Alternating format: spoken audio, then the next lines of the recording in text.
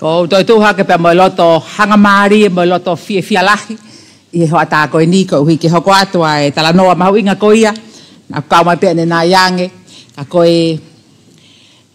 orive ni taha ko oi o tua motonga ko to fia pure anga mo siasi ka malo ha fonua pe aku na frato wako loa pe ko ya ko no fai kai tala noa hange pe ko mo lave ki ai o ko fraloto fratamai frasino pe kawa e tau feohi pe mahu inga o pito I ho ata ko ni ko ai tala noa pe me he potunga we ako ai tukumai e kalo moyaki kai mo ngai fehui pe ai re vai ai toko fa ko frafe mai ke nau kau he tala noa hange pe ko ia ko ngai fonga ko tau fo mai ai ko hi ko mahu inga ke rea e toko ta ko toa ko firma o ke rea I he taimi ko tuku mai kai ke te whakalolo ko mahu inga pito mo tau ko mo mea mahe ope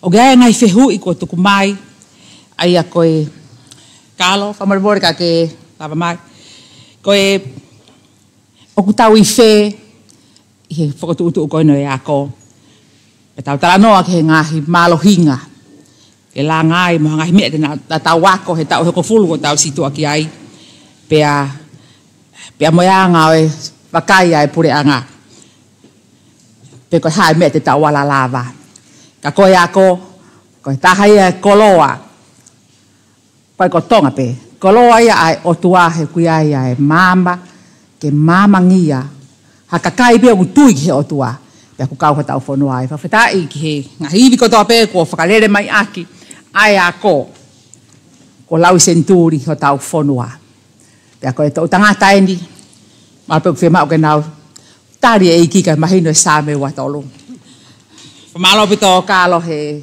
whakatata ho taimi ko hui kai ke I heni ai minista ko o kila mo lang fas ako kalo tene whakahoko atu ai miniti e wanoa ko mai pe a tau tau hoko atu rewa ki he ke kau po tala noa ki he ka venga ko no yako Tulou pe whakatapu ki he tahine Princess Kalauni sinai takala tuku aho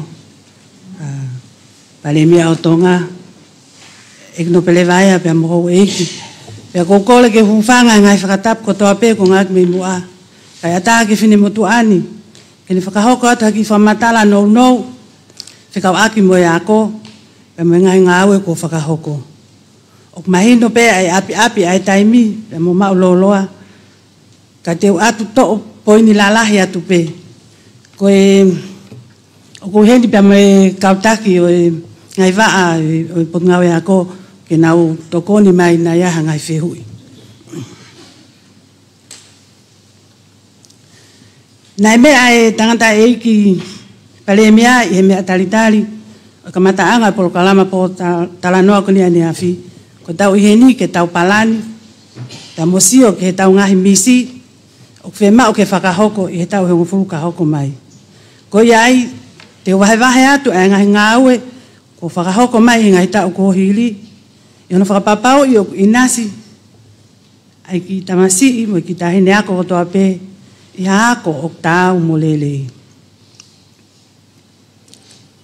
pe te hoka lewa ke ngahi priorities pe ko ngahi visone mo whakaamu ai pot ngawe pe mo sektoa o e ako o na fufiema o ke whai maha toko ni ofi ke toko ni ki whai la pe mo e folau ai kalia o e ako I tonga o kos mahino pe o mo osi tau kei pe mo mahino I lelei ai palani whakafonua pe koe TF2 ka ko loto pe ke ngawe aki ai heni ki po tala noa no I he fiaf koe ni ula ki pe ke ne tataki pe tau tol ke tau nofo pe I he laine pe ko hono wa ke mahino pe ko ngawe e pot ngawe pe mo sektoa e ako e ngai tau ko hili ne tataki lahi pe felave lahi pe pe palat fa fonua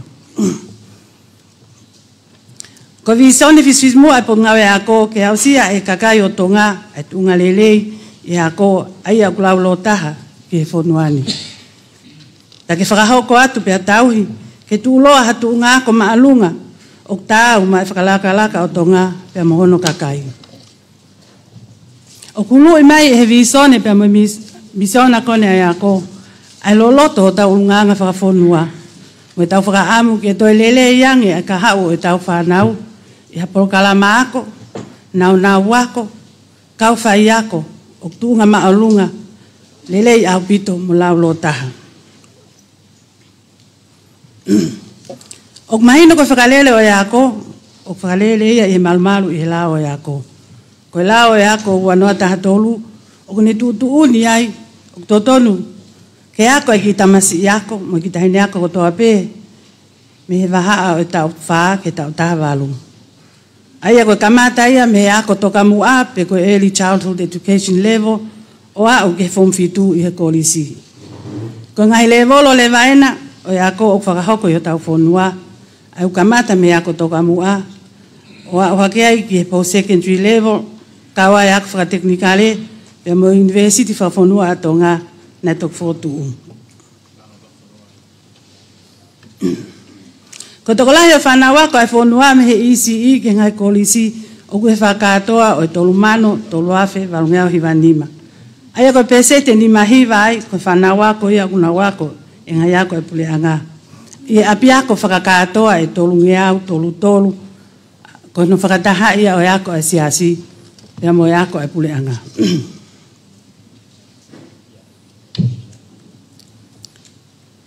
O mahino mai ai whakahoko e ngawe po ngawe ako, o whelawe i tonu pe mo i TSTF2, pe koe palanti whakawhonua, ai a kuluhulu, pe whakamalumalo atu i he taumu aola, whika ua poin wha.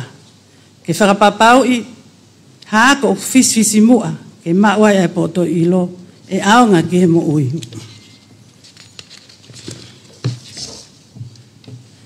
Ko uiga ngai pole mo ngai wheliuliwaki, e tā awa e taimi, na whakahoko ai ngai whakotuutu fo ou, mo ngai liliu, pe ko ngai reforms, ko eni i ngai tau e hongo fulu, ko hili. Ai nai whae si oini ke toi a kofi, mo si ofi e silapa o e whonga sivi. Whonga sivi o e a ko me kalastaha ke whomua, pe au kamata e ta uni, wanoa weni ma, a hono hoko atu, hono si ofi o e silapa, me afua ke no sivi o e whanau ako, me he whom tolu, ke whom fitu, whakapaanga ni e pankea mamani. Whakalahi ai ako pule anga o hoko atu ke he middle schools aka e form 1 pe mo e form 1 pe to kamata pe high school e form tolu. Tok sivi hu pe ki he kolisi e form 1 ka kui kai ko klase ono o ange ko na tawanga maheni ki ai. E time tantau na hike e tokone e pule anga ke fo ulu ke ngai ako e siasi aka pesete hongo fulu. Na ege kamata i he tauni, ai ako tai totongi me to fom tolu ke fom nima, ka nei toi ai tutun kabineti, ke kei hoko at pea totongi ako i he tau koini. Na kaifo ke toi whai mo siwa fom nima pe ko tonga school certificate, talo me wanoa wowa, ka ko tutuni a kabineti ke whakafoki mai ia o kamata he tauni. E lava peke tau pehe ko e taha ngai reforms, kon toi whakafoki mai ai ako no whamau ai kolistonga, pe amoe lava lelei o e langa koeni o phase 2 o e tonga high school.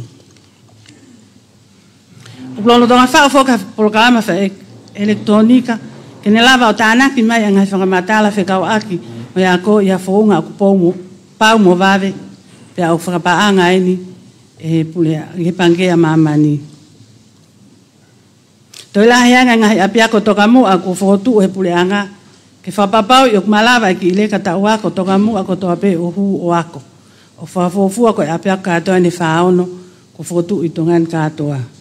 O kawa toa heni mo e apiako ke kau katoa, aia ko e whanawa ko iako en mai whanawa ko kuna whainga ta ia.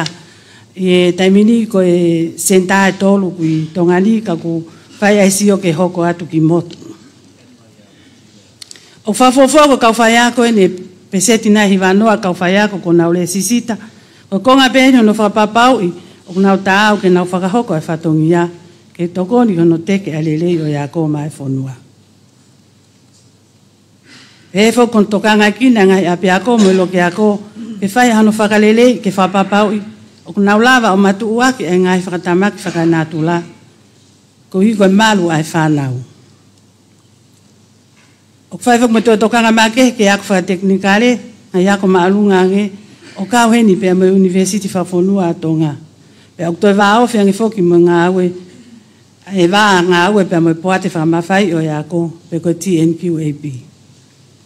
Ko tali whaka he pule anga e tohi mo whaunga tutuuni ke ako whakateknikale mātonga pena e whau o e whaunga tutuuni koe ni whapaanga he pule anga Australia. Ne toi lava whoki mono toi siofi wakai i moa kofi e tuunga o e ako pena e whai mono analaiso he wanoa o wa aiana e whapaanga ni e Save the Children Australia. Koe ngahi new initiatives here me ngai reforms ko hoko mai e ngai tau ko hili.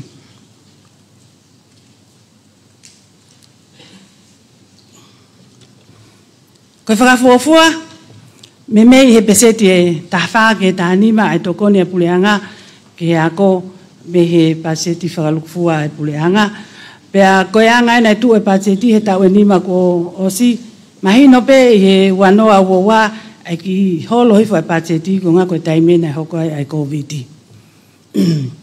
O ku ki laine koe lalo, o kole pe ke me atkai ka whai tūtūni, te toi lawe pigai anai i he mau lisi whakaamu me punga e ako, ko whakaamu na lawa o hiki hake, ai allocation kun ki hako, ke pesete ua noa, pe lahi ake ai, ko ngā ke alaim ke ngai whemau whakamamani, ke ako.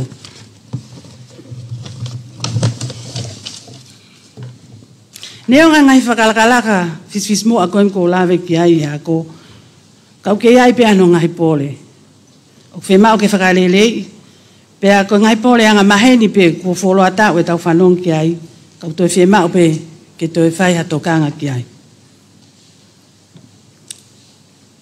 Ulaki pe si e ngahi resources ke kehe o e ako i motu papehefo ke ngai ako e ngai koloki uta. Whema o hafounga ke puke mai aki ai kau whai ako i loki ako. Ko e whika wā mo whika tolu o ku lahi ai mawahe a kau whai ako ko ngai ko kai ke sai ai wahenga ke ngai ngā aue o toi sai ange pe alahi ai o kawatu i he polokalama toli e pule anga. Pe a koe whika no tolu ke si o ku whai a kore heni ko tahaine ngahi pole lahi ke whakako whatongia koe whai ke he lahi ai wahenga e pule anga pe a mo wahenga ai ngahi siasi. Te mau ke whakalelei e ngahi loke ako ke lava matuaki ai whakatamaki whakainatula. Tokanga i kina ma ke he whanau tangata ke nau lava he sivi pe whakasisi i e nofo wawe me he ako.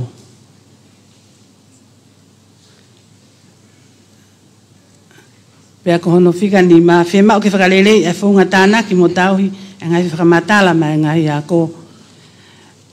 Pe a ko taha pea e ngai pole na mausio ke ai wak mai ke aoni ko ngai liliu whakapolitikale. O kui ai pea ene uesia i he ako pe me he ECE level o au pe ke post-secondary level.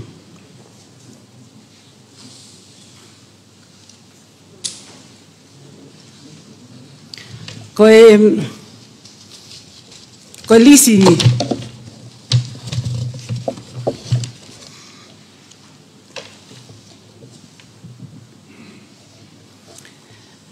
pa me ko lisi whakaamu ena pe ko dream list ena e pot ngā we kau ki whakaprofesionale pe ke whakalea ko priority list ena e pot ngā we. Pa me ngai pole ko nau lawe ki ai o fotu o lewa ai ngai ka venga mahu inga ko ni ke hoko pe ko dream list ai sektoa o ako pe ko priority list o ako. Ke ai hafounga ke tau ke ipu ke atua ka whai ako o whakai ai ke nau nofo mai o whai ako i tongani. Whanau nau e ngahi ako ke he tuunga o whakawangono pōni Ano poni ange whakatahata mo teknolosia. Ka tau te whito kana sio atu ke poino no tolu, pulet poino no tolu, ke tau laka atu ki ha ngai smart classrooms. Pea ko hono tolu, toko ni hala whanonga o ako ke ngahi ako maalunga nge. Pea mo ako whakateknika ne. Ka te taim ta tau pe, te tau toi whoki mai pe, ke mahi whakaamu. Iwiri taha. Ai fie maa mua, ke toi hiki hake. Ai budget, ai potungawe ako ka pau e lava me, pese te tahani ma, ke whakatatau ke ngai fie maa whamamani lahi o pehe, ke malawa ke whakahoko lele e whatongia o ako i hawhonua, okton ke i pese te ua noa pe toi lahi angi.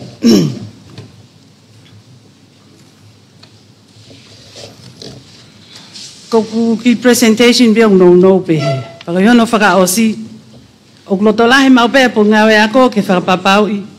Ka pokalama ako, o yako whalukufua i tō ngā kulele. Fisfis mua, pēr o kma ai whanau, kotoa o tonga.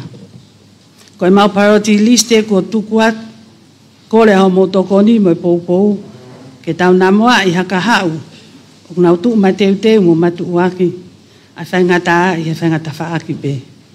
Kai mahulu hake haka hau, mo whanau ofa whonua, ke nau hoko ko haka utaki, lau lo taha au. He kai lawai he potunga e ako toko taha, pe ko sektoa e ako. E whakahoko ngahi misi koe ni. Ko pau ke tau mo mataha, mo vai manawa. Oh, sorry. How do you go back?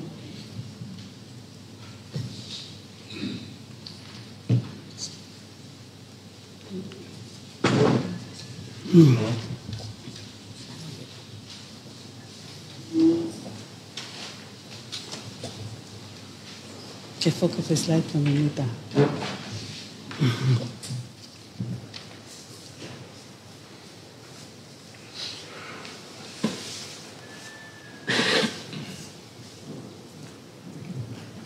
Foco,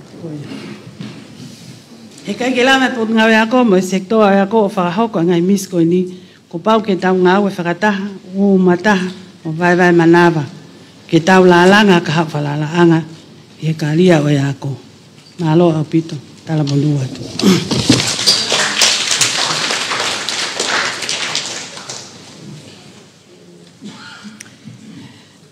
Malo au pito kalamoyaki. Koi princess na takala. Whaamu peke ke maari e ia he tala noa koe ni. Tahaine eria. O kulahi ture mohe ai kakai. He unau pe he mahalo e koe mea tatau pe. Kako tui ko mo tolo kai ho mo whanau mo i he whareni. O na aloi hataha. O ke whemau e koe langi maha o whanau. Ko ia ko konu whai kai tala noa koe ni. Ange ko klawe ane nai. O kui kai ke who'ou ke whonuani. Ka ku tuku mai he e whainga maari koe ni. Ha toko wha. Na wiwi lahi katoa. Toke tā masaso paunga. Toke tā whaiwhekau. Wiri saulala. Wiri maka foriaki. Pea mo whaiwhekau si mo te vea. Mo kataki o lava mai ki muani. Kau lo tonga bo lava mai kau ki whakaospea e rea koe ni. Koe tālanga koe ni. Koe tāla noa whoke a kakai. O ki ai e nau whanau. Pea uka hau mou whanau. Pea mou mo ui aki. Ai hako tupu e whonua.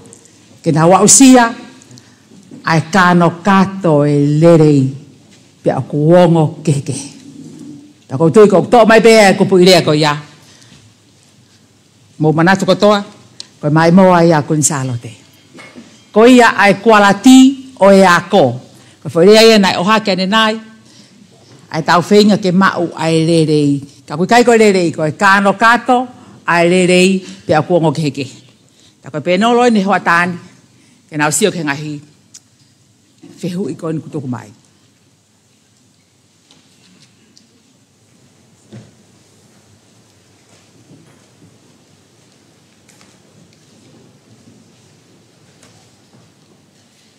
motor mai dia kena bercinta mau mea mai ki he tangata katoa to ai uluaki poini o e kakai ke fai e fratanoa ko e fai pe mo tamai ko ongo ori veua ke na fakato malohi he kuna tu i o tu mo tonga ko tofia pe ko yai kau tangata te mo fai mo tamai pe ton ke mo ngo i talanoa ko ni he ko matu aki mo tol o te tau ma o tonga ko e talanoa e whanau o kunau i he mo ya ko ka ke whano ko tu he tawhaki. Ko e ni e talanoa ko ata i te tau tolu ai a ko. Pea koe mala e ni o ku whainga tātaha i he ku whakakaukau he ku tau aki tau uto e ka kaitonga.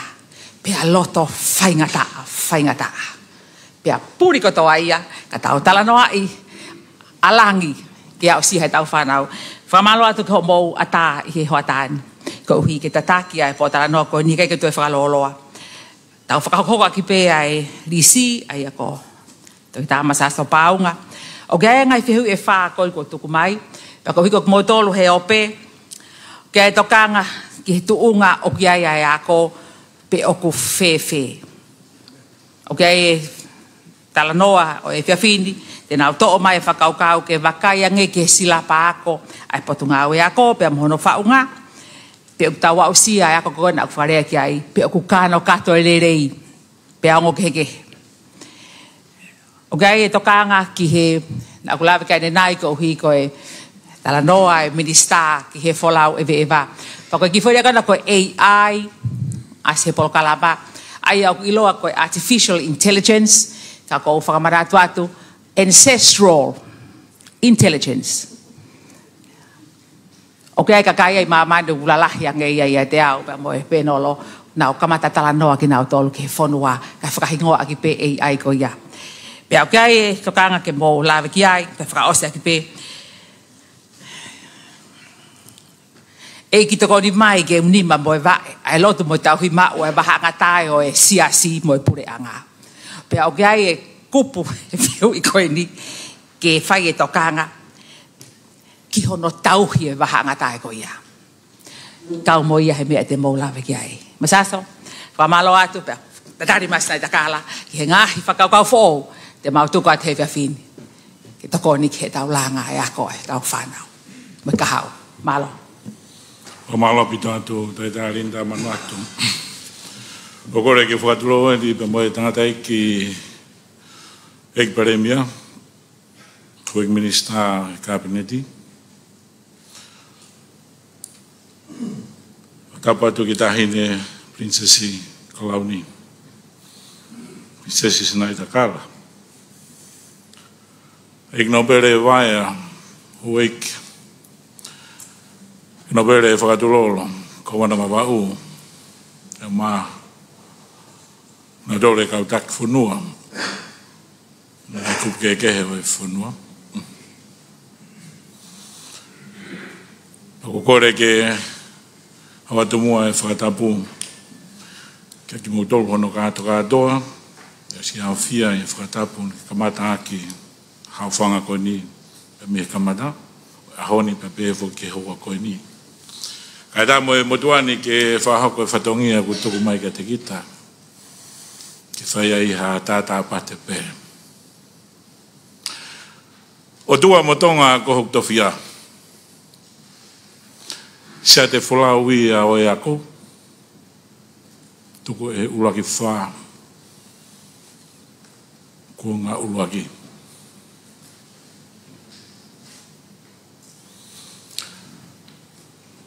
Mō ni totonu tawadāina.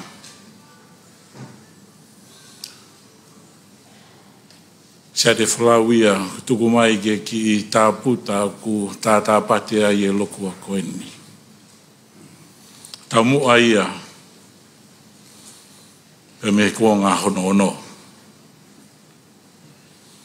E whakamore ange kita ko no inga nā te mutu tā murea, i he maa e koe ni he kumumia e koe toa pe.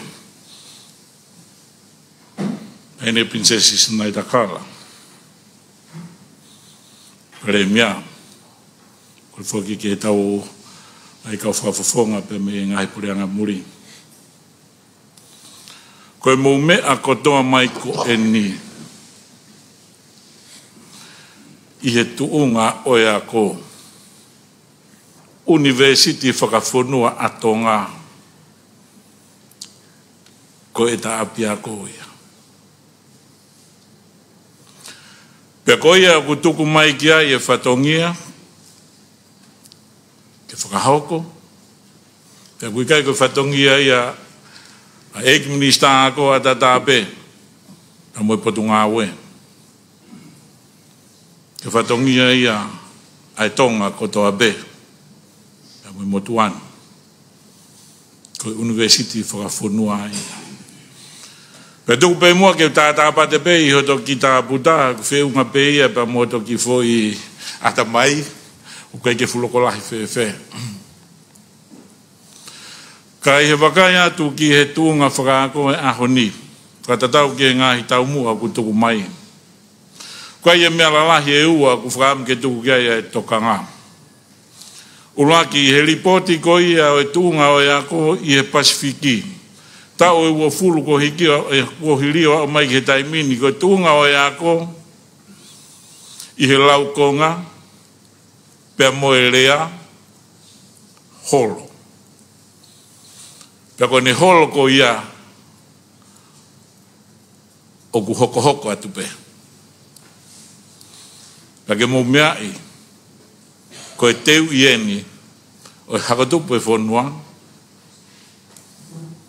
E mātua e whituna, tene prinsesi me whine mātua.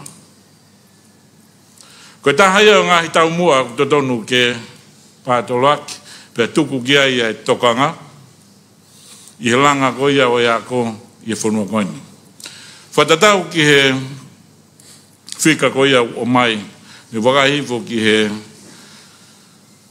tautohi ko ia nei tūngai e tau whataha koini. Ko tūnga ko ia pese te lau ko ngā kumonu ia o whanua tahine, princess, i paremia. Kei tū mao pe ia pese te hive hiva, pese te hive hiva i he lau konga, kai pehe foki pe mo pese te hive hiva tup, i he ngai ako whakawhika. Pea kumonu ia ai, pea utau tai maari ai, i he teu tangata, teu whawhine, ne whakahoko e ki nau dolu, i he kua hiri. Pea ke tau mua ia o e parani koni, ne tau situa, pea tau situa ki ai ka hoko atu ai, tau ngā kono whingai, ke puke puke, ai tu unga ko ia, o i kai ke holo, hange ko ia hoko, i ngāhi whanua katoa, o ke tōlahi o ngāhi whanua o Pasifiki. Ua, tau mua ko ia tahau ki tonu ke whaikai ha tokanga make he. Koe ni ku tau au sia tu unga ko ia, koe university.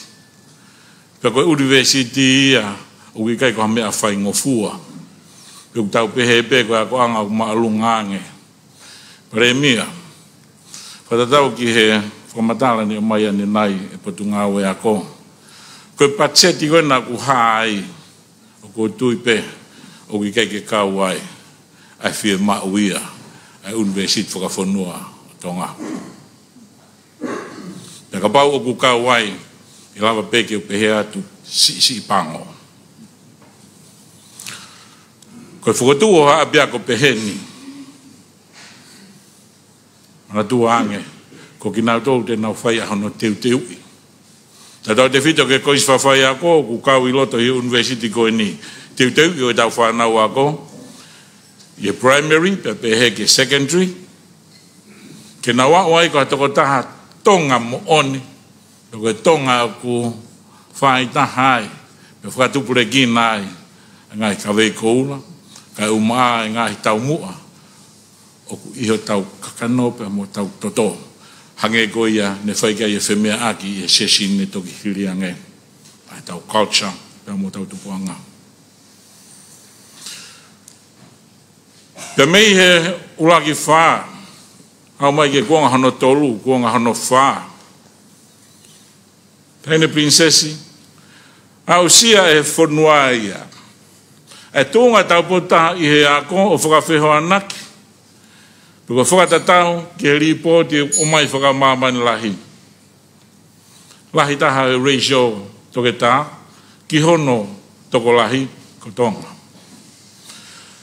Koe kau ki nau tolu e whakatotolo, research, o tū ki mua aho tau kakai i he tapa kehe o e ako, e pehe ki mamani. Pe koe whehu i, koe kato katoa ngai fu toke tā koe ni. Koe hae mea e lava ke tau whai ake toko ni e whanua. Wea e kore koe ni, pe moe ui atu ka teki motolu i he ngalo e a, pe moe o pe. Ke tau whetaki nima, o kau whakataha i he whahau koe whatongia koe ni, kono teu i o e tau whanau. I he university koe ni i he taimini, o wea e kore e pe moe ui ka teki ki motolu hono kato katoa. Motolu koe na umea mahi te pile. O mo i he tuunga le lei ke kau i hono whakahoko o teu i o university koe ni. O ku mou take tāpe ki motolu a teki motolu. Pea ku mou palo fesa pe motolu a teki na motolu. I he tau tuunga whakatonga. Ua e mea ku whaikai e tāketi a e api ako taha koe waa ke whakapapau i. Koe rea whakatonga o hake ke tuunga ako whaka pure anga. Pea koe mea aku totono ke tau prautaki, pea koe mea aku totono ke pore aki, he tonga ko toa pe. Pea moe toko taha ko toa pe, ku teu ia ke he pot ngau e ako. Kau ku aonga teu, i he tau mahino i lelei, pea lava ke tau whakahoko e whatongia ko ia, ke lava o atu e ngahi mea ko ia, o ku whie mao ke tuku atu ke ako ia e tau whanau.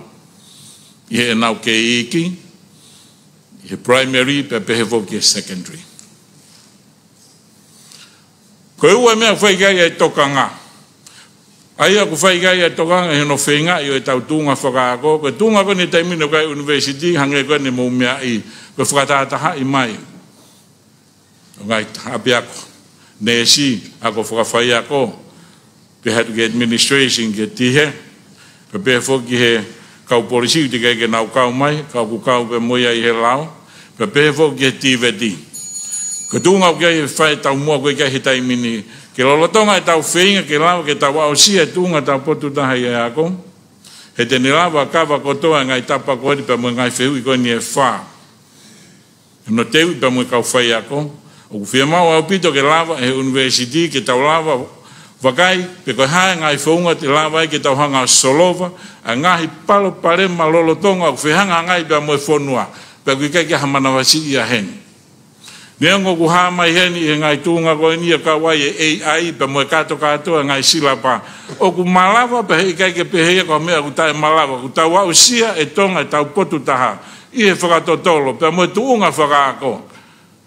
Pa hei kai kia taha ia pa kapau te tau teu i pa moe tuunga whakatonga. O ku totonu ke aruate credit ko ia pa moe quality ko ia. Lea whakataha o lea whakatonga pa hei ki he culture. Ulunganga whakatonga, peko whea pēha wheitu i mamani, peko hai i mamani o ku tohi whelawe i pēha motonga, o totonu ke o atu, ahono accreditation hange koe a ku hai he ni, ke whakamawhai a tua pēha mei tonga. Oua e mea pēha kau palo whesa ia pēha mui nau tolo, kau whakatolo taki o mamani a wheitu o nau whaitohi o ave, i ngai a general, peko hai ngai programa ko ia. Whelawe i pēha motonga, te eki ke nau tuotai tonga. Kuna mau e nā tole se ni tio hange ko ia o ku mea mai ki ai. Pena e mea ki ai aloti vai ane nai. Lere atu mau tolo mau ngai toke tā. Mea atu mo ngakai ai muri o nau ngau e aki aho tau culture. Pea nau tānake nau tole se ni tika keke ma se ni tia ai no pere vai. Kai uma ai ko wana wawau. Mahu inga pito tuka e toka ngā.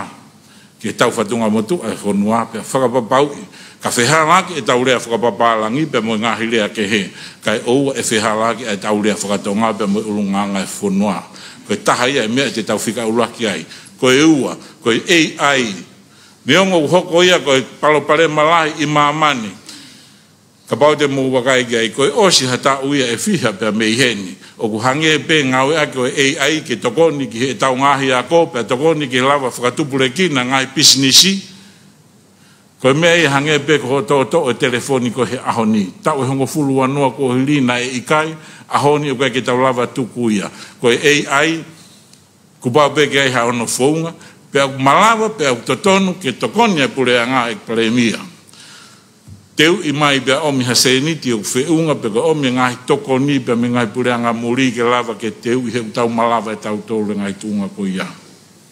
Ko ia ko ngō wai pe ia te o lava ke ki tātā sire toa he tai mini. Ko tōnga ko ia i roto mahana te ka whaika maria ke o lava te kai anayanga. Malo, Lindana. Malo, tok tā masaso, paunga ko... Lo i foi mau tā no atu, ke mou a mai. O au pito e degree e ono noa whāni maha ulu. Tōnga tōn behiwa noa. Take tā whaiwhikau viri saulala. Malo e lava mai pia ko koe te uawhet kiai. Ki hoko mai e po tā noa. Malo. Tap moe o tua. E whaike tuk whanua. Tap moe e tahine prinsesi o Kalauni. Whatolo atu ki lota tau. Tamai taloni. Watapu atu tandai ki paremia, Professor Isaki Valuheke, mo kabineti. Patuk pe mua ki hufanga te ngai tala whakatapu kakato e lo tu whanua mo ako. Ka ata ki hufaipa ki tāsiri siri. Whono kuloto he hunga ia. E ki paremia mo ho timi o tu prokalama. Ki mui ka ato e ngahi sektoa ko ia ne whanu kamata tālanga me aniafi. Oha umai ki ahoni wa o ki whalaite. Ko mo fo tu e ka venga fisi mua. Ko ha mea te tau whai, he tau hongo fuluka hoko mai, ke puke afu fula e foi tofia. Ko ha e tofia. Ai nbeko ne mea ki ai ho mautaki, mautimpe nolo. Ko o tua mo tonga, ko ia e tofia e tonga. Au mate ki a siupi. Au ton ke mate ke karistan ko topi tonga. Pia muto e fukotu mo e ves fola. Whakatolo atu kalo moyaki. Koe kātoa e tau mehe organisation i tonga ni. O kia e tau visione mo tau misiona. Koe ultimate objective ia. Pea koe haa kātoa ngā activities i lalo, align kātoa mo ultimate objective. Ko whiwa whakasio haki ves wholofola kalo moyaki. Whakatolo atu mo kautari ki tāna mo i tengi au. Koe pou atu pe, he koe tau wako kotoa pe pure anga. Koe ki tā siri koe ni, koe pou, ke mea ko mea aki, Minister Malolo, ako Vice Chancellor at Tonga National University. Ko whia pe ko se kau translator e nau tolu ko ia ahimi muri. Ka tuku ki whakanou pe he tauria whakatonga. Ko hika e wawe te ria na itengi au he tahi taimi. Te ui me peisi pe rinta. I ngai whiwhiu e whaa koni ko tuku mai. He ko toku mahi no eni he ta utu. Aina tula koe mea koe te maurea aki. Nau pe hau hau whiwhiu tātaha. Kia mau tōta tako ku koe haa mea. Pea te whakalawei, pea whakamari. He ki ituri ki ko whango tāmaki ai he Christ University in Pacific. Kai ki mua pao lawe ki ai. Ni ai foi Crossroad, ko manatu merie ki ai, he taimi whaato wholofola e tama he taloni. Kai Crossroad, hu whanga whakatapu, tama o tupolo aki ne tu i loto. Kai manga wha, it was a 4 intersection crossroad. E awi ki whiatonga, Britania, France, Siamane, Pua Amerika. Fai tutuuni ko ia, e tama tu paulo aki, puno gilalo ki kele, pani momoi ho tafonua ki olunga. Tonga, ko tau alu ki Iran, ko tau alu ki nau national religions, ko Moslemi. Neongo ki ai kau Kristiani ai. Neongo ki ai mea whaka ekonomika, mea whaka akmeha. A koe taimi ko whatu e nau ai mea, align with nau belief system. Tau hako ki India, ko nau national religions, ko Hindu. Mea kotoa pe. Pau peke seti o align. Ia mea pureanga ki nau belief system ko Hindu. Tonga, ko Kristianin. Ko fia ngai tamai ngai whaia niaf. Ia mai ke ahot. E kware mia. O mou i he crossroad. O kuia e talanoa historia whanua ngai muri. Ko rea ne pehe he osi ko e tau fitu noa. 70 years on the road lead to nowhere. Ko time ne how eka researchers or fire research, how many lead to nowhere? tau e fitu ngō fulu e hala whanonga, I kai ki ha taulanga. Siva amanaki. Ko mea gana ilo, nena tuku e o tua ki toa. E pare mia. Kai ki he tae uhinga, mo hoko pare mia honi. Whiunga mai whotu e tau hongo fulu ka hoko mai. Ko tau tuku e wanoa tolu ondo. Ia e whakataha pe henia. Pe ko tau tala noa pe, na whewhe tau e mo fulu ko hili. Na tau whai na e mea na toton ke tau whai. Pe na tau whai na to e mea, na I kai toton ke tau whai. O mo mau e ma whai whakonistu toni, mo I whakalao. Ko e whokotu ua. O kai ko Christ University in Pacific, ka koe kau karistiane, ko e whanua karistiane. Pe ko uloto ke pure a ngā katoa. Hange ko mea ekonomika, inline, mo tui whakaristiane. Culture, inline, mo mea whakaristiane. Ko whakamalo ka kalo mo yake. Hene hanga osi ene presentation badamai, align mo mea e whanua. Ko kore atu kalo. Whakotua ke ik minister mo e CEO. Align mo mea e whanua, pe mo e otua. He koe whanua karistiane. Whamore mori ko ksenite hua pia pare mia. Ko tukot pe, he ko whiawhia ko tala mai. For full life wala. Ka tau tala noa pila tor. Mea tau tui ko tau whanua ko tau pe. E toko ni. Koe sila. Os tala mai pe. O tua mo tonga hau tau toru whia. Tala mai, koe whetua e tolu. Koe Trinity ia. O tua, koe tamai. Alo me lau marie. Hele tā e tolu. Tui tonga. Tui ha takalaua. Tui kanau polu.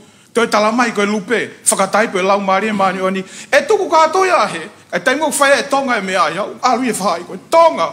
O te tau. Teke o tua ki to. Ko lawa mai o tua ne tuku whanua ne whai ne sewa ni.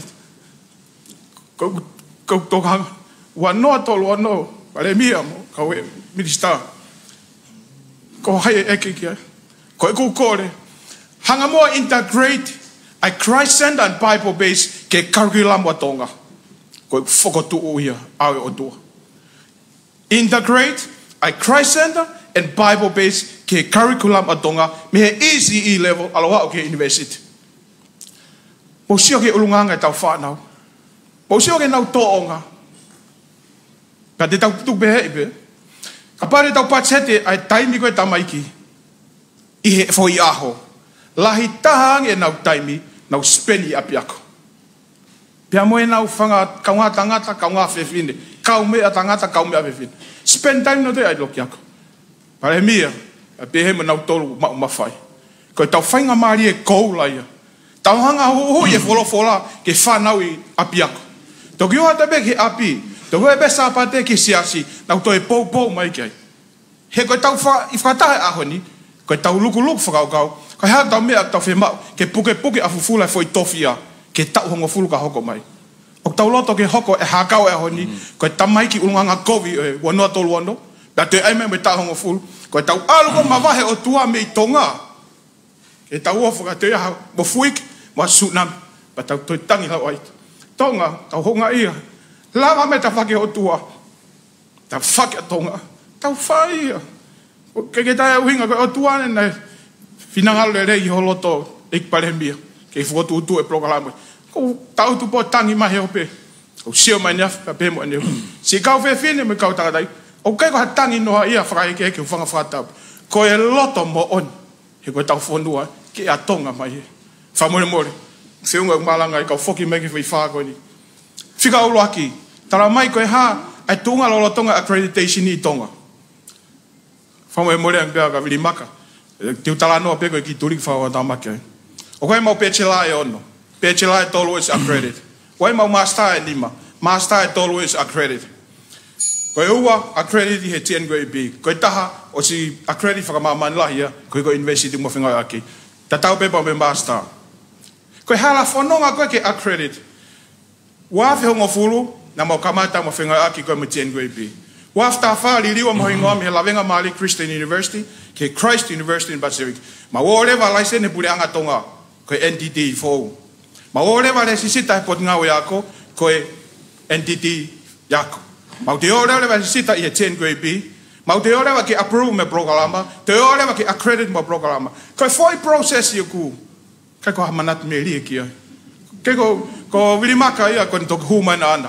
Ye kau tangata me kau whewhine, kau tui ko nau hike no toki muri, hiki na toke ngā ue kehe, Ko lai foke feta he ko mau tolu pe wa ka tunga hu fanga tapu fa tolu wa tahin princess ko mau loto mama pa ko mahalo fo ni e ko e pa ko na an to nga pun nga ke purianga ka ko dui ko e tamayo e ken ten hanga solova holo i maulo i mata he to nga ka ko e ku tala noa accreditation ko la ve pe ko Christ University in Pacific pa mo TNU o existe ta mini tongani ko fanongo pe ko Brasiliana wa no university de fa home o wa mo tola no sila ko vice chancellor council finga apena to me QF ko now NSET QA ago equivalent ko ke TNQAB o ku now to nga ibena autoria a tertiary provider o ku ka university ayo ku kawai manukau tech Institute of Technology, kawa Unitech, kawa Fitileya, ka to nga tertiary provider, o kui kai ka university, to nga NSET QA.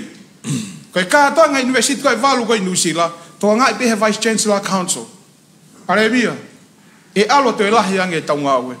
Pai kai ke ilma fai mo lava ia, human resource mo human power ko ia avri maka.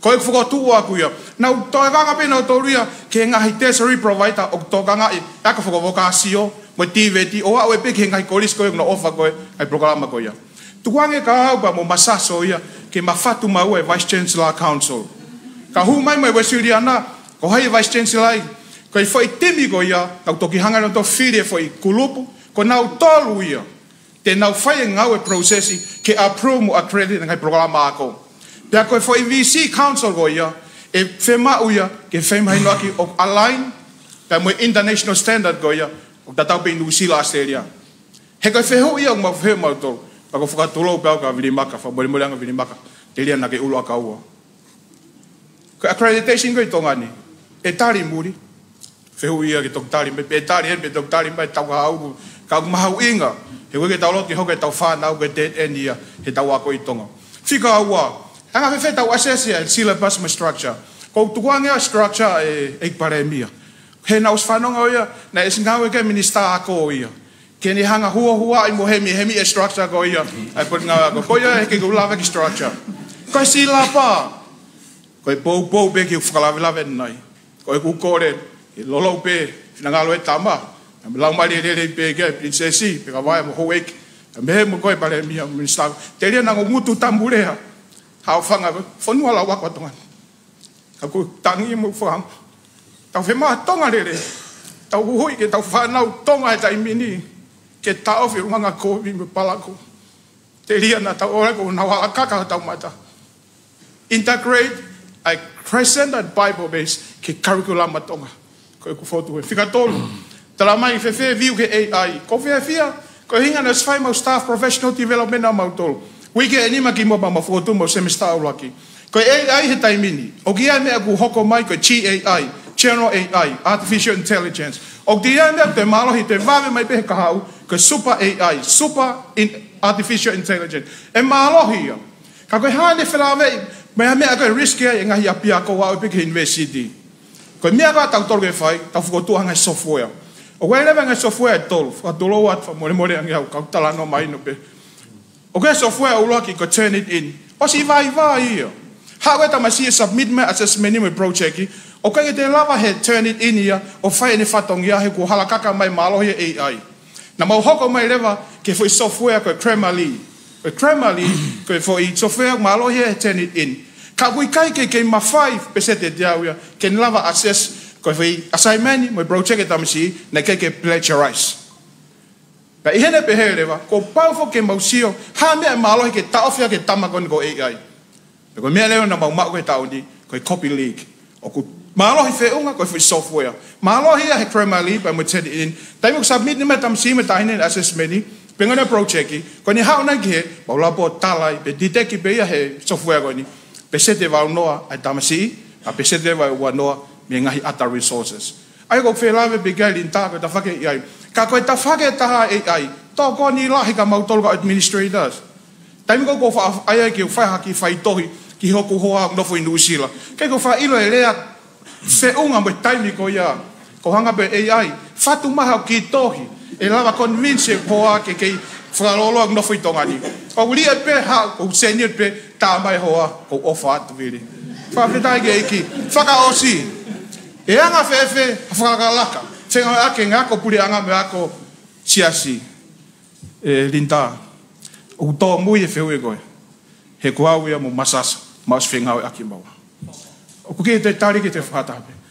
hake koe whalaula me masasa nei tonga koe tau university e teni ka paku ke ata ho nima pe fo aki me o pehebe o mautolo koe lea kau pālangi koe whakalere koe university it's a charitable organization but at the same time it's a very expensive organization if ko tu e tamahi wana no fa ya o me ke taun ke no watahan hala fo no nga vaingata ta ko ya me ke ahoni ko fia ko kau he tau tu heni ke ui la pra no inga ta ko pe angin e mo ke ui la ka me ko kau heni to la heni e puri anga pa ani e ako si asiki ko ya ta ko fia pe e ko fia ke fa mo oni ai linta ko parimia malolo nei te ue ako puri anga ko parimia lolo tonga te ue ako si asiki ko ngolo olive ko pau ke ta whinga aki ka ta hua usia e puke a tofi e goia ko fotu ka vinga malo ma whinga mari malo vin malo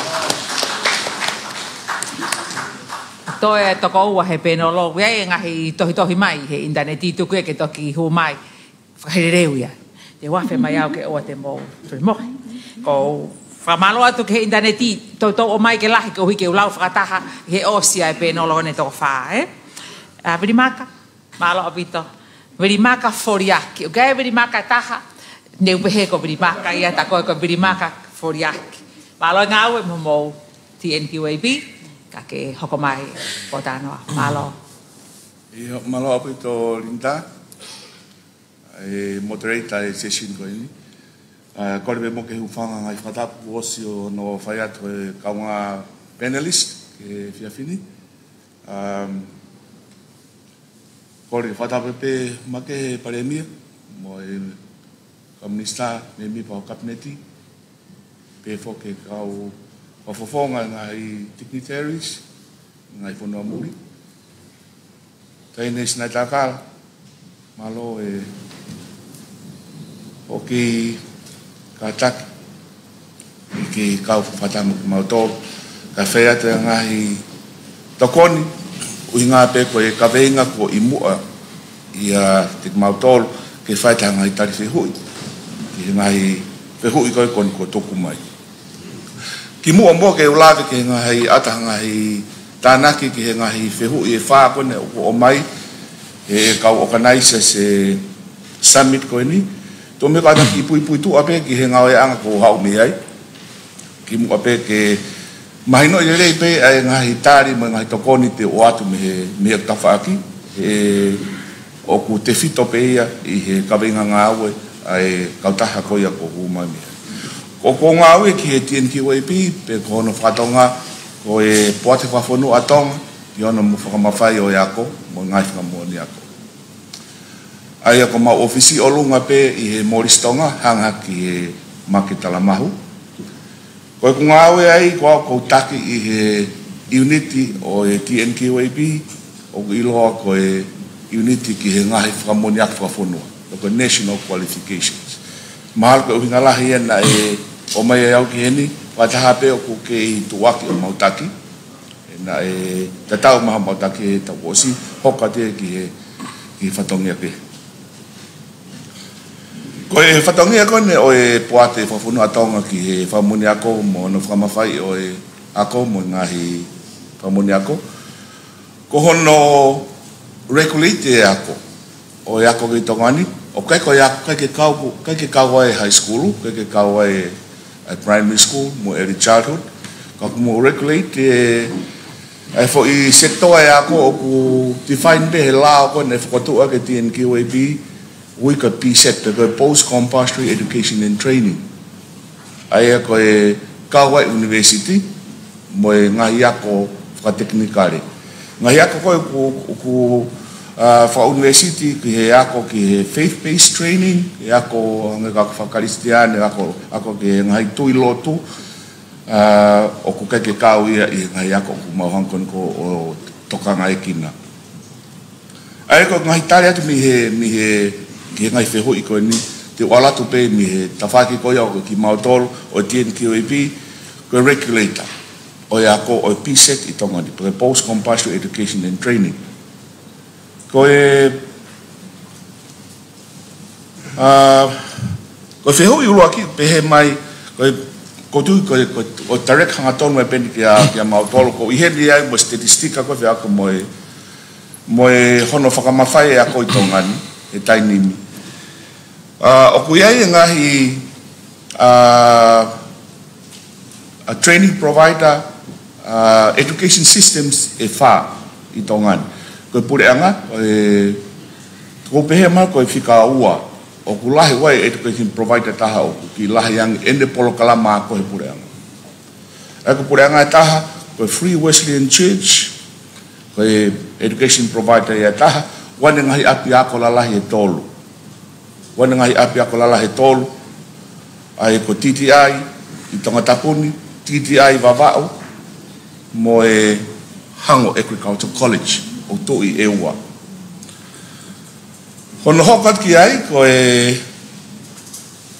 patungai ako kon e moi fo kon alama ngamari ane kamia tasaulala o ki ai no apiak lala ena ua ko CAP ko Christ University in the Pacific ono wa ko e Lavenga Mari Technical College Institute o to uia I Lavenga Mari pe ko Roman Catholic Education System o wa ni apiak lala he tolo ai ko akapani lolo ko St. Joseph Business College mo Montfort Technical Institute. Pure anga reva ko de osi whaka utaha I kotoa mai ngai ako lalahi ko e pure anga o anda ia I he toka kina e masasa mo ni ka ngawe I he tonga National University. Pagwe mau ngawe ia kono toka e kina ke whakapapau o ku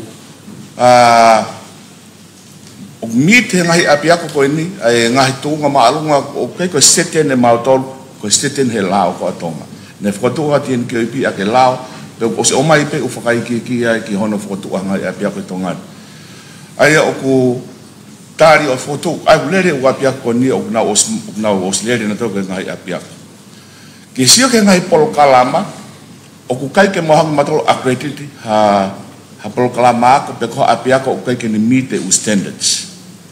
Aku tu tadi PCTAP accreditation na tongani. Opa ko eke ya fehui. Ko what is the current status of accreditation in Tonga? PCTAP o apia kon ko accredited recognize ma to. Pata habi mo prokalam. Faka si of ki prokalam ako. Faka to prokalam ako e te au manima o accredited tongani.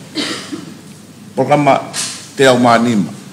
O kulesi sita ye u levolo ko framework faka famonia ka tongani o level hongo fulu kamata me level taha ke level hongo fulu certificate taha I level uaki tapo taha ko longa ko PhD ko toketai o tau ke no ata to te ya toketai pa program to ta bless tongani lere fa ko lahi taha ko program ka tongani no fota ni mi he level fa certificate. Kasi e ba ko hangi kon ko tau manat ke tau fika I secondary school normal distribution o ku me no fa pe alo no ke PhD level ngo fulu pe alo fo only a few level ta o no fo ko si o ka ke tau fo o ta fito ko fo tu at the NU to fo tu but ko only a few months now at the NU aku va ve le ha ke o pro kalam ki ai malo mono a fu mai a CAP e tau fema o fra university ko tu e nimi ko por kalama level hiva o ku ape ko por kalama e CAP e national ever masters level why mo ni si pe mo around 10 o ku resisita level fitu aga matai tohi e to se to pe si e matai tohi ki olunga matai tohi fika o masters postgrad o aloi ki doctorate. The majority of tau famonia ke tongani o ku ke nofopeia I he advanced diploma o hoku fogia lele ki lalo ke level ta. Ka koe the majority level 5. Ai ko tu accreditation ka tongani. Statistika ta o ku mau inga ke o hake hen ke tau fatoka ngai. Peseti e toluvalu ai o programa ko whanga i tonga ni kone ki hono ako ne kina ai whanua i he post-compulsory education and training ko pese tolu walo ai provide he pore anga pese tolu ono ua o provide he non-government training institutions lahi tahai ko Free Wesleyan Church programa ia whaua o accredited hoko i whai ki he Roman Catholic programa ko e tahavalu mo i fo programa nima lahi e programa le mo i fo no fona tole matai to hipeki olunga ma vahe e na tori ai o programa he level kilalo o fai he lavenga mari technical institute me lahi pe kusio ke mai te fatontono mai e Dr. Chaulala kusio ke na programa na lai no pe level fitu i olunga i o level kalu ki natula ke he mo tienio eko tu o fa statistika he kusio ka aku fama po mai pe tau programa ke eko tau accreditation data na ka te aha fehu i fa audiki ai mai to ki ma ope me office ko ku tari kan ke ki he fehu ua ku pe he mai how can we assess the ministry's syllabus and structure to enhance the quality of education ko tari ka te tari ko to ai pe to nga ko u fehu ki ia ko hawa ko to ki huga tin ki oi pi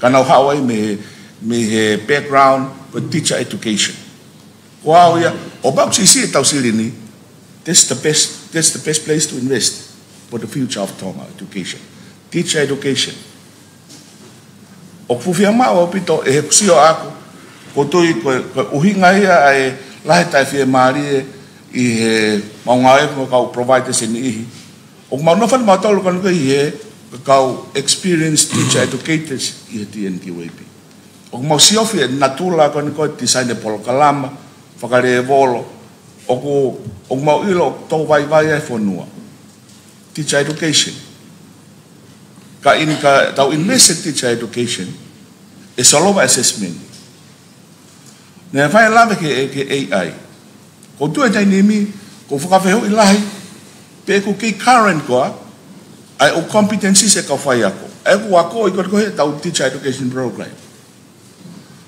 o fe mau ke fa AI wa ta la fa no ke fa hu ko fe tu ke fa hu i teacher education kai ha me fa fe mau ke liu i education na tongani fe tu ko tong ke fa liu teacher education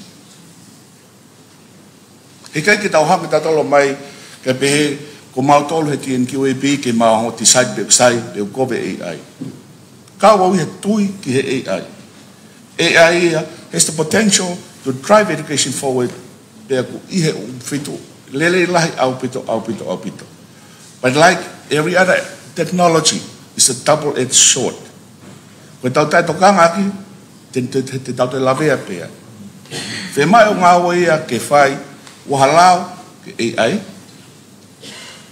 can they hang support appropriate use of AI i Tongani.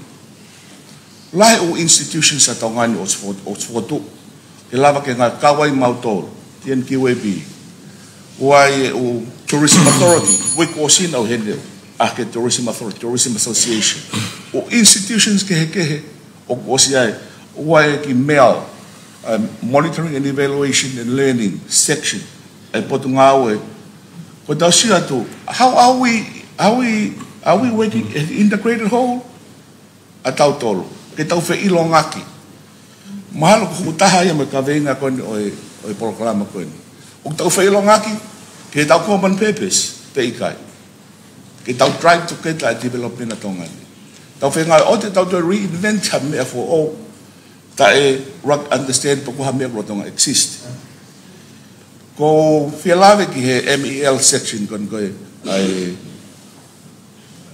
potangau finance na tolo planning unit o wai ki tau ki tafako ia e kusio atu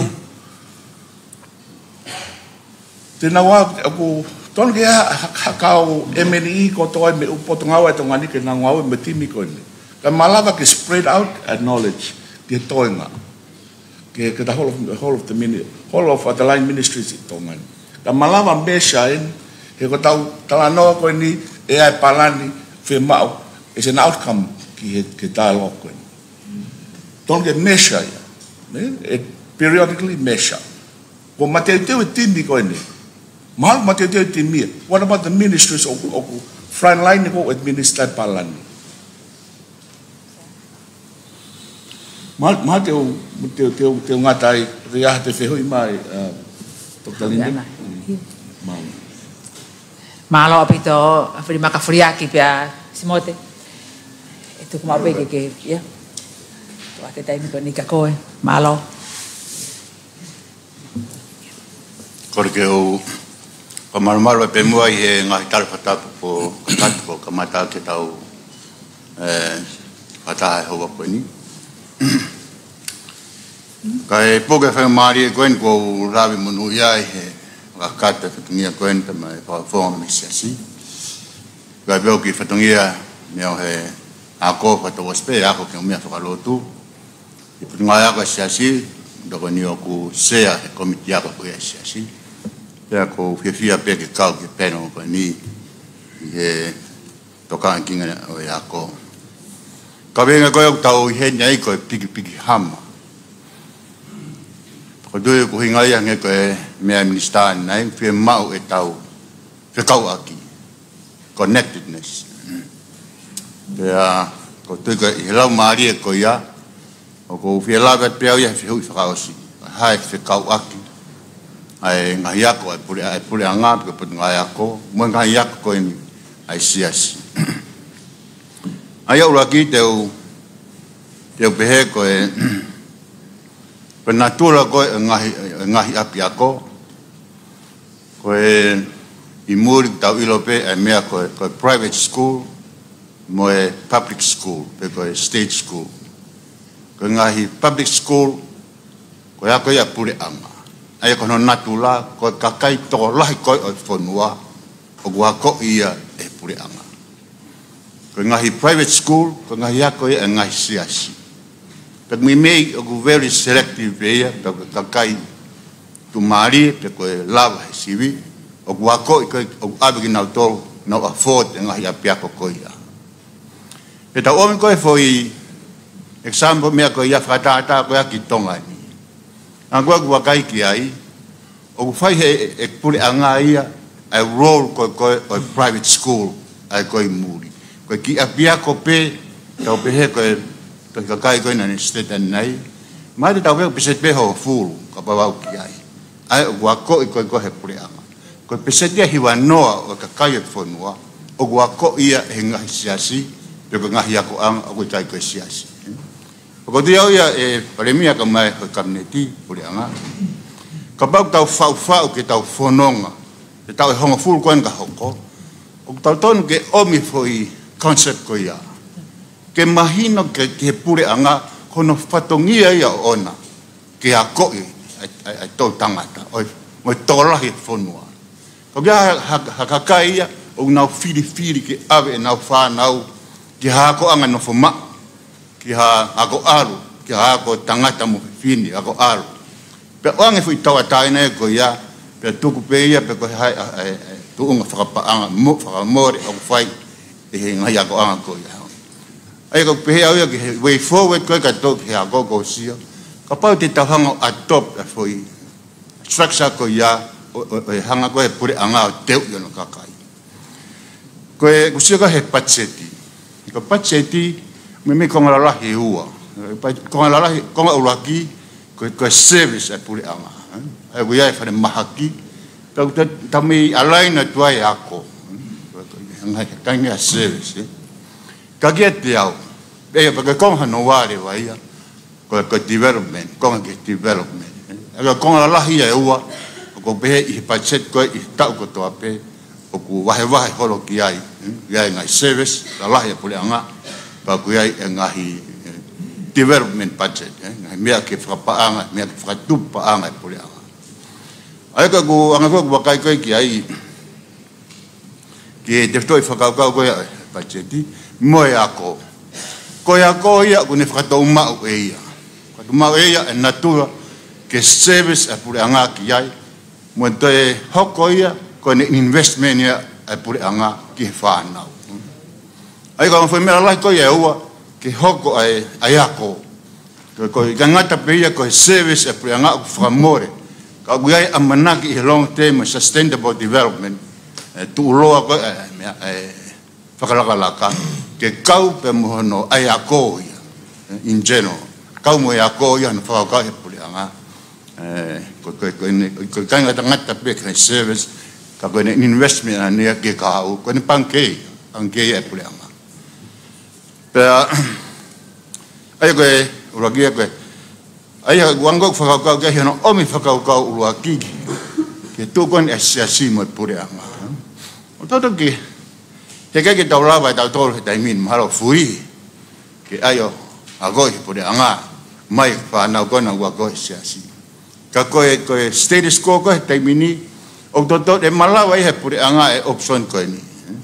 Hanga pule anga ya totong e kau whai ako totong mo whanau wako.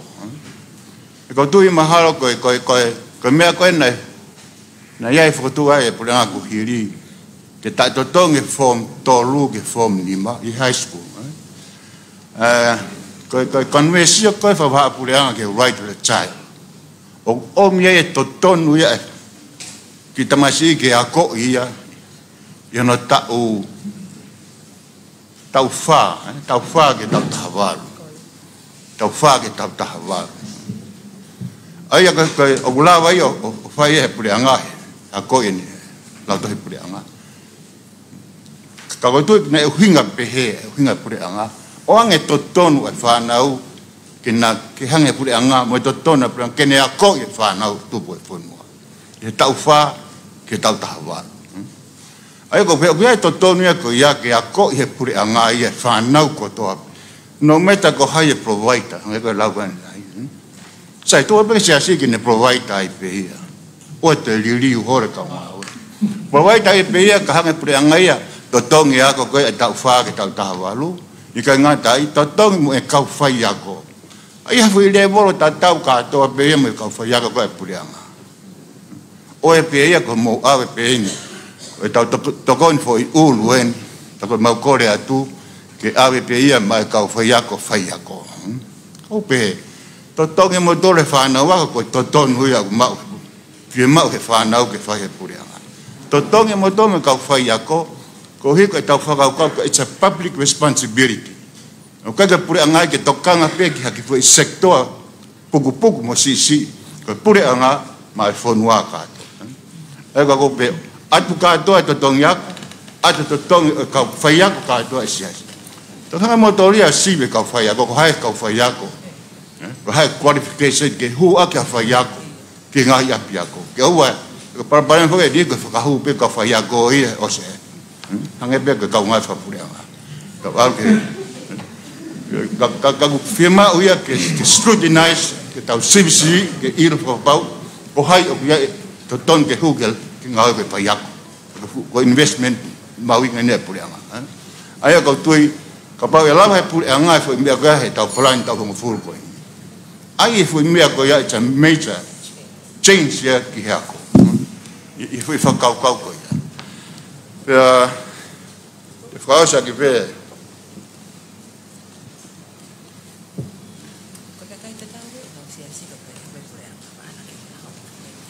Ia. Ko ia. Ko e toka lai pē, ka kai koe, i siasi, ko nau tō pē, pure anga, te o mai pē ki siasi. Lai, tua trai ki whai maria, te u, maro. Malo, whai whikausi mo te vea pē, te u awhi ki he whakarea mai koe ni pia mei he Facebooka, ke i tau hi mai e ope. Kia e toko taha o ku hingoa aki koe tonga mo ui whapato. Koe ni e ne kau mai ke potara noa koe ni ko kamata aki e pau to kokat ke ngā hingoa koe ko mo tuk mai e, ke mo rea he whawini. Pehe e tonga mo ui whapato. Ki mua e smart classrooms, e ulak whapapau i, o kulanga whakarerei mo tokanga i kina ngahi loki ako lolo tonga. Koe, wingan ki he presentation koe me bot ngawe ako. Tau misi, Mo whakatutu ngā ue whakafuafua mo tau iwi whakapaanga. Ke holoki e whakawharara pesete ni manoa e tau patseti ke ngahi whanua muri. Malo tonga mo ui whapato o komedieni ko hongona I he whakataha.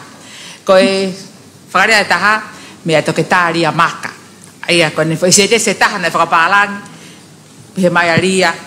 We need a Higher Education Act. What for?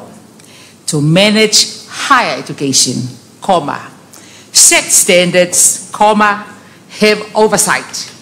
Whatongia e tolu, ke whakatu halao Higher Education Act. Pea koia ko au ki he te pire ai paremia pea moe minister ako ai kune pea mahe ope. Penolo whamalo atu ke ho mou whakarea pea moe talanoa moni he whiawhini. Te wafe kia William Takau, kula I he kada. William Takau, kamataki mai e whakarea o e whiawhini, hoko mai kia South Pohiva, pea whakailonga I mai, pea ka teo kamata ke toko ua ko ia, nanaki mua mai nai o mai hona hingoa. Ei ko pehe kamata ke whakalaka e tau po talanoa. Koe ko ke whawhonga poto, mai ho hingoa he ta whakika hui atu ke mau e tau tara. William Takau, malo. Tape mo taine Princess Kauni, Princess o Tonga, pia mo maufanga pe fo. Ek vai via, te li tui pe to pe ki tata nga fasivile ka tui pe ku tata tangata I fonua. Ko pe pe ka wat ki he foto wat nga me ko ni he ko ne ai pe nga u tanga motuani ki mua. Kun to nga nga business I Tonga ni Chamber of Commerce. E wafe tahano na faya scan a youth scan e time na ya moton to ko ilo ye akoya na faya talanga I set project pero ko tanga ki paremia na sia e committee ko ya ko youth scan ko ni na scan ko ko school leavers wafe ni mangau ke to wafe tau vacancies wangau ni manoa pe ke to ngau he tau mai no big hen o kia toke ke lahi au pito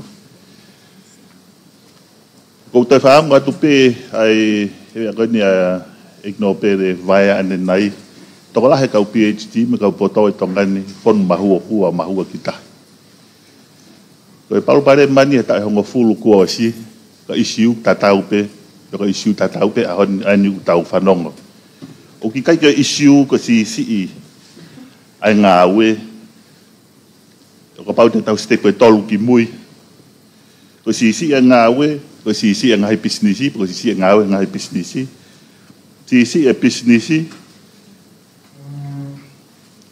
ko ina ko atakai business o ki kai ke ia ko la hitaha ka u wahe ko ni me ngai business ha una to me ngai family business ko whakakau ko ni ki he pe kulava riri o culture ko lava tana ki ko kulava pe o klava pe ta na ki peririu ma ko fe hu I ko ni ko ki education si o tau ha ko I nga hi me o to ton ki ha ko I whakatatau ki nga issue o fe nga ia fonua e taini me ke concept ko ni ki a takai business o vanong be ta no na les tu pari se family business e nga fe e tau ave fu whakakau ko ia ki he loki ako te ko tuna na tau whanongo pe ta no atuna tupu atuna he family business ko whakakau foki o pai tupu hake a toko taha tonga ko ereka tonga iha a takai whaka business e automatic pene ala na ia whakakau business e nga fe tau whao ia ki he sistemi ai ako kata tau ki pau pare ma kono ku set project mau ko to fa o sine set project o ga pe ko lahi ki he ko tu fine na team leader project ki ko ni na o fa debate be mo ya api o tarang the TVET on its own is not sustainable e nga fe ke fa hu enterprise entrepreneurship kamata me kinti au hake ke high school o fire to ko motuani ta ono ta fitu fenga ko grupo tori pero ngau ko ia sai ne ua Ko tokoni ke ngahi mau ko ngahi family. E time da tau ko whenga ke a koi e kautori. Ke nau whakarere ha business. Tau si loi pe kene toa pe hani iha tau pe he. Whainga tau pito ke te ririwa mentality. Ko whaitu pe ua e lawa whatua iha tonga moi fōu. Ko api pe pia moloki aku. Ta ko tui koi mea ke tāna kia te tālanga. O lawa nai o ririu ke me patatare ngā issue ko. Malo. Oi. Tapa moe tain princesi. Peke i pare mia. Penolo kau mai whataha. Kau e pe mua he tālanga. Petai mini o kai keu ilo i pe teu kamata miwhi. Ko lahi me aia ke talanoa i. Pea ko e tau he ni ke fofola e whala. Ka tau tala noa ki ha mea ke langa a ki ho tau whare. Mo whakalere ki ho tau whare. Ke tau malu, pea malu le rei. I ngata pehe ahoni ka ihe kaha ufoki. Ka teu kamata atu heni, ko whamaloa ke i pare mia kau maa ai pure anga he whotutu polo kalama ko eni. Ka paurewa te whotutu ha polo kalama pehe ni he kaha u. Pea ofa mai o ai ke mahino o tau mahu inga ia he polo kalama o tau whai. Kou sehifo ke tau polo kalama ko e ka venga lalahi tahaua pe taha tolu. O fusisi au pito ki taimia ko ni ki tau lawa tala noa i le lei ai ha whakawa e le lei ke langa ho tau whare. Mea pango pe tō mui ka koeanga pe ai whotu whakakaukau. E koe tau he ni ke tau o mai hangai whakakaukau ke langa ho tau whare.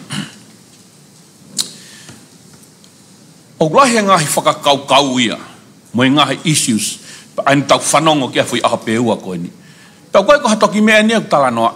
Nei talanoa i he tau hongo fulu kuosi, talanoa e tau ua hongo fulu tupu kuosi, ko tau talanoa ke culture e ne au hia, ko o whina a lot waia, mo mea ku tokangi ai. Tau talanoa ke au hia e tau mea whakalotu. Ka kai mea ku hoko he taimini, o ku whakautu otu ange ia, pe au whehu ea rewa. Na e tonu e tau ngau e nei whai, hiri e tau rak talanoa koe, tonu e tau priority, pea ku tonu e tau hala ku tau alwai, ko tari kei o ku i kai. Pea kou talat ka te whai ha mea peheni tau e nima pe hongo fulu. Ka i kai ke tonu e mea ku tau whai. Te tau te o mai peo te tangutu pe te ibire te tau talanoa, ai mea ta tau pe. Na e, mea ne nai mea ke toko lahi koe ai kau ako. O tau pore he mea koe ako. Ka ku kai ko mea fua to tonu e ako e certificate pe ko qualification o tau mau. Ko mea fua to tonu ai quality and quantity of services and products that we produce. Ko mea fua to tonu ia. Ko hea mea tau lawa sio ke he taimini. Tau tangata ko ni. O ku whaka ofa quality ia. Ka tau o ke ngahi service, ka tau o ke ngahi whakapure anga, ko e ngau e whakawhatongia pe. Ka pau kai ke kau e he ku job description, sio ke heo me iai. Ko e whaka ilonga ia, o ku holofa, kamata ke holofa. Ko mea ko tokanga ki ai hea ko, tahai ni mea mahu inga ko tokanga ki ai. Ko e gap between knowledge, ilo pia moe poto. O ku alu ke whakalalahi ange. Anga whewhehono address ia. Ka tala noa ha tangata e kia ke albita.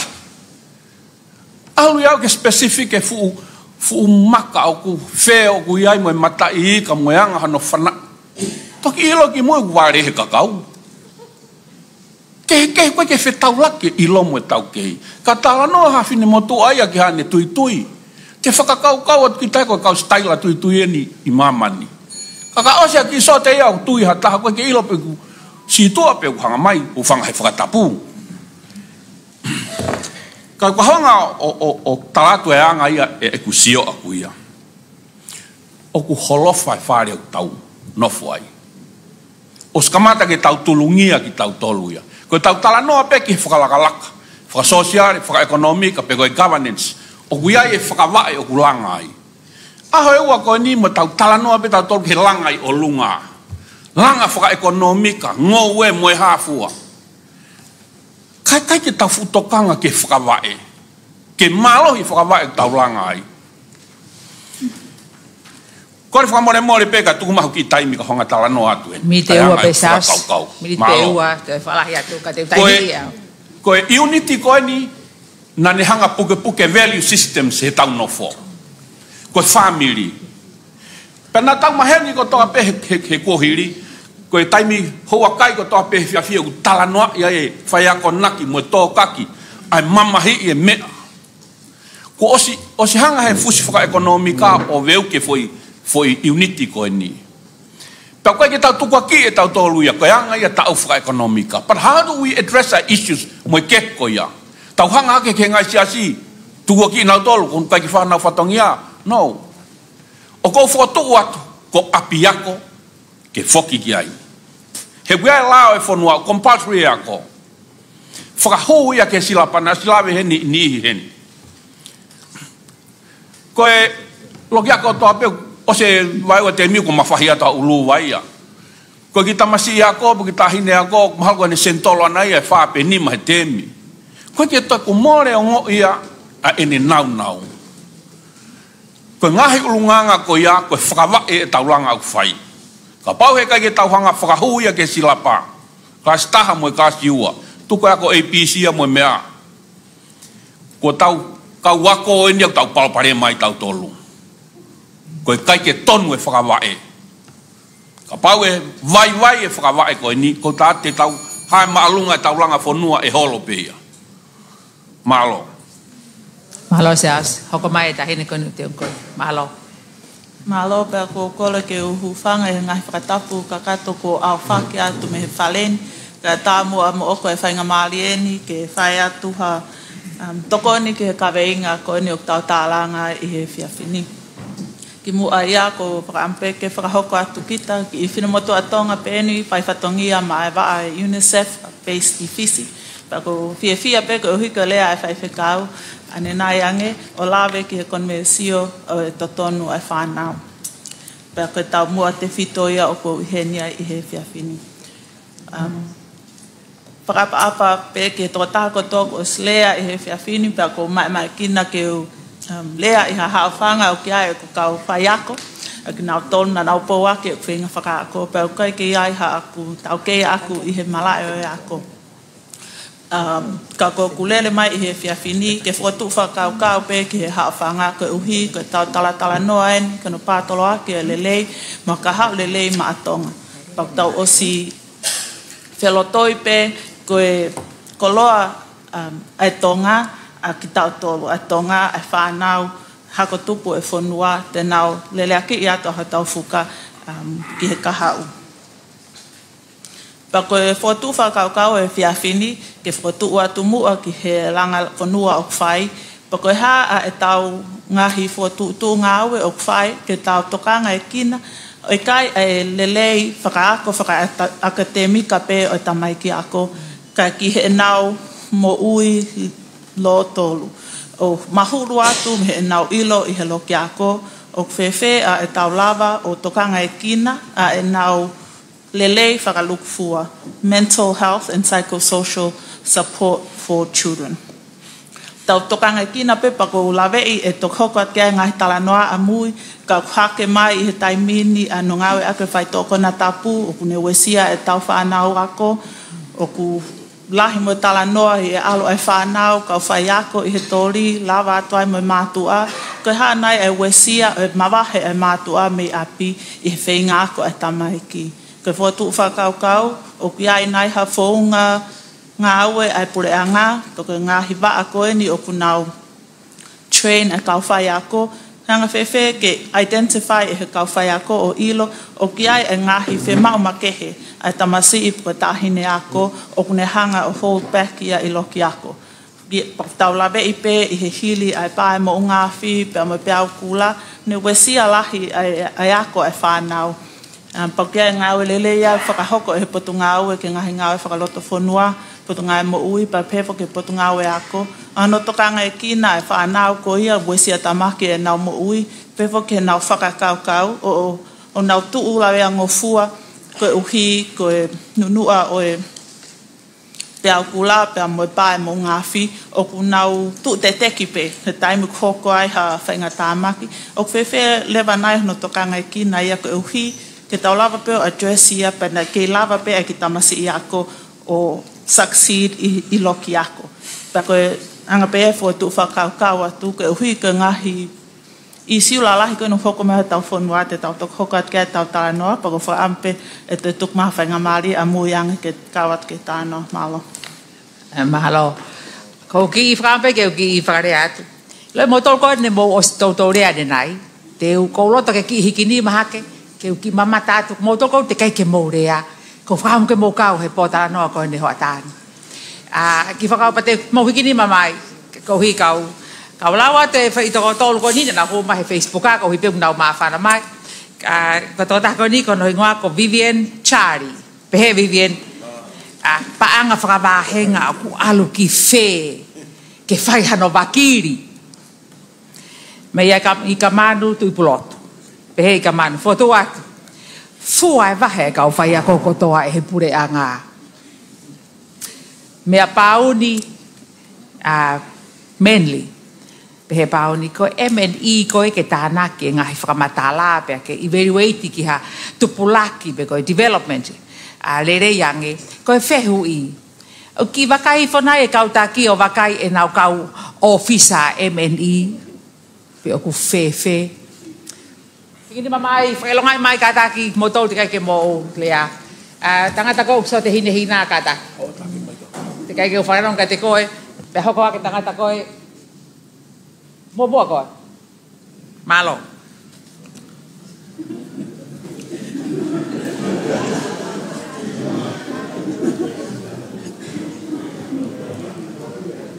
Whamara be.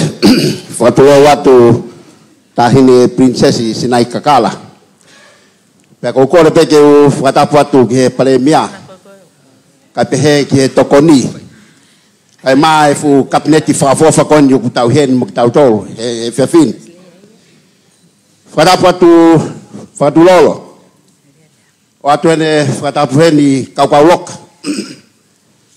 Whatapu atu ki he fofonga I whae kotoa pe. Kai pehe ki he fofonga I tamai. O kutau hen I he malmalu e whare. Sea, ki mea pe ua. Pea utau ki lalo. Ko lea kon te whai, hau pe me loto vau, hufanga whatapu. Ko te kotaha kon ni ufalea, ko no ingoa ko nai puka man whekai. Ko e ofisa kolo ni me pelehake, pea ko e ofisa kolo ya mamani. Sea, ko fukotua pe lalo he pea whanonga. Tālanga ia neafi, tālanga I ahon. Lahi e fupaanga, ko whanongo ki ai.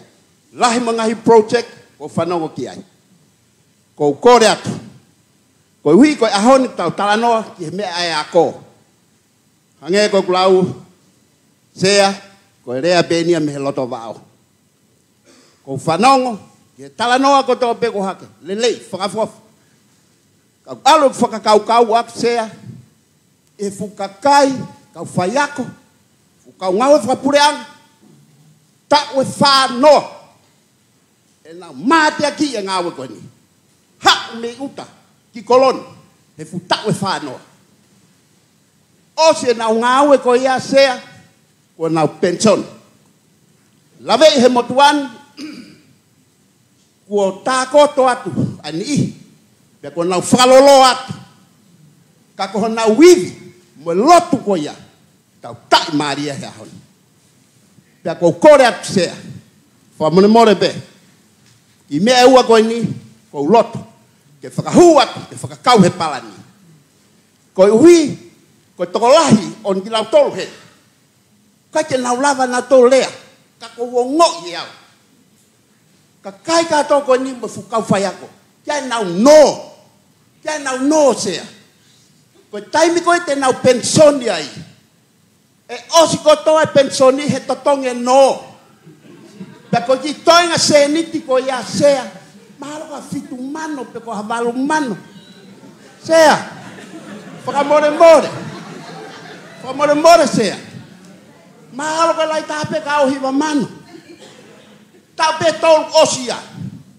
futa o whanoa e nau ha me uta moha hi hifo ki koloni ta o betolu o se ono mano pe fit mano ko kore atu pe ko fotu atu ko skim ko yena na lere mai fuoloa ai pension ki he mate ave ya kanau tolu se ko uhi ko futa o whanoa na ngā we e purangati o se ang ko ya na malolo atia ko ki ono mano fitu mano ka te lava ia tau tane neke na mbate vave o si pefu tau whanoa toi pe tau e tolu ia he na tua mate o hao no uhinga ka te haha bahege mate o fotua ka kawa te plan fa fotua ke kawa i mea koia whakaosi ka tau tau ki lalo wha more pe e loloa whatonga he motuan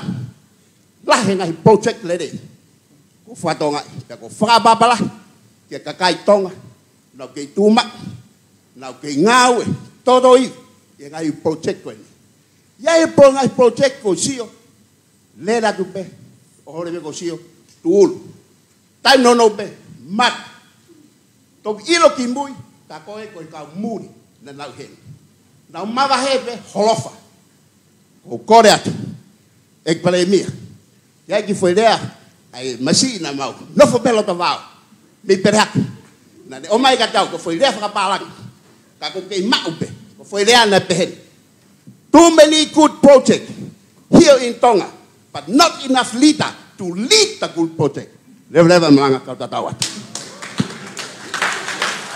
Malo bito. Tu pepo ke ki frau nga tu famore more ki to ko wa ko ni te ko famore more ka mo. La ho morea. Tu kwa nga fa nga mari. Miriam lo lohea mo e tu ate la vlav. Mo ki holo muy pe ki muy.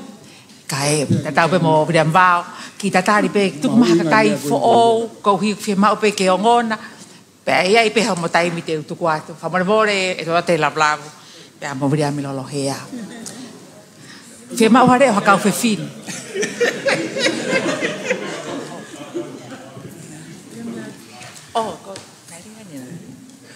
O kokole peke u whakamalmalu he whakatap kakato ko a whaki he pangaini. Ka ata mua mo whire motuani ke kawat pe he whakatala noa mahu inga koe no tau whakahoko. Whire motuani ko Atelina Mafleo, Teen Academic Support o Tupou Tertiary Institute. Ko whiawhia peke kau ngā kau mai mo sea ai komite ako ai siasi he whakaongo at pe ai leo siasi. Ko whaampe ke whakahoko atu, whakamalo lahi atu. Ki koe tau i hen foke tau tala noa i ai palani mo i whakotutu ngā ue koe ni. Ke hoko atu aki e tau ngā ue i he ako. Pe ako whaampe ke whakahoko atu ai poupou kakato ai siasi ki he palani whakaofa koe ni ko whaihono whakakato. Ka koe mea peku whakaam ke whai ki ai ai toka ngā koe uhi la vei na os iai ai tau Tonga Education Strategic Framework. Na e whaihono whakotutu pia whaihono tālanga i lahi au pito ai ngā ue koe ni. Ka oku kei whakatatali ki he te pile ai pot ngā ue a ko ke nau endorse. Ka lawa kei hoko atu ai ngā ue ia. Ka mau whiawhia pe me pot ngā ue a ko siasi he mau poupou kakato, he koe vi sone o framework koe ni, koe ako fungani o ku kano loto ai, koe o tua motonga, ko tau to fia, pia aki e tau ngā ue whakataha. Pia moe misiona ko ia, ke tau ngā ue whakataha, ke teu ia e kakai o e whanua, ke nau wau sia, ai nau ngahi tau mua, fis mua. Pia nai whai ngai tālanga lahi ai, ka koe to e peeni, ke entos, pia me he pot ngā ue ako, kai lava ke tau unu, ke whai a ngā ue koe. Koe ki mea whika raki ia o whai kai tonga. Koe wā o ku tokanga siasi koe pou ke ngā ue koe. Koe lolo tonga he taimini o mau ngai aki a inspection base ke mau ngahi pot ngā ue ako. Ka kuhu koe mau palesiane ako fo o kuhu bai pia moe pou ki he palani whakafonua koe ni ke wheinga e siasi ke mau unu ki standardized base. O yako, pia o Italia he komite ako, ko e sea na komite ako, pia os fai hono tala ngai he kautaki ako, pia ko unu aten ke toenga kau ngā ue, ka tok wheinga siasi ke fai implementation ko ia, i he tau fo o. Ai ak mau pou au pito ki he pala ngawe kon fo tu mai ki he ngā ki he ke pot ngawe ako. Ko ki issue pe ko ku o ku ki ke te mau tol pe me pot ngawe ako siasi mau fia au pito whaka am ko eni ke unu ke ngawe whakataha ki he ako ka koe tau toka ngā i eni e tau tupo e whonua pe koe ka hau ia o e whonua ko eni. Pe au mau inga au pito. Fia au pito he whakaam koen ke whai ai ngā ue whakataha ke leave no one behind. Ai whakaam ai pon ngā iako ke toenga ngā iako. Ka ko tui pe ulawe i pe i he ngahi ako anga konu non-government. O ku lahi pe ai ngahi tawhatawa aki ia. O ku ki leave behind mai ai toenga koe ai ngahi ako anga. Whakatata pe eni. Ku ngā iako koe nei pule anga unau to'o i ki limi e whonua. Pea ia lewa pe pea moe, pea koe tō e ngā lewa hange koe lawe pe ai sea, pe set nai e hiwa noa, e to kone at ki ai ngahi ako koe ni ai siasi, ke whai pe hono teu i ki nau tōru. Pea neongo a e mau whai e ngā ue koe ni, mau whaka amua pe ha to kone mawahe, pea me he pure a ngā ki he kau ngā ue, ke mau tiul pea moe si ka wako koe ni, o kai ke nau whiri, kai tuku mai ke ngai ako siasi, pang mau fia ai, ke aonga ngahi ako anga siasi he nai uhinga pe a hono whoko tu uke tokoni. Pea oku mau whawheta ipe, he kuai pe framework a siasi, o mau tuie mata sio ata ko ia, ke mau sio ki he toko taha kotoa pe o si whanau ako ko e ni, o nau tatau kotoa pe, ko whanau ai o tua. Pea oku neongo e nau kehe, mo i kehe o nau ngahi taleni ti, ka nau mahu inga kotoa pe ke ako anga siasi. Pea whai pea ngā ue siasi ke tokanga i kina e kau ngā ue ke puke pe e si ka wako koe ni. Ke oua te nau sio pe ko nau hoko koe ngā ue ko a profession ka nau tolu ka ke nau ilo it's their calling. Koe ui pea me o tua ke whai hono whawhanga pea mohono tuto e māma ki e whanau koe. Koe a wai pe a e whakaongo ato e ofa pea moe pou pea me he sian tawa taina to ngā pea moe ne pot ngā ue ako ki he langa ngā ue o kwhai. Pea moe tala monu al pe ik pale mia ka o maaho kapneti pe ke minista ako pea moe toenga o e pot ngā ue ako ai whonua. Koe maulo tu ia pea moe whakatawange ia exoto vai tolu ta harvest tolu ke whakatau malingi mai e lau mali o sihova ke a te mo tolu ko mo taimi eni. Ke whai ho mou whakapoto a, whai ho mou whakaatamai i, whai a ho mou whakaala fua, ke whai a ngā ue o tuk whalala atu ke a tek mou tolu, i kai koe whonu a pe ka ko sihova whoki, whamonu i at lewa whahoha. Mālobi, hoko mai.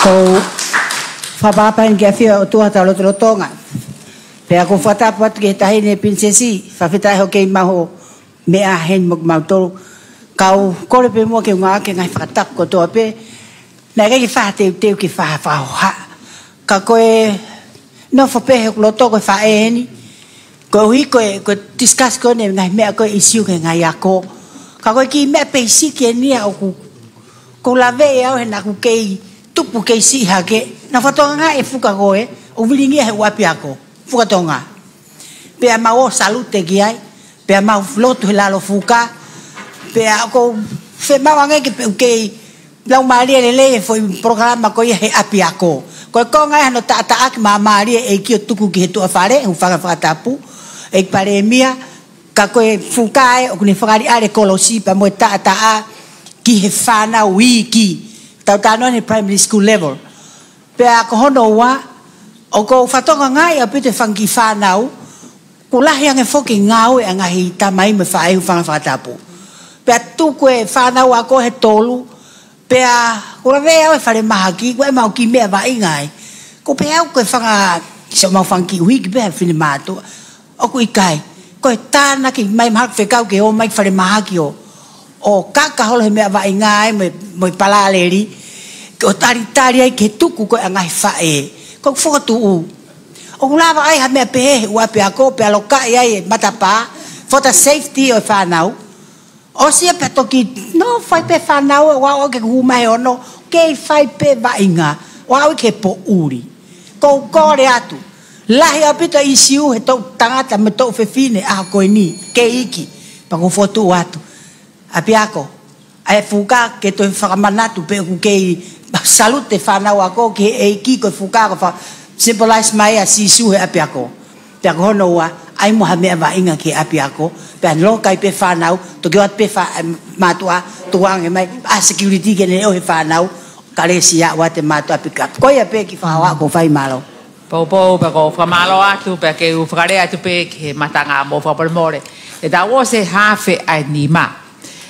Pe a neongo ke ai hawhi hui, o ke ai e toi ka veinga e mui ma he tu ai pe no loko ni. Tu ke u whoki ki he te pire mo taksekone tau noa. Me a mahu inga pe pe koe popo, ka mate me te koe whaiwhikau win. Pe a Oku whakulabu pa mai. Tae whituna. Kora mai mua ki whanga maari e. Malo. Ufanga whakatapu. Te uno uno. Koe tau tonga whakatonga ane kore ki olunga. Te o atu kai pe pasi lalo. au. Ki pui pui tua. O eako. O eako i tonga ni. Mononga hilao. Os pa te o ate whukotu. Pa tangu tiki lalo. Malo. Malo. Wehe no hinga. He kapau ke tau ilo kohiri. Ka ke tau ilo lolo tonga. Ka ke tau ilo bek tau alki ai. Ko eako. Fufoloa, koe lao e ako tahi fit wha. Koe tau wholau mai he futau la. Tau e ua walu, toki amente ako wanoa taha tolu. Koe tian ki wei pi, ainu ki ato taha koe ni. Koe lao koe koe halao e pure anga. Koe lao whakatau taha ia e motu ani, na whakahu ki wharearea, pia kumea henda masaso.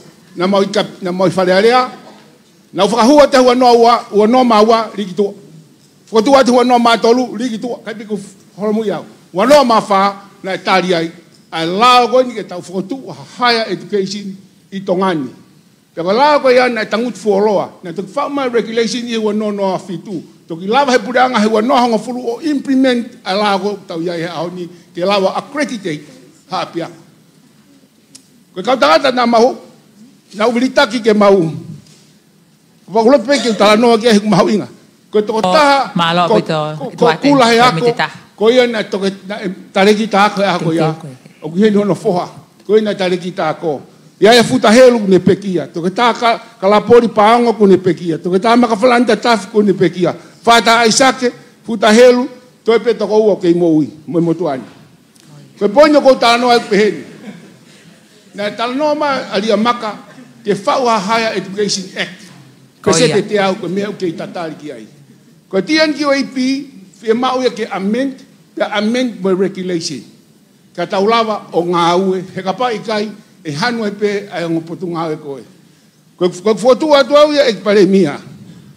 Ko whanongo, ki he pehe o fie mau paanga, ai ngahi feitu lahi e malao e ako.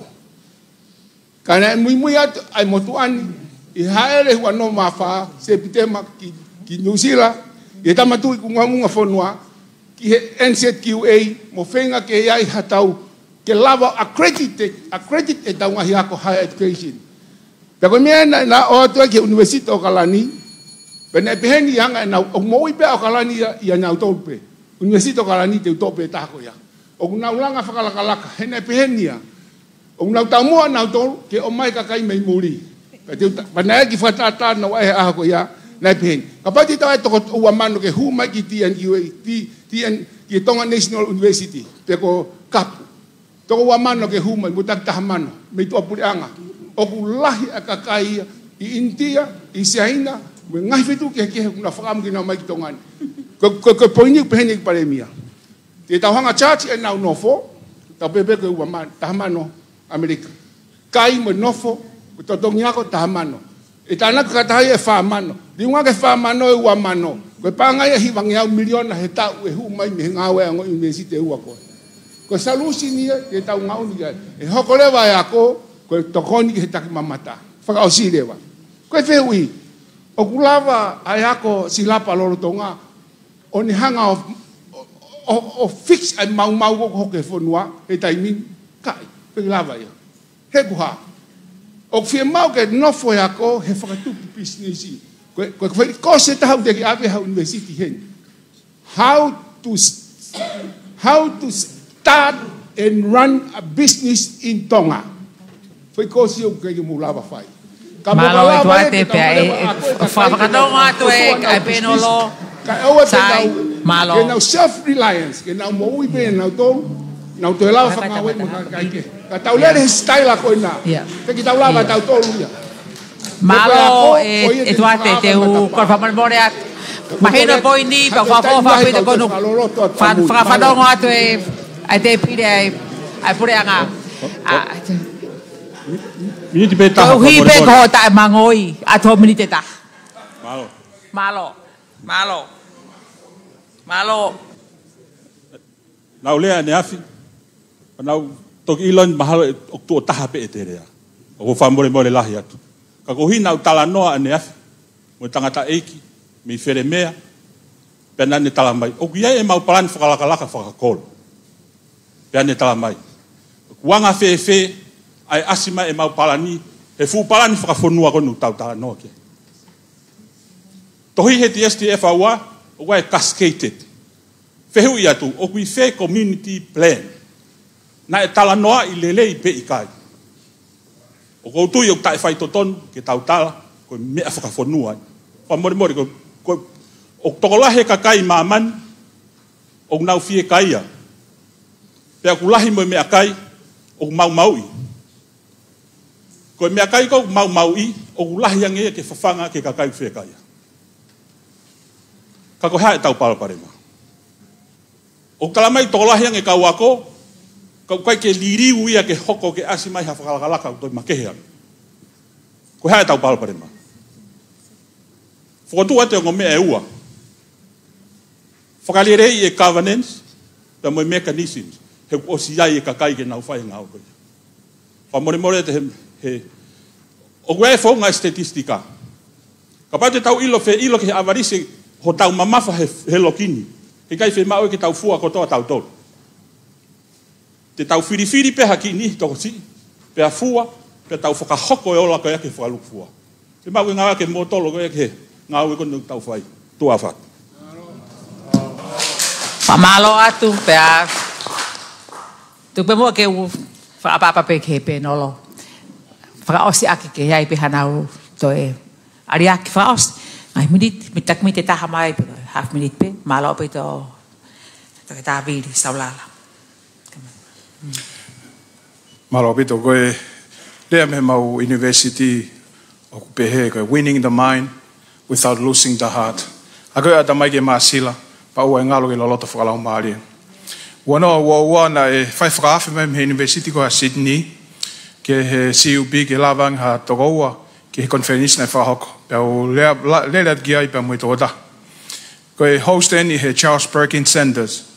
Pena e make he toa ngā i koe mautolu, he ko au pe Vice Chancellor ne atenia, koe toenga university koe kau whawhawhonga pe. Pea os koe session bongbongi, pea takitua he toka tahatare kita, ko Professor Hopkins. O ni hanga takitua fu whare whunga waka nima. Pea ma alu ki he loki tapo taha, koe loki tapo taha koe ki orunga he fu building koe ni, koe nau science laboratory. Pea alu ne tala noa, alu ne tala noa, keki ula vea koe huinga nei takia wai, ko au mei toka taha koe na ma alu me CUB. Pea oare pea koe ni au whongi mai. O ko confidential en. Ilo, koe COVID-19 virus, nei whatu me he laiperi koe ni. Me fu repsainis koe ni. Tok alu lewa, whao container lewa he ku colleague, o ave ke Wuhan Laboratory in China, and the rest is history. Aremia, winning the mind, o ngalo, loloto whalau mari. A koe ata mai o masila, whakatūta amake human beings, nau ai e mea tau mati ai. Tau ilo e be mea hoko e COVID na haiva. Koe o hinga whai whakatangitangi atu. Ka bai loloto whalau mari, ko na strategy be, integrate, ai Christ-centered Bible-based ke curriculum matonga. Hangi koe urea whai, ai whakawae ke whewheka baton. Pako kalaisi be, he ko whanu Christian. Whaka ausi be, pare mia whamoimora. Koe manat meri e be, ke he tō whola e tamako tupo wano. Hu whare wanoa ua. Pea taha ngai se te skoula e tamatuina ne pehe. Pure anga, mō tōkanga ke whakaivia private sector, ke nau toko ni lahi ke ekonomika e whanua. Ko pasi pe me ki wheituna o whakautua ai he whanonga re tio. Pea uohi me pe principal ko ia o apalai. Paremia. Tokanga ke whakaivia ai Christ University in Pacific. He tō koni lahi. Kai ke ha koloa, he ko mautole ko ka kautah whakatupu koloa. Ko mautole ko koloa, ko lotu pe mo yako. Ko me pete mau whai, mau teu pa tangata mo e whine.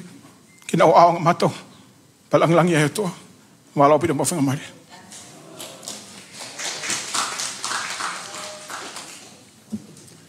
Ia malau to Linda. Ko ki o ke no pe he ko a popona ke kamata e ku tui tatu i veve ua ki he maho inga kono a kone kina kau whai a te wake kau whai ako. O ko maungai he tāna kina e oha ke he pule town office a koia a pere hake na e oha ke. E ne ilo ke peke toko lahi ani i ko o siwetae me pure anga.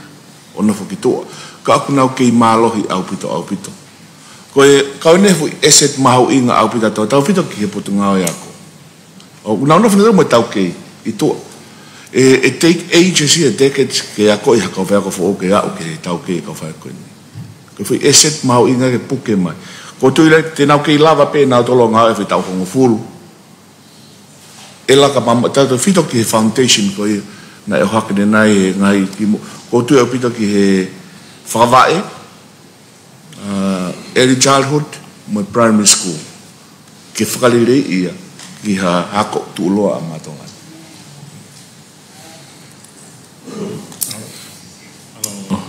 Linda, no room for competition, collaboration only.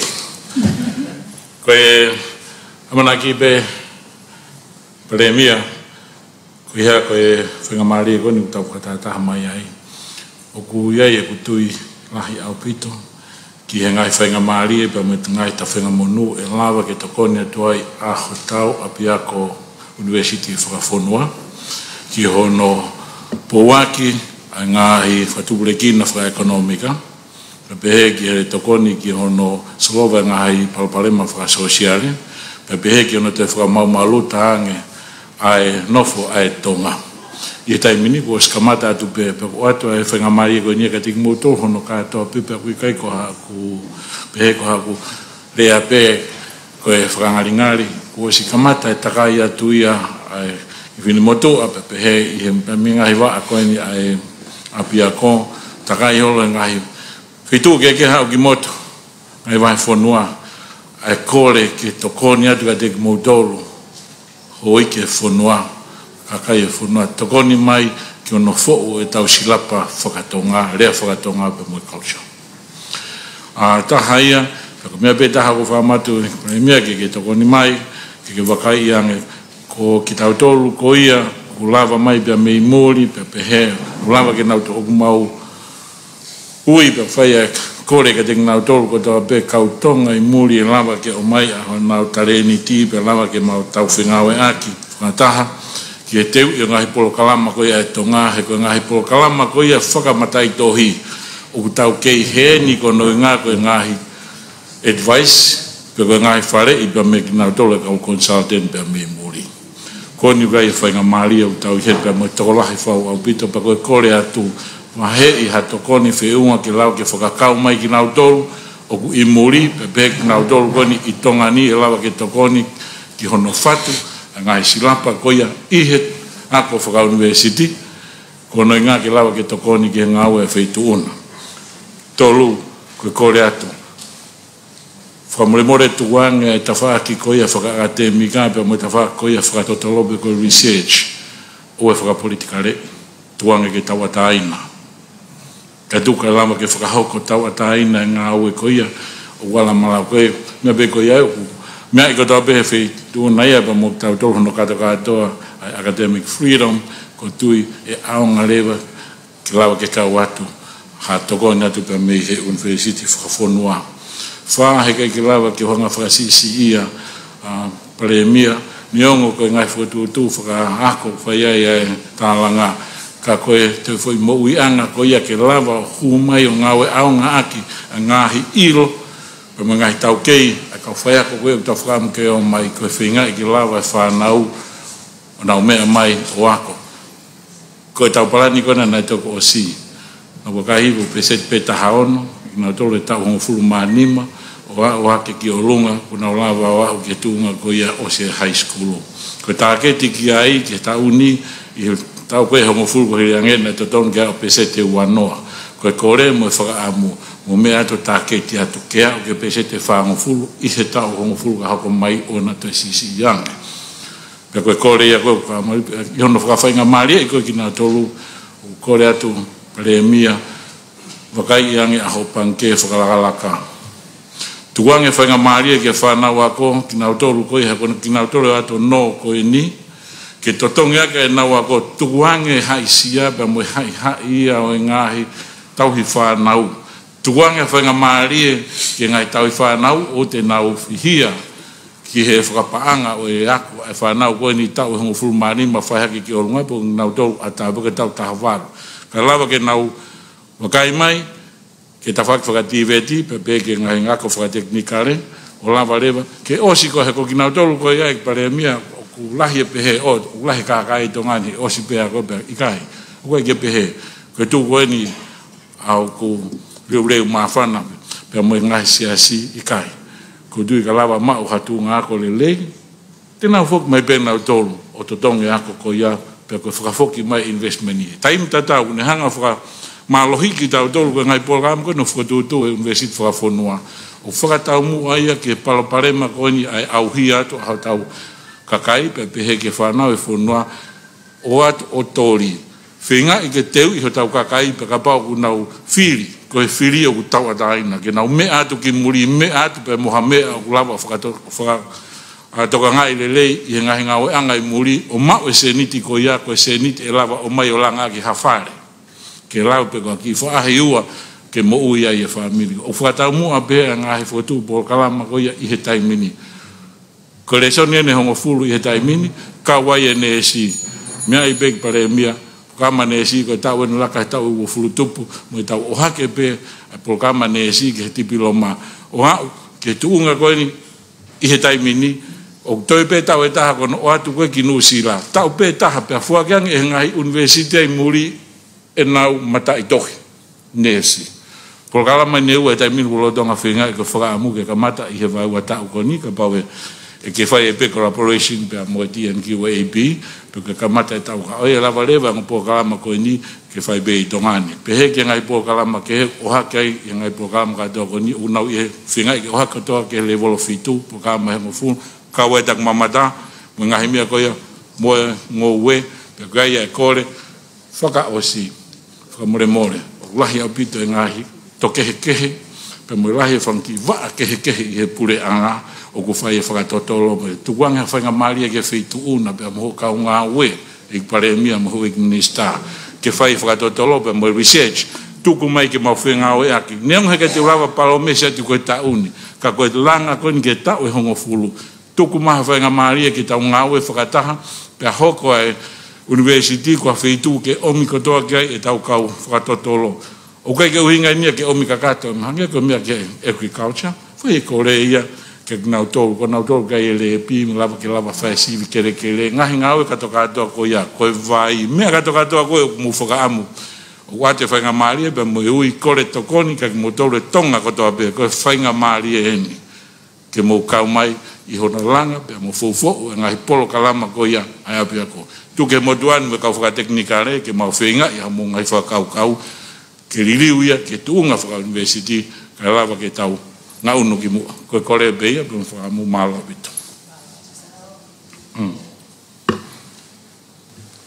Maro, popo wa tupe ki fotune whai mai he taki koene wā ke titi ai, Rai o siai ai strategic planning ai framework ai put ngai ko ke whakakau mai mo hange pe ko report ai niak na tau whakakau mai mo he tau polan ko tera kono wa ko e ma mai ko ke kau ke ia ha pe vanga fe ai huma palani me aki mo ke kau he foi national planning ko ni o tu atu na ia e programa na fai he modi i ngai kolo ki uta lulu di na no sanga tolo fai e parlani whakakolo na ko kau he plani ko ia ko tolong ia ko ni to hiwan Tolai taha kai fine ma to tu.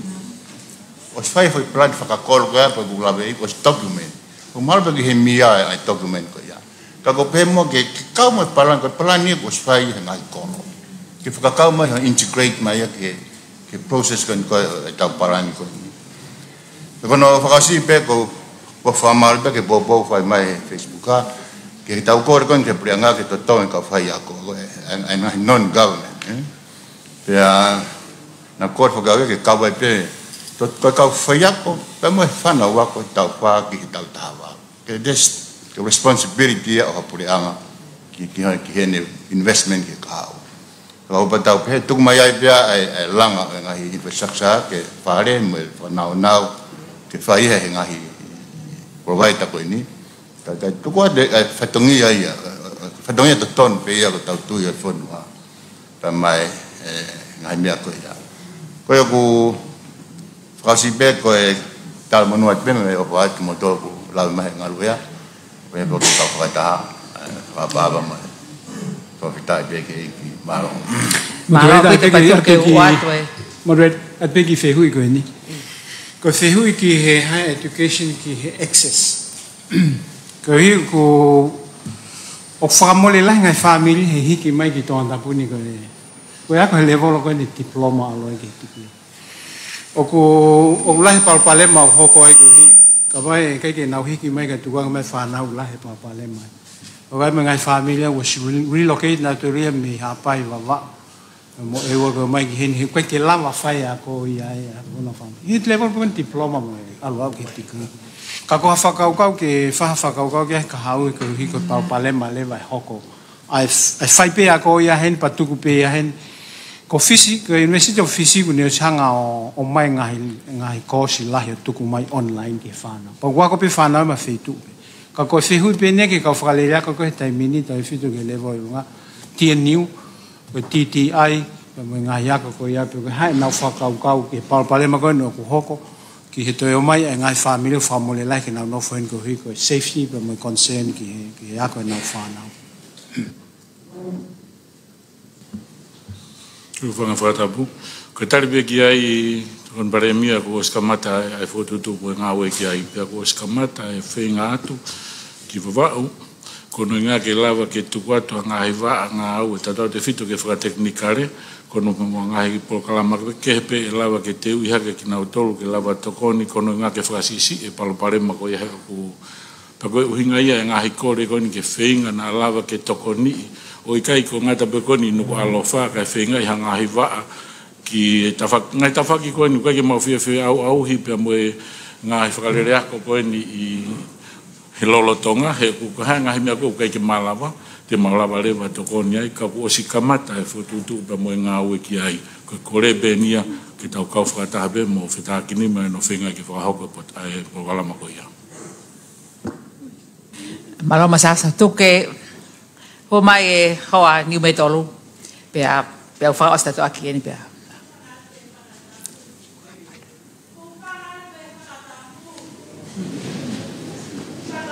More koe te kau e me o tua o whakahoa ai wai. Koe hai whakakau ai o tua ke ako. Taki he la mare maa koni. Pea hu whakaponia e ki koe te koe o pehe. Whano hosi kai nā e, ai ke whonua i ho whare.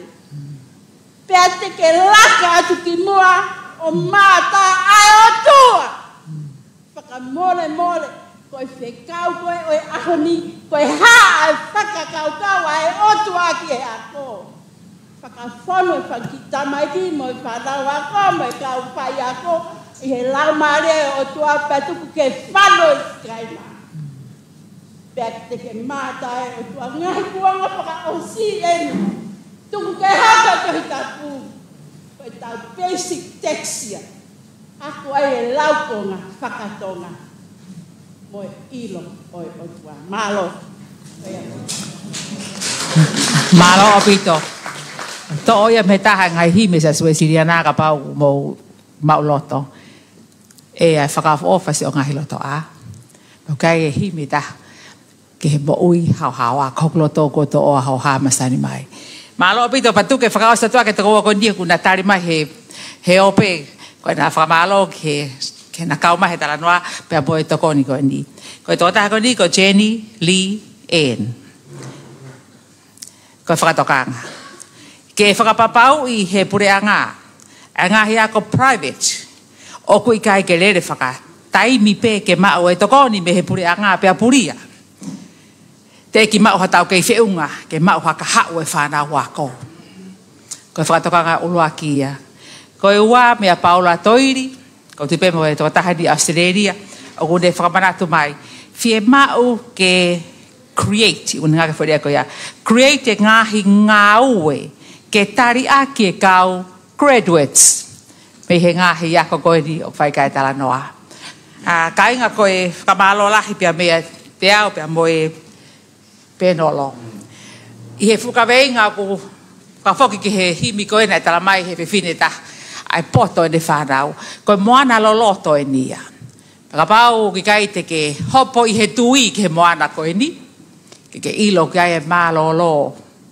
Te riena e tau auha ko toa pe. I he lau e mea. Pe tau pehe tau tolko e mea ia. Mā lolo anga mo e amanaki le rei. Tau kai e fia anga. Ton ke tau ilo pehen. Ko ia ko. Ke ne whakamama ki tau tolu. O wai whakawhekiki mo e more taimi. Kai whakamua ai lama holoto. He kumea e ngahi mea ko asi he mo ui. Ko ia ko. Tau loto ke asi ngahi mea he mo ui. Ka pate tau whakafoki pe ke whakaosi akia. Ki tokanga ke lau pia uhinga. Palovepi, vahe wha, vesi watolu. I ngahi mea ni o tau tokanga ke tauhi e tofi a ke hausia hatonga koloa ia ka koe tonga ko whakataha ia pia moe otua ko ia e tofi a pia ko mou lawe ki ai tahine prinsesi stai takala ko hanga e o e whakakaukaua e kainga he whareni ki he ako ko e kongasi I pe lawa ke naureha mai aki I he fia fin. Ko e lahi o kei tuku loto I he koe ke mahino e loto pe I fe ia pa koe ahon whakamanatu mai tonga o wai afe pia me he otua o wai kalo ki he kamataanga ai ka venga whanuani o whātua te motol pe mo e whakamalo lahi ka uhi ko molo totoa ke mourea mai aki ha mea pe tawange he kai te mou malo hi ke he politiki he koe anga hala kono tavi ia Pia ko iku anga hala, koe mate. Ka koe ako, koe mama, pia ke mama loa. Tawangi ke pehea tō taha kotoa, o ku kau he tala noa, o ku hiki he tepi. Pia ko toko lahi ke tau heni ki tau tolu he wanoa, tolu ono. Ka koho reo, pia mho whanau nau, pia mho mau inga ia, I he whanua ke wana amore, nā ke kau, I he tala noa e ahoni. Whamalo atu, pia ko lawa ia ai, ka venga koe no ako toe ka venga taha mo whamore more ki no fo I mai ki awe ki tau tolu ke fitu hange pe ko ane fiafi malo apito malo apito tok talinta manu at kolat ke paspasi mai alinta kau mai ne kau penolo famalo lahiatu o kolat ke tau hoko atu aipe o sipe e tau ko talano fra osi pa tau toki afternoon tea pa tau matu ko aipe ahon O ko whakawhi heni ai attention ni ale, Mrs. Linta whalamo tui, ke kātaki mai o whakaosi e tau pōtala noa he aho ni, whikau akipa mo e malu ai whanua, pia mo e whaito kona tapu. I now invite the Attorney General, Mrs. Linta whalamo tui, to come forward and facilitate the last session for the day. So after that, then we will go and enjoy our afternoon tea. Then hopefully we will have a good night this evening. Malo apito.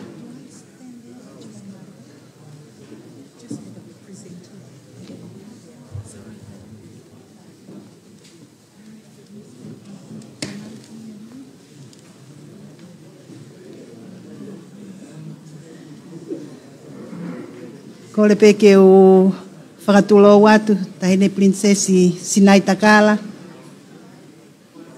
Pare mia, kau minista, pea moe toenga oe kau diplomatika pefoki pea moe toenga oe nihi ko mo fili ko hipe mahalo ko kataki lahi ke mo no fo imai o ausia ai kaveinga whakaosi ka ihe kulau ko taha ngai kaveinga mahu inga pea oku nehanga o hulu imai taha ngahi palo palema whaka sosiale lahi taha iho tau ki fonuani ihe ahoni. Koe konga koe ni, koe konga eni o hoko atu ai fofola ai whala ka tau talanoa, te tau wakai ai ki he malu ai fonua, me he taau o i whaitoo tae whakalao, pe koe whakalea taha mahalo ku mo wanga maheni ange i hono ngawe aki koe whaitoo kona tapu. Aia te tau tokanga ki he ngahi lava mea, ne whakahoko he tau e hongo fulu ko o si, mo e wakai ki he kahau o i sekitoa ko e ni, mo e nau whakahoko ngawe.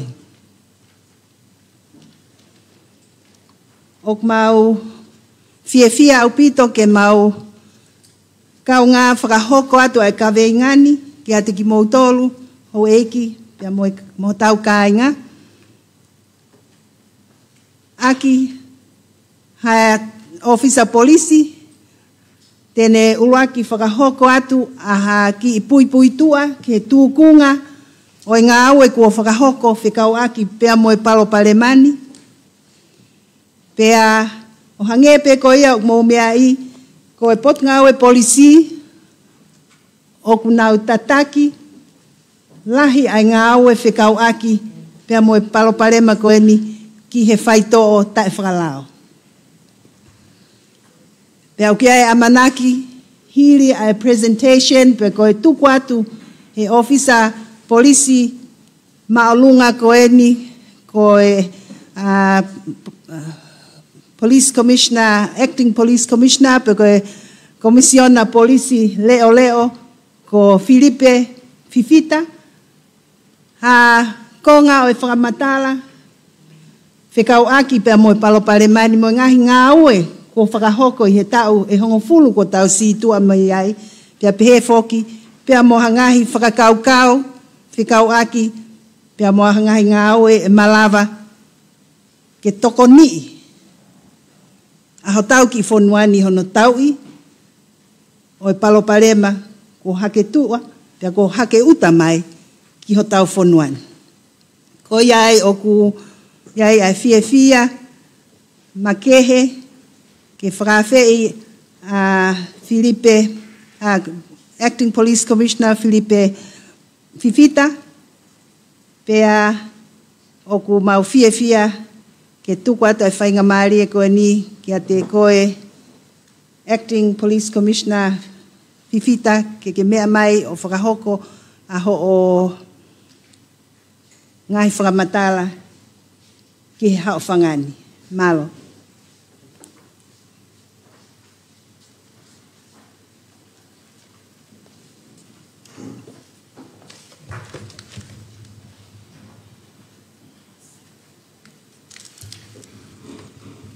Kore ke u whatapweni ki he tani prinsesi. E kakala. Pea tu bemo ke hu whangatu i he ngahi tala whakatapu ko tō pēna e a whaki he kamatahanga e polokalama e a koni. Ka e ataba mo mutoa whakatungia ke whakakakato ai whatungia koni. Honge koe a koe polokalama e fiaf koni. Whilawe pea mo e tukunga o ki ai whanua he ahoni. Ai ne malu he ne whakawhelawe, pia mo e whaito tai whakalao. Hange koe a kumo mea ki ai. I he ta ua fe hongo fulu. Na o mai ai me he polisi nusila kau ngau e me he tawhaki kon ki hono toanga e kina whaito tai whakalao. Pea o koutui o kia whahinga heni na mukau i he workshop ko ia. Na whaia i he holo koni he ofisi sa Swisiliana. Ko fuwataime ke na whakatokanga mai ki tongani, ko o sia umai IC, ango taonga maheni ai, pe koe amphetamine, ki fisi.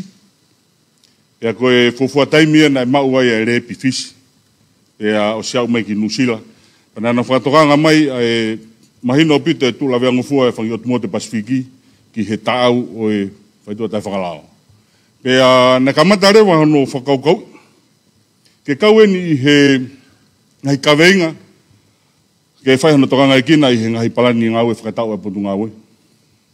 Pea i he wafe tahawalu, ko kamata ke mahino ku kamata e asi mai ai IC. Pea nai whukutua he potu ngau e task force, Drugs Enforcement Task Force. Ke nau tokanga mawahe ki he isiu koe ni. O whai a hono whatotoro. Pea ina mga ke he kohunga ku hoko e kawenga koe ni ko tofuhi ai uotmoto e Pasifiki. Patu lawea ngofua ki he ne malu. Tatau te fito ki he malu koe e kaua whunua. Pea mahino au pito e kaka statistika ia i he crime trends. I tatau te fito ki he ngahi hia lalahi. Pe koe organized crime. O mahino ko te fito pe ko e rito e ngahi maulao lahi, kaunga tonu au pito ai whaito tai whakalao ia ki ai. Pea whaihono tala no i he ngahi whakatahaanga e kautak polisi Pasifiki, mau mea pe ki ai na e whahoko mai ki tongane i he tau koosi. Ko e whakatahaanga koe ni o whai ia i he ngahi otumot kekehe Pasifiki. Pea kau e ni he kaweinga o ku mua i he whakataanga ko ia, whai toka mawahe ki ai. Pana i he wafe tahaiwa na whan whakatokanga ia i he pureanga, pia whai hano whau ai palani ngaue, whakatau hongo furu. Wafe tahaiwa, wafe uahiva. Pia ai pa mono tutuni ngaue, pia ki katake ngō whoki ange ki he kapate mo wakai ki ai, na whau ai whaunga ngau e koe ni, ke ne hanga o whaihano tokanga makehe, ai whahako whatongi ia. Ai a kapate mu whatongai, o ki ai steering committee. Pe koe committee pure eni, kapana mo whafoke tau manatu, na ai tonga makehe pure anga, pe a wahea paanga ai pacheti ni mani miliona, ke whaihano tokanga i hono tau i o e whaito tai whakalao. Pena e whau ai whaunga ngau e koe ni, ke lawa ke whapapau o kulawa o pure i rerei a hono whakaonga i o panga koe ni, whatau ki hono tau mua, koe whakakaukau koe ni, kapate mu manat na te hanga e ne awhio ne whakamanatu mai i he tālanga whakawhunua, ai mahuinga ke tokanga ai whunuani ki he whaitoa tai whakalao. Ko hinga pe ko tūlanga wea ngofua ai kahau e tau whanau, pena awe kei tokanga e pureanga, pea whukutu kei pea moe komiti, ke nahanga o tokanga i ngahi ngau ke whakahoko, pea whukutu rewa nei ngahi mea lahi tolu, nei whakate whito kia e tokanga. Ko ulo aki, ko isi o konkia ke he supply reduction. O si mahino au pito, ai whou mai ai whaitoa tai whakalao, pea me ngahi whunua mitua pureanga, o koe alunga ko mahino ka te ki mautolu, pea ko si mahino pito ia i whenga whawahau pureanga, ko tongani, ko ke ngata pe tongani, ko ngata motu Pasifiki, o ko hoko ia, koe hange ia i hangahi gateway, ki he target, koe main target, koe ai whaenga organisation koe ni. Koe whaenga ngau koe ni, koe networka kulahi au pito, o kehe nā tūla ia o e whaitoa tai whakalao me whainga toi maulao i ang tawanga maheni ki ai. Ko fe pikitaki ko aku lahi apito fa pureanga, fa loto fonua. Pa ko fa mo pe ka mo tol ko hinga ia o mau fa ngata ai pe ai hono tukuato en hai fa matala fe lave pa mo fa kai kiki o kakai pa mo fa ngau o fa ka hoko ki he mea ko ini. He ko no hinga he ku mai to ko ta to mai to hongo fulu. Ko taim ko o fu tuange pe he ko he community o ku hanga he mea ko ni hanga to hanga to o educate e ka fa hia ke na to potong na to hono fai mo mala. O ke fe mau ia ke pe o ko silo pe ko ka vene ka venga o ku tu teringa mai ke ai to ta ko to ai he fa mi tongani pe muri se foi he mi te fa sociale mana ko apito ka venga ko ni hono tala ngai o au pe ka tunga ko hanga he mi te fa sociale o lahi ono tuaki ko vi e potunga polisi ko nga ko tunga fa ko fatongia ka te ta no me ko ni ko nga ko ni ko nga mahuinga pe ko mahuinga apito he nga ko ni ai ni mama o ki kai ke aung hata haia i he whainga ngau ko ini o ku ke tai whai totonu. Ko tau atakai ko e whonua sisien, mahalo pite tau nofo a kainga, tau hiwa, i hanga ngai whaunga, ka meanga ko e whitokai aki, i henga here wolo keke, ko e maheni, ko e kaunga ngau e, ka muele e whainga ngau ko maari e ngau ko e ka polisi ke mea ko ini, te ta ngau pe mo ko he waa ko ini, ka te ohanga o siofi ko, pa te hango siofi au. He kai tiu whala lau ka koe. Koe whainga ngau e koe kuna tula pehe, o koe ko ha whetau whehi a aki, ka koe whainga mōtolo pehe, o whainga ngau e koe o ku kehe au pito ia. E koe ngahe na e lere lo loa mai a ngau e pana e pairewa e sio ke whainga ke whakasisi. Ai huu mai pa kos mahina au pito koe ka tula wea ngufua tonga ni ngā vai au pito e tau tawhake tau tōleo koe ki he malu i koe ka wāwhunua.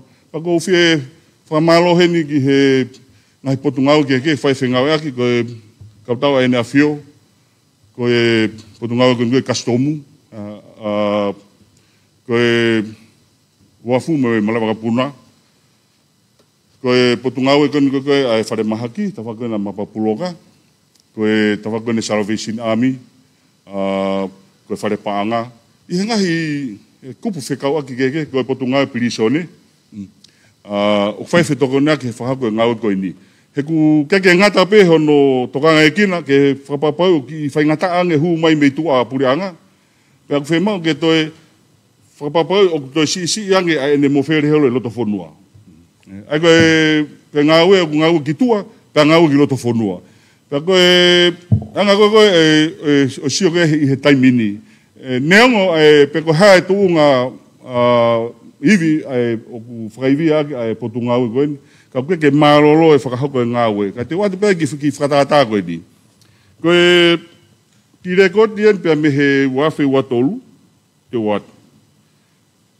I he tau wafe watolu, nei ai operation ai e te au ni mawha. I he tau wafe wawha, e nea mai ki se maka operation ai e te au fitu walu, whakakatoa ia ki he, koe illicit drugs ata bēn. I he tauni, koe whakausi ane pō, ko nea uia ke operation e wataha he tauni. Koe konga pēia o e ngā ue e potu ngai posi, koe potu ngai posi une tatake e tawhaki koe ni, e ke working group koe ni. Kai ke o hanga tuku aki e tawhaki, ka ko whakapapalahi. Ka ko whiawhia helere mea koe ni, ke mō wakai mai ki ai, ai ngahe potu ngā ue o ku kaunga tonu ke whē ngā ue aki, ki hono tau i o e whaito o tai whakalao. Malo ko whakotutu ai palania. Koe mbebenu toe ke tau ngā ue ki ai. Au tatake po tunga polisi, pa mo kastomu, pe tokoni mai ai pe ai ki ai pe mo kaptau ai ne afio, pa marola het ki atensioniare, pe atensioniare pa mo ne kaunga o na tokoni lahi au pito hita whako ni, tatau te fito ke ngai ta whakalao. He ene, koe tau ngā ue fok, ke hanola. Pa koe kona tō ria ku whakasinga tau ngā ue ke whakamauanga. Pe kau mai pe ki ai pe mo po tunga ue koe whakamauanga, pe mo Pirisone, koe kapata mga whatonga i he taimin koe konga rewa taha koe timi ngau e koe a koe demand reduction work group pe koe tawhako ke he prevention Ai o tātaki e ngau ko ia e he mia pia mo e potungau e ko e ai ako. Ka ko anga pe whakaukau. Ko wham Heke fo e potongau e polisi he tu wheturi holo pia mo no whenga i ke puke mo whakasisi. Puke kau whaihia mo whakasisi ai honngau ke ai whaitoa tai whakalau whonuani. Ka ko whaikonga ia ki mui ko sto mui. Ko me ko usuke e taimini, ma winga pito ke tau malohi a pito he tawhako ni. Ke whai mo whahano talanoa ke re olahi a pito ka pa e lawa hu ki he curriculum ai ngahi ako. Ke whai mo fofoai he atamai e tau whanau, ai ue sia kovi koko e tene au sia. Ka koe ngako e sio koe ki ai, ko whai amu na tau lawa o unu he revolo koe a. Ia pe kamatan tanoa he whanau kone he lauto he primary school. Kamata ke ai. Ai whakakau i he ngahi silapa koe api ako. Alu ke ngahi kolisi. Kapana mo wakai ki he ripoti kona koe kau polisi. Au mabe ripoti kau polisi whilawe pa mo ngahi operation koni monola. Ko osi auri foin ki he ngahi api ako kolisi. Ko mea kako nofo sia koe ki ai. Koe kakai pene o kulawa o ilu he kau polisi whakatatau ke he whahenga intelligence o kunau ngai aki. Tana honga puke mai ke whahangau whakalau ki ai. Ko e toko whiha, ko e tau whanau e whiha, o ku nau ngau ea ke meani, kau teke ke tau ilo ke. Ko e konga ea o mauinga koe ke anga koe whakaukau. He ko smahina o pito e ne ue sia kovi, ke kahau e whanua koe. Pea koe ai, nai e whakututu, nai maarie. Ronga whoka fulahi kono hono tukaki kovi e potu ngau e polisi. Ka ku mauinga e tunga malo e kau ngau e, pa mo e whonga ngai aki. E paku sisi apito ke tuat ki tua pena e na loto rewa ke mai to taha tau ataina paku to taha ki heni o Mona Lisa palu ke ne ha o fai savea ke ai ha haripoti tau ataina ke tukat ke te pire e pureanga ka mo makai kai fonua ai tunga totono ki ai ngau e koini paku fuka malo lahi e to taha koini he ngau rereng ko ne fai mai po nga pois paku ripoti ko ya tambrinis o ku tu ku mo o simea mo tolki ai I he mo te pire, I he Receipt Trucks Response Steering Committee. Ko hunga nei whae e whakaukau koe ni, ko fulahi no tā palasia e he mitea whakasosiare a mo potungau. Ko kuakai koe ki ai, ma mao au pito. Hala au pito e whakafufua, hala e mau e kakai, mga tunga I tu whakeola ngahi whakamatala tai tonu goia. Ka kōsia ke he ngahi timi ngāu e koe ni. Ko tui, ko kau e he mea o whai tokanga, ko hea reo e tau mea e whai I he taimini, pa mene tūkon ke kahau. O kufu mataki mahu I ngau pito ke lalanga e wāwhe ngau e aki. I he ngai potu ngau e pureanga. Mahu I ngau pito. He kai ke lau hatahaia o tūtota. Kapate mo whatonga e anga koe e natula koe e whou mai. Kai peke whou mai wakapuna, e whou mai wakatahi. Pakwhai sio ki tongani, ke lawa ke toi whakamalohi anga e ta whakoe koe ki he kawa whonua, kaku e mea ko nofo sio ki ai. Ko tui ko taimi, ke whakotutu a task force whakaluku fua. Mai kai mo sotia, e nau, e whamore more pe e ministar kwa malumalo ai kastomu. Koe COVID-19. Nau kau I he monitoring committee koe security koe na he wafu. O ilo ai uai ai whaunga ngau e kastomu koe. Nau pe koe lan mata. Ngafu konteina kau ke toi sivia. Koe anga kutui. Ka pau o tau tui koe mea koe ni o totong ke tau toka mawahe ki ai, o totong ke whakarere I kātoa, tau whakapapau, tau hanga tuu si kātoa ai pipeline, ai ngai whaunga ko kumai ke whanua koe. Pako o silo ko lahe ngau ke kau proka, pako whakapapa ke whaunga ngau koe, waweange, ka ku tuu lawea ngofua, keke maluia, ka pate mo mea atu ki he ngahi whetu tukanga koloa, wakai ke whonga ngai aki, mana tui koe tangata. Ko ne awa pe puha uraki, maharu oskitua, oskitua, tolwhaini, maha o ke hua noa, ko olunga wiwa ria kararo. o ku ai ma de mo fe mai a honi ko ngua ko kuri fra totolo wa kuri ka polisi pa ko kuri ko ko ma ngalo kilu ko fa malo ke ngai programa to kon me muri tu sila sereria mo ile programa to kon ni goya ke po ngai polisi no fa banga mai awe ka polisi te inusila pa na ho me kuri ka ko sio ke panga fra via ko ni o to ma wa ko hapai ka de mo fa to nga wa ko taulanga la ta haia ke iote o ke ka me ni ta ilo hata ilo pe me la ke sisi ka tuai abi te tau toka ngi ai ko nga ko e fa ko potunga we ke nga un ke ka u ke me fe ma potunga we ke fa via me puranga na anga ni ma miliona ko ndi ke fa ka ai fe ma ke langa aptanga polis fo i rei matua o fia ki malai vakapuna fotu ke me aptanga mo ma ta hai i he polis fa totolo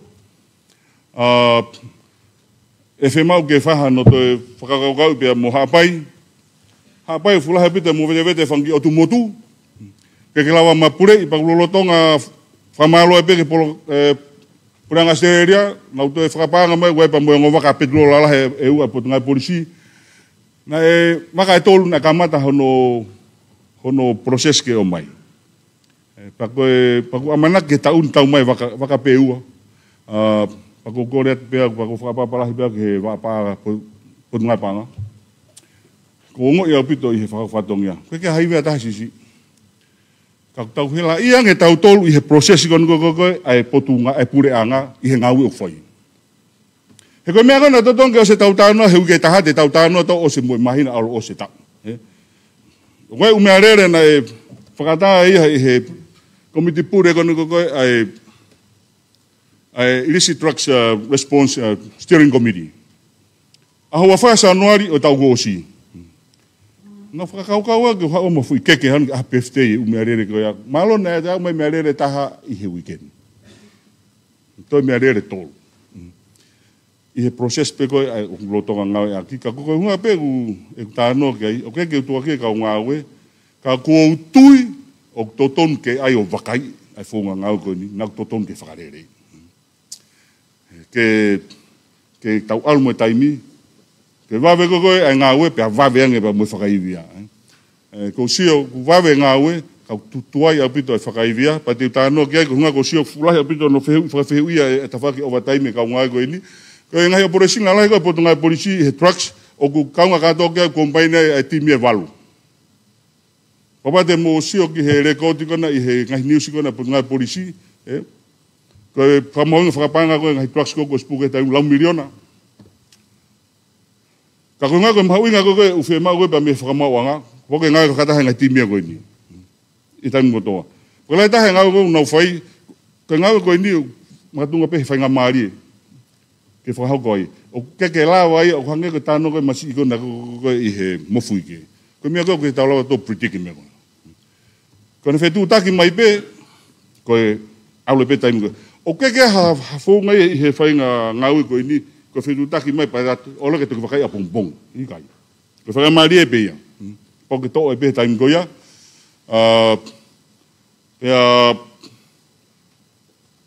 ko ke konga kon ke ta fa ko ki ham reduction ko malo la he ke ta fa ko na to ta ma papuloga o ku mau finga la he pe mo ta ke prisioner ko fa malo ke pure prisioner ko ta mi lahi alo ke to time ka fetu taka be ki ai pa mo ne ka nga korea we be no tutun ngau hono fetu ko holo e ka umea ko ni ma mo si o mo ya be wai time ni na to fai mai farere ke upilisione ko e potunga polisi ki mun ko nga ka fulahi no tau hi time lo o ka kai ko ni e ka pate mo wakai ki he ke fa ngongo ko e potunga polisi ko ko tau afe wa tolu na e kakai na puke felave pe mo feto ta fralao ki he toko wangeu hiwata ko tau afe wa fa na toko tolu ngeu tolu nima ko tau afe wa nima ni ko sia o no toko tolu ono e taimin o la ta na tula e ta tau he kakai go ni o pure fa mo nga ko nga ko ma fatu tuki o maula go ni o mau mo silo ke tau te tau pota i he fenga mo maula go ni o kwa uia ki he tau te ke mate o ka pa o kia ai lahi o mama fa lahi ko o faito ta whakalao o kilo i nima pe lahi ak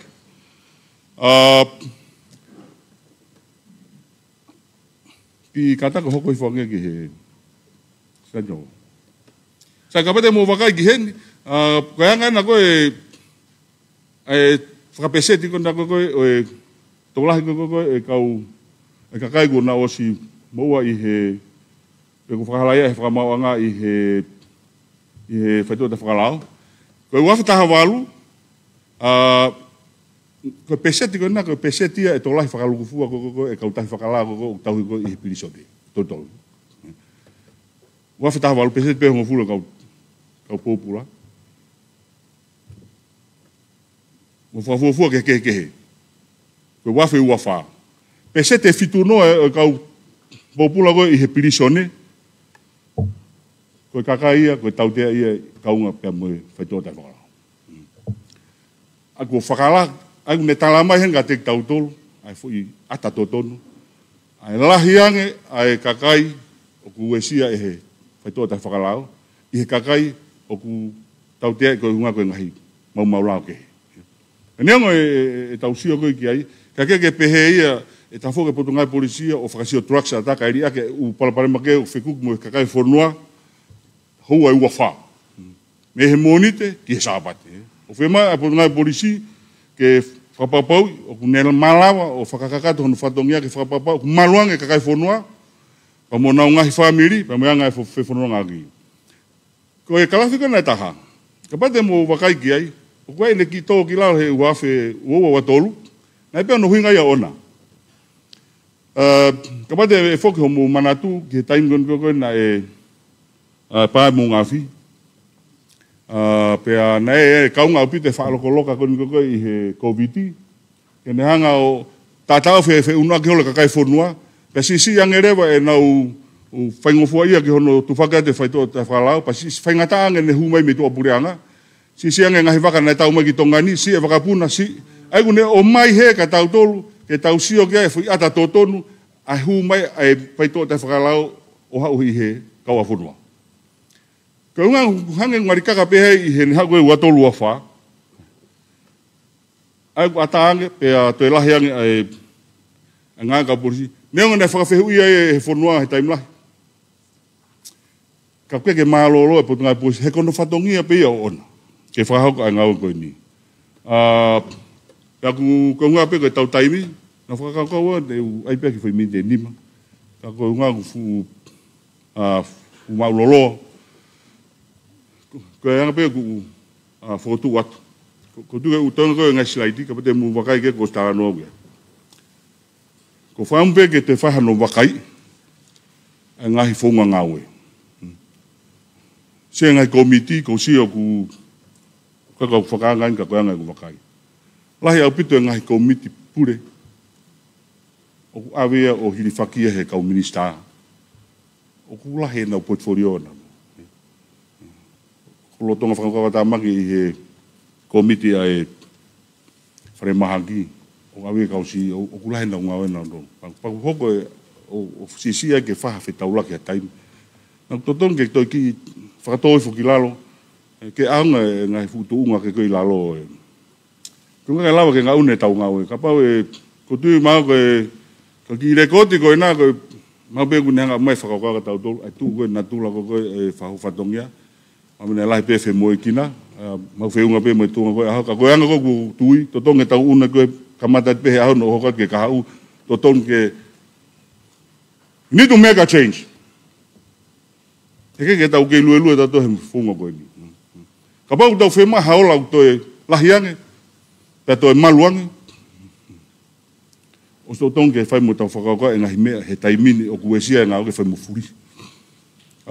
E taimi tātau, o ku whai e sio ia ki he, ta whaki kona koe ki he, tunga koe tau ia koe I he ahoni, whai ngata ange anga whi whanonga aki, ke tunga tupu tola henge kakai, o whai pe me whakaukau, koe ngā koe ngahi whaitu, lahi I tongani to tonpe ke whahan whakaukau, nā lawa o whakalahet kia ngai a polisi, ke whai ngofu ange o lere yang mo mawe ang ai whahau whatongi ai kau polisi ki he kai whonua. Pako whi whakamalo lahi eni ki he kau pure whakawahe, pia moe kau ofisa kolo. Moe kau polisi kolo.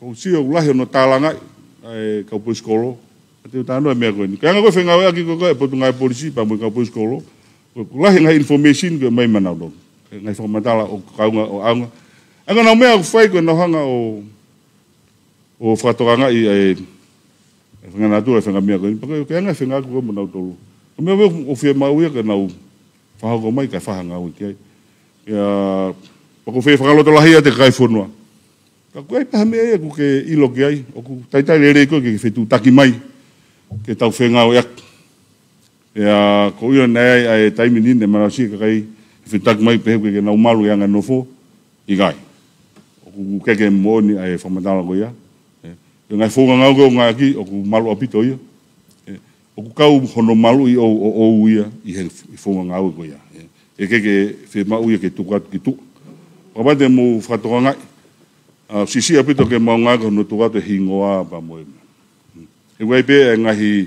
tutun ga elau aku apa ku hen pe attention ai maka pa den tu famala ga ke mo do e mau inga ko ke o ta palasia no i hata o te ke famoa e famoa ko ka pa de musio na fa sio ke hunga ko elau taimi tatau ka pa de mo fa tonga e me ko ngon fa ta mai pe e trucks e fa to ta fa lau pa mo huma kengi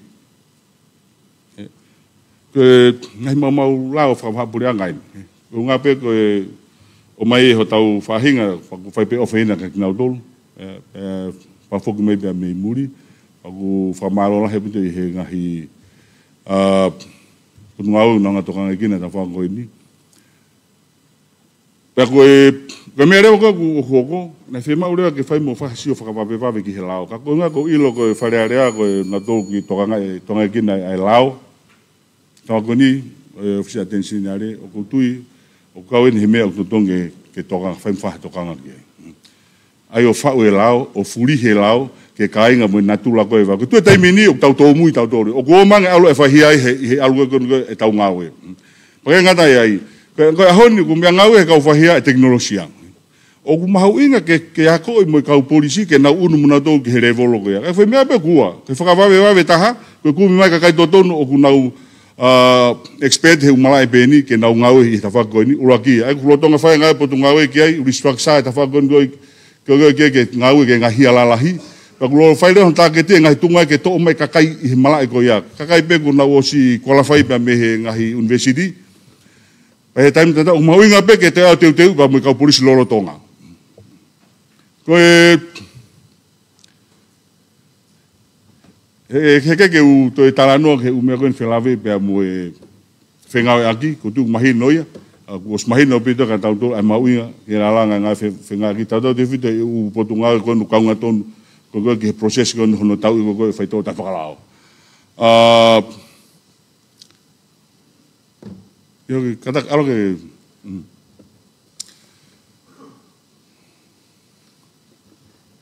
sa ko tu mahi no pe mo ko nga ko ni o webe mo fa pa pala he ke u potunga ta fa pureanga NGOs o kula pe pa mo fenga ko mo na dolu e time la pe a ko tu ku feunga ke ngai fa ka ka we ia ke ko ngai ke to me heri po ti ke ka we ngai recommendation ke fa hasio ke ko si ko fie maria ko tu ka tu ya ki he te pire ko ai pureanga ke na u to ki whakakau e tari nau tōria i he anga e nau palani. Ka kunga ku mau inga fo ke tōha ke i whakatango ni, ko whakaukau e ni, kunga ko palani tau hongo fulu. Ke mau inga pe ke whahano whakatoka ngai. Angai whia mau inga no tau e whaito tai whakalao. Ta mo e mau inga ke whakapapau. Ko e hae whainga whaunga ngau o whia mau ke whakafatongi aki a whainga grupu ngau e. Ko working group whakafofakon whako tu holoko e. Mo tau sio ki ai, o kai ola. Pamu katak. Tau ene tolu ngo fulu maua e ku whawhatonge po tungai polisi. Pa ku whakapapalahi ki he tokolahi en na e whaiako ia te au. Panau takngau ia te au. Talo ku whawhatongia. Ko ku sia kon ki he ke ngāwe. O ku lahi au pito e u whaunga ngāwe. O tau kei ngāwe ko taimi ke whai mo whakarerei. Hanga o whakaloloa e ngāwe. Pako tui pena ai ai makatunga nei pehe ai. Mahal pena ai ngai palompare mana ho ki mu. Ko kore pe aku mo fa ma farala mai. Whalala mai ke anga whalala mai e putunga ka mauto. Whawhai ngofua e whengai aki ka mūsiu kai o mai ngā ue. E hiki tō e ngā ue i he taimini, ke hokatu ki he otumotu ki tahi, o tui ko silawe e tokolahi ki he ngahi i siu ko ia, o whimau ke whai toka mawahi ki ai, wapana mō ana smea ke tangata ki mista, ka ue he ngahi mō tolo ko ngā ke taimini, ai pia ke mō whakatoka ngā mea, au te whita ka mō tolo kona ko mō manako he tau mātau. Ka ue he ngahi whonga o ngā ki he whai ngā maurā ko ni, ko hono taula ko no ko ngai whupaila whatua te whakalau he moana. Ko me kone mai whisi, nei awe kia ka usa polisi ke nao wakai ki ai. Me koe mita ua me whukahitahi o ki ai ia. Pau ngā ngai whui poe, ta ngā kupea moe pikoni. Wai mewa moe CPS ai ai. Ka pana mo manatu ke mea koe nei mai wawau, ko keini koe. Ko mea koe nei mai ukai hapai, koe whounga nei ngai aki, ka mahalo nei fu mālohi mahalo e peau ne veteki o mo vete, o tuwhi he kakai he matatahi. Ka koe ngā pēu, ko whaampea ke o wahe mea koe ni, he ko whaam, he kau tau tai, kula he whangi waka kuna long line holo i tahi, tātou te whitu he ungai otu motu, ka pau e aha mea pēte mu whakatokanga i, ko whaam ke mo whetu taki ma he wawetaha ke whakatokanga ki ai. Ko pehe ku wheunga pa ko kor whamore more atu, malo apito.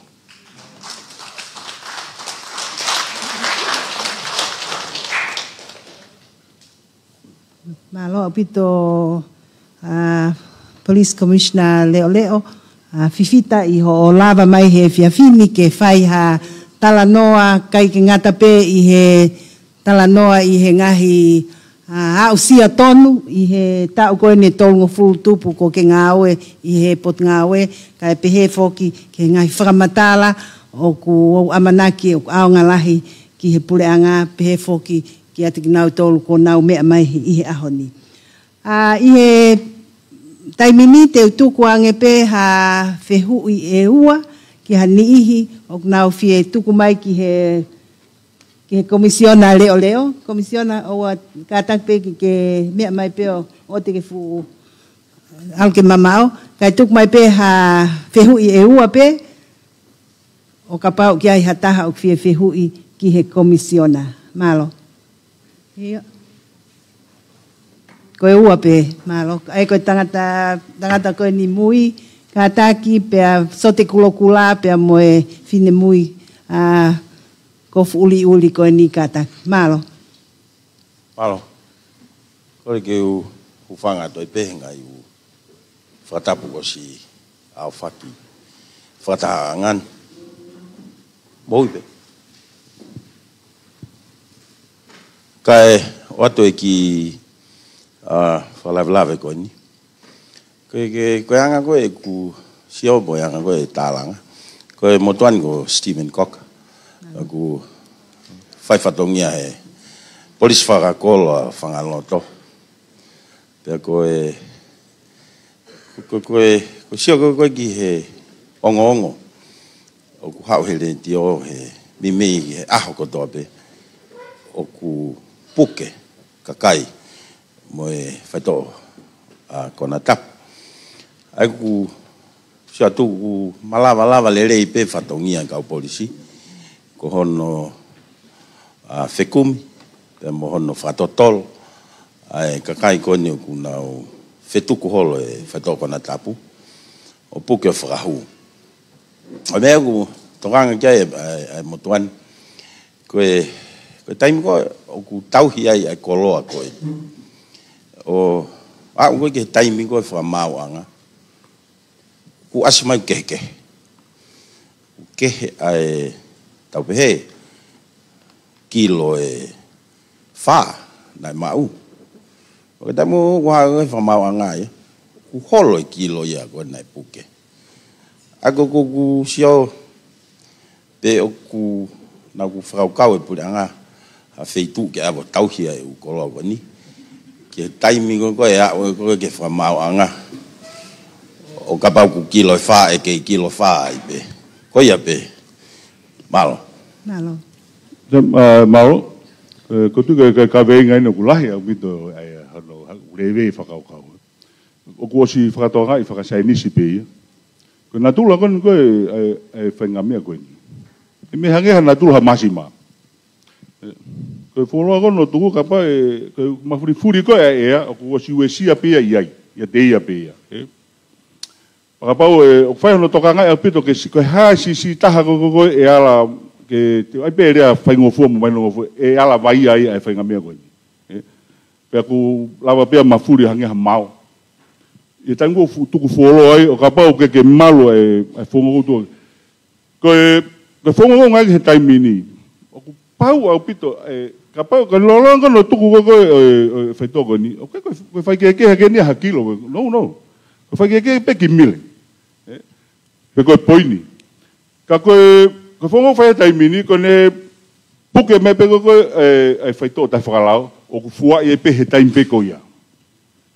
O ke toi tuku ia ke fonga na tau me ko nga we ak pehe pe ka mu to lang barbar ma pa furi he fonga na ko nga ka kai ko tari fa ma wanga ke na fa e report ko mo sivi ko ni na fe ma uia ke na to ki pa na fa to ki fe fa nga mari na to luia o si ha ma hi na to ki fa sivi o la vai fa ke ko ia ai fa no fu he ka nga we pe tangu ha ko ka tam ko ke fu ko ilonga ne ki holak pe na ki point Pea ko mafuri ta min hanga potunga we o teu ai we to ko no ku na ko fai ka to mai pa mo me anga o ke tunaki ko ye ku na fai pe sivi ko ta min potunga polisi ko te ave fai feito ta im ko na pa na mo ilo na ave me sivi astereria no sila pa ko fra mo ne na la kilo pa ko fra mo le pe na fai ko no furi hi na to ko ni manu sila astereria ave ai ka polisi o ko i na una go ni pe fra hu ke fra ma wanga ave ke attention na re pa na fra hu tari ke nga ke fra ma wanga ko lo tonga lere nga ka polisi he taimini pa ko nga go fala he go taimi go na ko ka nga go ya fra more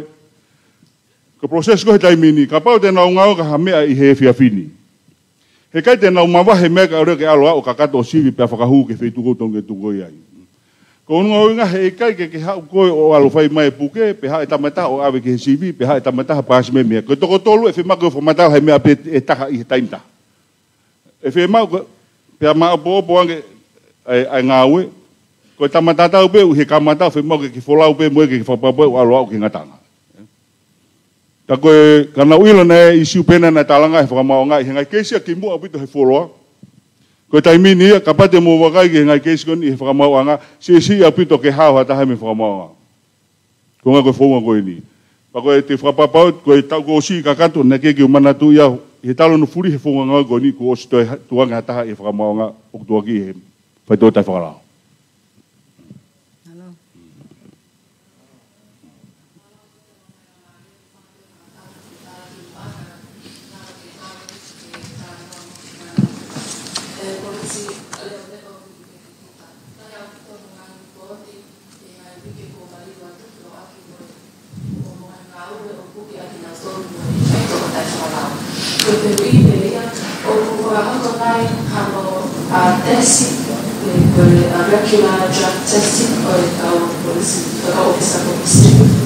Pea no wape ko hak tua yai hano puke pe mau o kinautol nau taki he ngahi tila pe ko top level drug dealers malo opito.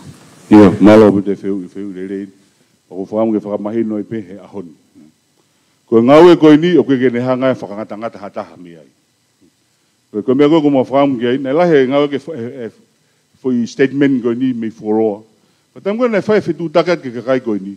Ke nau toko ni mai o mai ange ko hai ulu ifeke unau rau. Tala mai nau tolo ke kata ke nau whanong horope nau tolo ia. Kai ke tau hanga tau tō tuku noa i noa ia hata. Ke hanga kau polisi o puke noa i hata hata e mau hawhakamoni whiunga.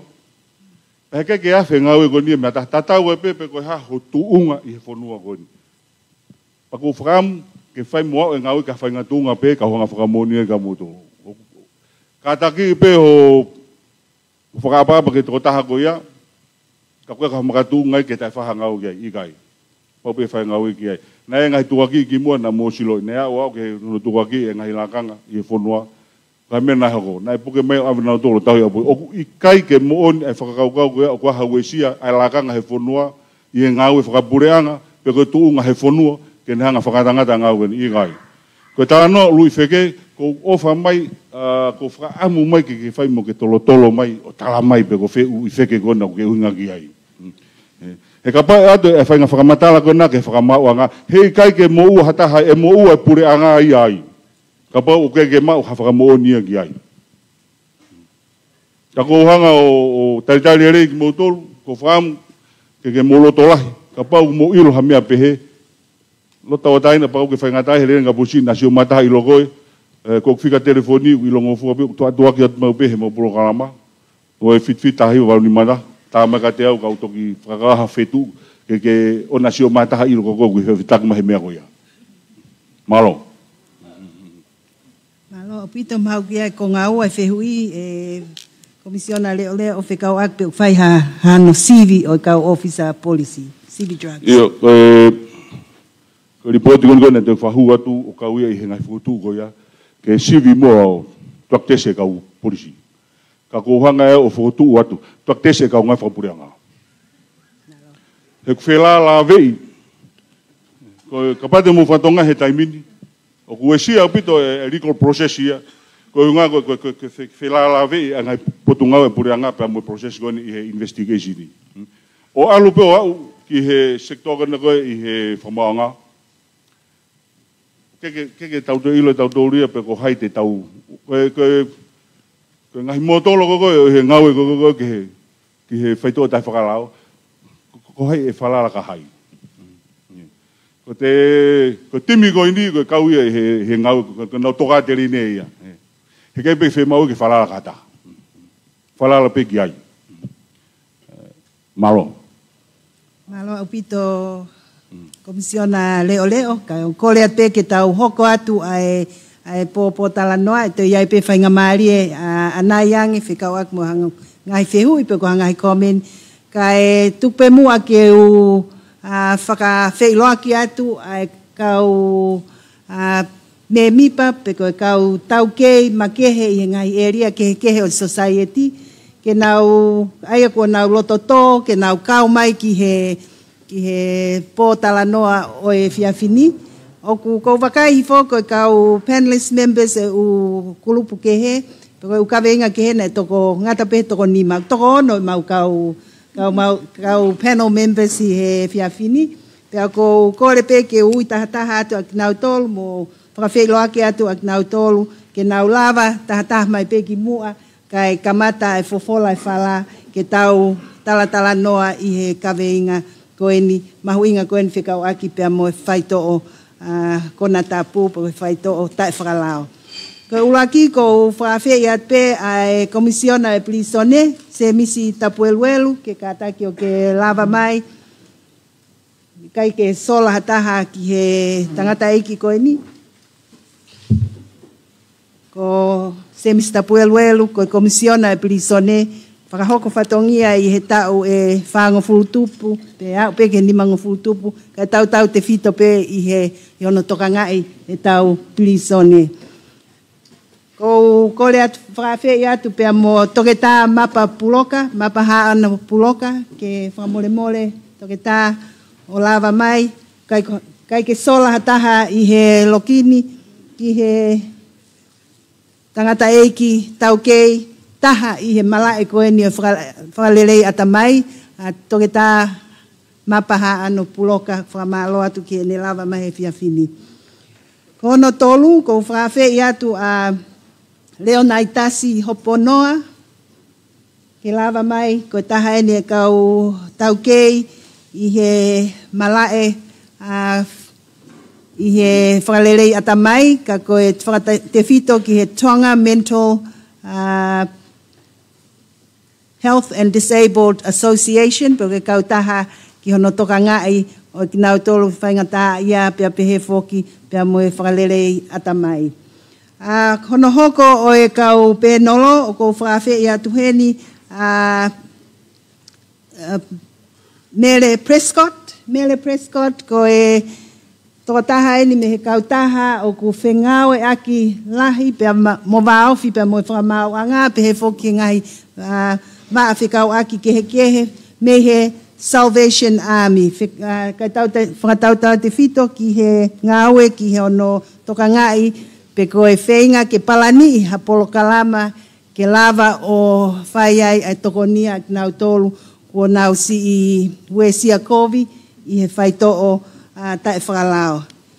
Pea ko hono whakaosi o kau panel members ko ni, ko e tokotaha ko Vanessa Heleta, ko reat ke lava mai Vanessa, kata koe whakaosi o tokotaha, Vanessa Heleta me he Talitha Project, ko Vanessa ko tokotaha e ni ko lau I tau, e ne whingawe aki pia moe kau fine mui, ma kau whewhine I ho tau society, I hono whakaivia, pia mo hono whakahinohino ak nau tolu ke ngahi tau kei, ke kehe o mo ui, ke lava ke nau, ke hoko atu I he ngahi tapa ke he kehe. Pia koe whakaosi ka ataki ko Mr. Maxi Kolomatangi, ko Maxi, ko tokotaha ni o ku ne lava mai pia me he Bible Society of the Pacific Tonga branch, ko talavou ko ni o ku ngawe vao fi au pito pe mohono whengai, tau tupu he whanua pe he foki ke ni ko ia o fia ma o hangahi whakalekesi makehe I he moui whakatohi tapu mo wholofola I he whiawhini o ku whakamalo atu pure anga pe he foki ki he kau organizers ko ia whakataha ko ni ho mou lava mai kau tangata mo kau whewhine ke tokoni ki he fofola whala kai whai alea. Teu lava atu pe ke tau.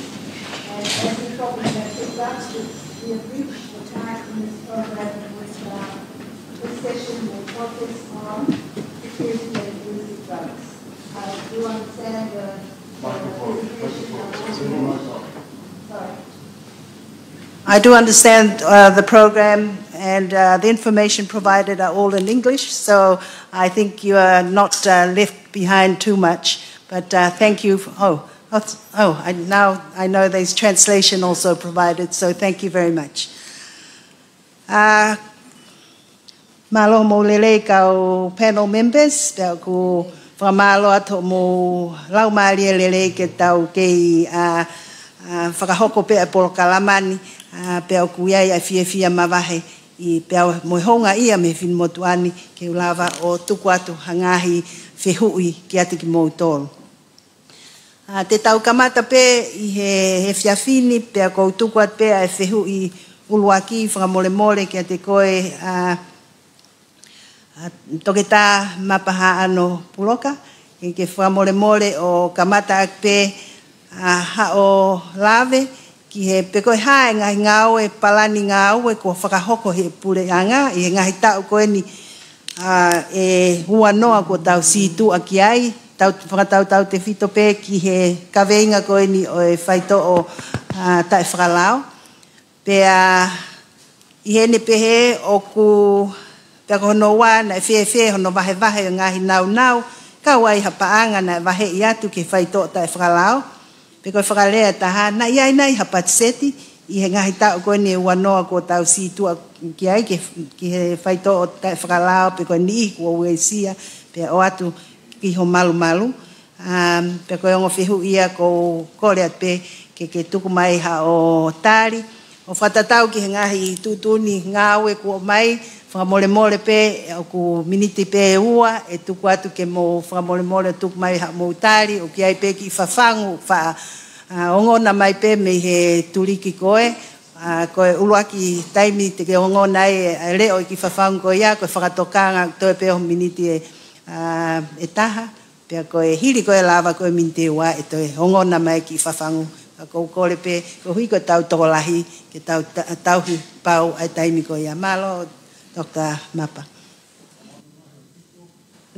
Pakotui pe kua ngatu. Malo, whapapa ngai whituna. O whaturo ke hufanga i pe whakatapu ko hawhaki. Ka whakahoko te meani. Io, te utari mo whatatau ke ngahi mea ai aku osi o mai ki putu ngai mo ui. Taru pia ngai tau e tolongo furu ko hiri. Ka mi mei ki he ponga mi mei pe kamata he wafe. Ne hange pe o ku laku mai pe whanki i mea. Me whai e lawe ki ai. He ka sedistika koe ne hau kamau toru na ku kamata atu pa ne mua sedistika me tahi wa fitu hiwa. O lere mai ki he tahi wafe. Ngai keis ko iai ne ngai tau ne ke pe ki hatraksia. Taki hala koe ke hoko dai nimi. A tau e ua tau e toru hoko ka pe ki hatraksia. Nea mai koe ki tahi wewe hiwa. Pea hori pe ku ki ase koe ora kahorika. Hange pe ku pe chipe, pe tai chipe ne ku ase pe moe koe ngai aki o e marijuana. Tai. Kui tau pia taha pa o se tau e ua pe fia tu ki asmai. Pea hori ke tau ua feo kamakamata ke lahi mai e mea. Asmai mo ngai talanoa, mo ngai talanoa keke. Ka koe anga koe talanoa koe ai mau e ngahi mea i tua a, ngahi mea lala. Folo ane le rea ana. Kau tau ilo pe e laki ase mea koe ia, aru ko ngawe i lahi e kakai, tau pauri ki ase lewe pere maki. Eke, pera eskamata rewa tau kanga mutu ani miai he taimi koe ia, kai tala noa pia he drugs, o a umai ki he tau pehe, ua pehe ngofuru, kai pika hafu umea, kana eskamata tala noa drugs, kamata rewa ki ase maunga he diagnosis, o ku ase e kamata pehe lahi kona tala noa e koe marijuana, koe mea katoa koe ia, mea pango foki, huti kai peke mauma e mautoria, ke whakapanga mai ai mea koe ke siwi ake kakai koe ia. Ai ho whakapakatau pa ke siwi he toto, a po siwi he whakapakatau tu ofi ka uma ai au pe ke whawai, whakapakatau pe au ke low ulu. O te tau pe ia pe koe methamphetamine, pe koe orokaholo, pe koe opiamu, ka uma heroin mea ka ato e lau po, o mau ka ato he ngai siwi koe ia. Te kei ke whahamea pe hei, o au pe ahonu te piki whahamea pe hei. Ka ke pe au mai rewa ke wanoa taha tolu, e whatonga e taka e motuani kua whana me ai o lunga. Aia tato tafa tahanim tahan ame mea uia peseti e fitu noa ai admission whakamahina o whawhikau agi mo drugs. Alu lahi whakamana wahe mani. Pea kamata rewa hano fong, si o fongi lahi mai mei tu a whai e ngā ue ki ai mo anga kohono whamatai. Pea kamata ke tala to tonu beka umaha ki ia. Nea lahi ngai te minihi ko ngina tala mai. I ngā fōke ke te mau whawhalala ko i kaha me ke siwi ke tesi aki nau tōke ilo. Ai tau pe ko aru pe se te hima ko frutupu ai nau tala to tonu me nau tolu una nga e ke marijuana pe na nga e ke methamphetamine ai ko ngo drugs lahi taha pe ia o nga lahi taha ko e kakai o nau puke o mai ko ka mau tolu ko cannabinoid e ko marijuana ia pe mo methamphetamine ko lahi taha pe ia e tainim kai ke aru ke se te fit no mea ko horo mai e tainim e ko lava ni hata we ni mai ne horo me ana o pe se pe fa no ai ko hoko le vai ko anga mahini ai ko anga ia ko train ko tainimi pa ko anga maheni ko ni te tauri to tori ko no molo ia ka re ko fai hanga u la paka fonua ka lava holo me ko ni ko to la ta habe ka kai ko ni ko to tupu na nga ke me ko ni ko ma henga ia pi lahi au pite ngai fa e ko na ta mai te fite ngai me vitamin hanga no nga tam ya o kai ha asen ngai ko loi apa fakatau ko hibe ke ma mai ke fakatau ke mef ke ngau ke me lahi fau e me ko ia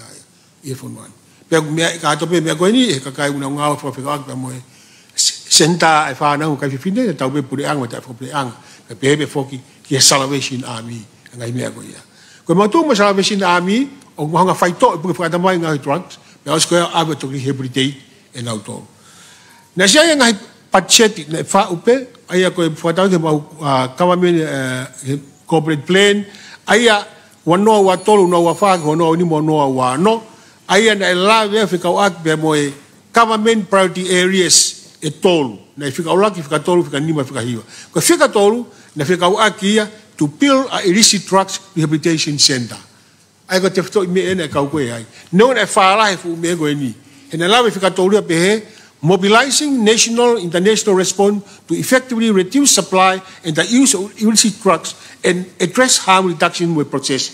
I will have to increase the supply, pe mo demand pe mo harm reduction pe mo supply pe mo demand kai uma hono ai ke whakalahi yang ai harm reduction whakasi ano to pe fetufu mo ono tau fetuku holo e whaitokona pe mo hono firma ke whakasi ai firma ua e kakai ai ka noa ko e whanau ki na wanga o te iki ai whaitokona tapu pe tanda tau pe ke whengai o atu hame au rerei ke uhi ke whakasi ake na ngā ea ke mea ko ia pea ko tahea problema tahe wata mini na pe heu sema te foi akau na ngā ea pe feta do ke ko te trucks mo ia ke na for uhi ka o te na wala ke mea lai te ke tari he frema ke me ko ia ka ko hai me mo tangi ai alo in kawatonga inu kawatonga nga ke he ia be ako do pe fo nga pe we have our own cultural way pe fo fe paki lahi au ia mo te pasifiki ka ma me ka sakaristo lai ai kai ke popo ke o mai ada trucks ko kai ke tari e mo to anu mo komiti tu ke he ha to e lote ma un stamp to ni ke fa ko fu me ko ya he biri e kakai ke fa kala i mo me ko ya ko ke o loto ke be to kawatonga ka bo inu me ko ya ai ke ka ko hokwa ko hanga manga ia ho kongo ni ai firma ko e me na labe ko nai ko ke tau fetuku pe mo hono whakawaki pe mo e whakaholo e demand e kakai ka ko hono ai harm reduction ko fonga harm reduction le rei tahke ma whai mautoria ke la ngā senta au tau ko illicit truck rehabilitation center i nuku alofa ko senta ko ia ia ofisia ka polisi ofisia o NGOs ofisia community bill ke whelapa lavai ai ngai kup whakawaki hono whai e nao ngāwe ia ipe whaitu ia hen mengai Fred moto ai pure anga i nuku alofa fas mo ia e lawe pe maha pure te ua ai mo mea koe ka e lawa whai ngāwe koe ni ai ko foto pe ke pe lava ate pachet pe ngai mo ui pe lava ke hoko ia ko pachet ke lava paanga ke langa e fare ko ia tal hono ko le fare ko ni hu fanga fanga pu ne pe pure anga ki mua ona por agris ka ona por tone to ona mo ka baliku na io ko to pe ka ku ka mo ka pe lau ka ke ngai o paanga ai ku ofa mai ya e pure anga ko ni pare mia o whaka ai ai mea mahu inga koe ni. I whakatau ke lau koe na e Commission of Police leo de o alu e parapare mai ke lahi ange ka ui mui au pito iwi ngā ue ia au ke poto, au ke infrastructure ue ngahi equipment ke whake whatongia. Hange koe ni, ne ame mo toke taha pia mo tama rep scientist taha ke a koe ke hon whai koe tatula bea koe ni. Pea silawa, ai peke ai umisini. Teke o mapepe ni hinen tongana mahina tol ku maria pe hige Australia or China. Pakatama ko na ako iko laboratory medical scientist ku ta foki ako biomed ka tu ke me ko ba ako ta ufa ke biomed. Holafa me ako ya. Aya lai holafa ho ufa dongia na upalani na pe elala. Pe ga ba hanu inga pa mahalo pe na ko ta buak. Ka wo ko pe mo tu ania ko pa pa fa ma manda pe ni. Talu alu whakalaka mo me alu e parapai whakatamai ke lahi ane. Koe mo onia e kurukia koe whakaukau koe kakai. Alu koe kurukia whakau kakai o lahi ane, lahi ane o ngai ke drugs. Alu ngai parapai maka ke lahi ane, koe te wesia whakatamai ane ai lahi koe kakai whunua ngai ahon. Koe amanga motua, amanga whamereak, amanga tuifu, amanga musku, ngai amanga ke. Alu ka atua i unga. Koe tua taha koe ne tonu ke puke tua taha pehe ta u, te kia drugs. Koe puke tua 5 to nima i he ta. E mama fange pattern of disease i ngau e drugs. So COVID to palo pa mo fa economic kan pe ilo bien kai family. Ai ke ko ya ngai tu ko palo pa mo ko ya hon. Ka ku fa ne be to ngana tali be tanga dai ki. Ai ga ko palo pa ui ko me pa ma man lai be. Ka ne atu ka tu we helplessness. Hange ko ni ka ku tu ko fa kuria fe tu ka hoka ka me e ko e kuri mo me ko mo ita me. Ya be ko ke fiu ko ho kusia ke be kuria ka ko na be he au ye he ko no inga paro pare ma faka ma lahi be pa tau tali be tau tore ke no molo ai pese te fa no ko e mai na ko to he ka ne ke pe he ka ko inga be hu ma ja ta mai ko o atu me agoe ka fai mo tu ko hi fole ba no molo ka mai ka to no molo nge o kusaya ne ko ngata be ki re ai ni paro be Malo apito Dr. Mapa ki ngai whakamatala aonga mo ako lahi ai ai kau ai matanga I ngahi information ko ia katak pe na ke na lava foki Dr. Mapa ki whengau aki waofi pe mo Salvation Army ko sino ni ok nau pasi ke ai ni ok nau hiri nau faito I amanaki fai ai rehabilitate pe ko hono to whakafoki nai ai tunga o moui to ta ko ia ki he normal ai ko fia ke tukwatu ki a Mele Prescott me Salvation Army Tonga ki hani whakamatala tau te fito ki he whehui koe ni anga whewhe ho mou toko nii ai pule anga I hono whakawhipaki ai palo palema koe ni oi whaito o tai whakalao pia poke ha mo ngahi palani whangao e nai whakahoko I he whengau ak pia mo I pule anga pe I kai nai whakahoko whikau ak mo I tawha ak koe ni malo Mele malo linta pe ko whatap pe mo I tamsik ni skalani Lord Vaya ho ik palemia ka pe ki kamista ka hoko atu e lang mali e mafana tatau na kamata ki e Dr. Mapa I he fiafini pe ko whapa apa pe au whamalo he whainga mali e ik palemia a mafini motuani ke kawa I he penolo e fiafini I he tau e fitu ko osi I hono whakaava goia o e whalealea I he wanoa tahavalo His Majesty, King Tupou VI, in his opening remarks, said that the greatest challenge for Tonga is illicit drugs. And following that, I he wanoa tahahiva, na e whatoka ngā iai e he kautaki o siasi, pa me nusila, ai mawhatuki ko ia, ai address na e tofolofola ki ai ne awhio. Pena nau lava mai ki tongani, o whaiholo e ngahi Whipotala noa aki, pia mo ngahi government stakeholders o ko relate ki ngā ue koe ni. Ki he whakakau o hangi ko ia na e mea kia Dr. Mapa ki hono whakotuu ha Rehabilitation Center ke tokoni ki he ngā ue. He ko e tau ni wahiva ki e tau ni ai whatongia ai senta koe ni.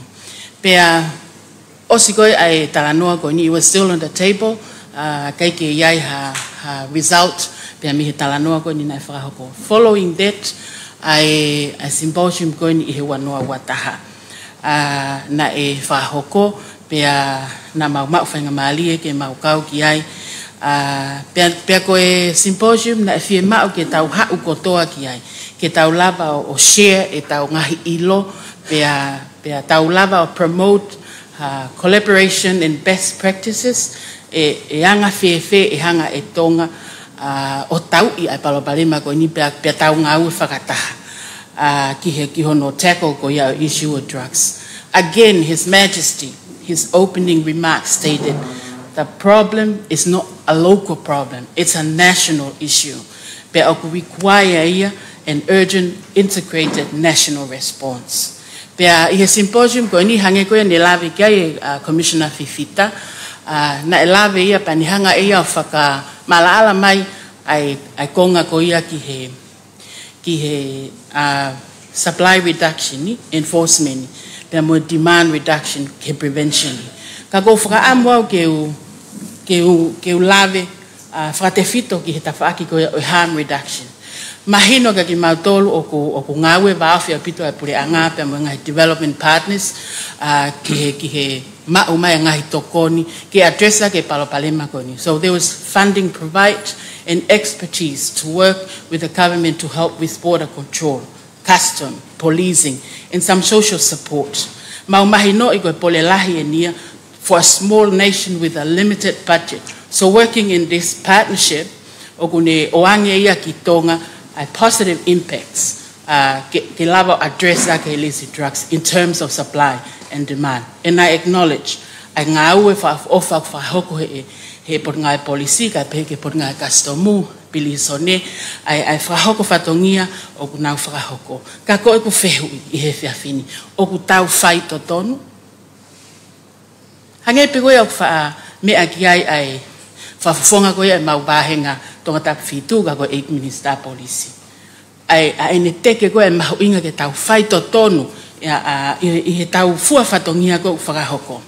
taimi ko fema ko kuli ki al ko o sive ngahi uta ko wafu mo mala pa puna o ale kulia kau fa malo sino he taimi ko ya nengo ko pe ko fatata pe ni kata ka ko ka tau fai to tonu nai hange pe ko na rep apa ki Mr. Paulson aniafi e peno ko aniafi. We have to do it with honesty. Kapahe ka ke tau fai to tonu, we will fail, black and white, and I believe that. Bago tu ya weki ai, fakahela e tau ta ofi e boda, fakahela e tau felele aki, i hono tau i o illicit drugs, e pale mia, ko vaihie. He kai pe ke to siau ke ki mama ko i ngata anga no lo hange ko mia ko atuna liki anehu. Ko tu ya te paka fo pe lo to tano lo te ke siau ke ki mama. Ka ko fe mau ke fra mama fa i harm reduction. Fra over tau pita tau sio ke infrastructure. Ngawe le ke fakalaka airlines. Tau sio ke tanu hala, tau sio ke ngai langa fakalaka ho tau fonua. Ka ko e ku fehui. What are we doing with our people? What are we doing for those that are experiencing addiction? Mental health caused by substance use disorder. What are we doing towards women and children? Kakai fefine molonga ifa now or could now experience violence going out involvement of drugs. What are we going to help our communities in terms of safety and security? Lahayang e koe e tau whakalakalaka ho tau whonua, koe lahayang e ai lue hala ho tau kakai. Mo ene toi tupuangi ai kakai a koe lue hala. E pale mia na ke mea mai a neafika tak whamole ke ngai objectives ko ia o TSTF ua. Pea na ke mea i o pehe ko tau sio eni ke ngai palani, ke tau tokanga ki na pana ke hanga o linkia ki he moto o tonga. Ko o tua mo tonga ko tofia. Pea na ke mea i o pehe ko tau sio ko ni ke hapalani ke tau lava o toko ni ai ngai tofia ko o mai o tua ki tonga ko fehui ko si kakai ko ni ko tofia ki na tol na o mai he o tua ki hai ki tonga. Educating everyone on effects of illicit drugs is a priority. His Majesty himself addressed the opening Goya of Symposium 2021. Our government must allocate and prioritize finances towards this important endeavor as a matter of urgency. And he also spoke the need for rehabilitation facilities. Have we done enough of that?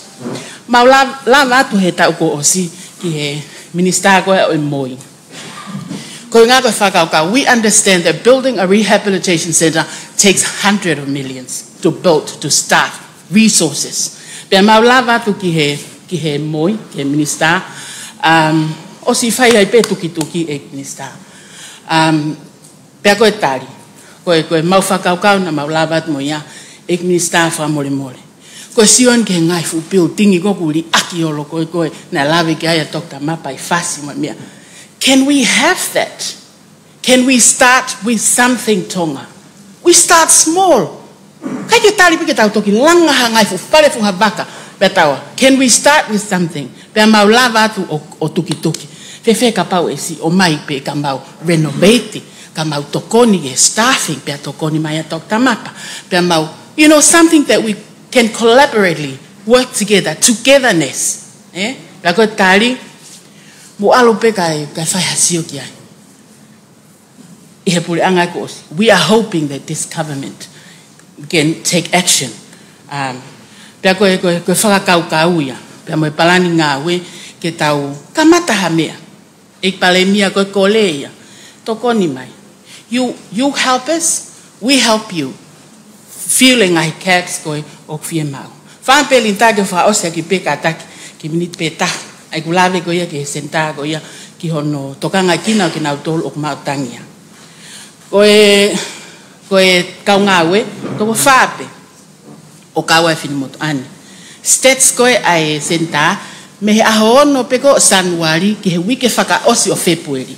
Mau ai keisi e te wahiwa. Ki he toko whaape. O mo be o kei whakapoto pe o kei mo uilelei. Ka koe anga ia ngā, koe reality ia, o ku alu pe whikaki o lunga. Pe whai holo tuki, kou whakawheta i pau whakamalo ki halai walu palo. pea moe steering committee ai Girls Guides Association Tonga. Sia nau whakaawhaia mai hoku mata he kore, ha facility ke mau ngawe aki. Neongo si ene tete ana na whai ku hauia ki he building ni pe hanga tu ha tahaya o kune ngawe aki e drugs o si whai ha me aki ai. Kana ni tala mai. Safety and security o kune fie mau ke sio ki ai. Pea ko iai o kumau iai i he building o Girl Guides Association Tonga. Pea whaile koe ang ai sio ki he safety and security. Ne whakakaukau ke maua umai ki he minister, Ignistar Police. Koe angai e tau ngā we whakataha, ai mosi o mai haki officer police e toko ua pe toko tolo. Ke si hau peo parole holo he senta, pe si o ange mua e palemia ha mau drug test. Ko inga, he koe one time na e whai e se sini pia moe toko taha tamai a, he fuki lalo ko sia tau ke tangutu ko he funga ato. Mahino kau na ni ngawe aki drugs before coming to the program. Ka ko nga ko ki fuki ha drug test ke mau test ko nga patalangi pe ko mau fiama ko e ka police mo ngawe me ke that's how togetherness working together with the government. Pe ko fa ka e palemia to ko ni mai you help us we help you fill the gaps i he government. Pe ko ma ko ke ngata belinta malo apito nele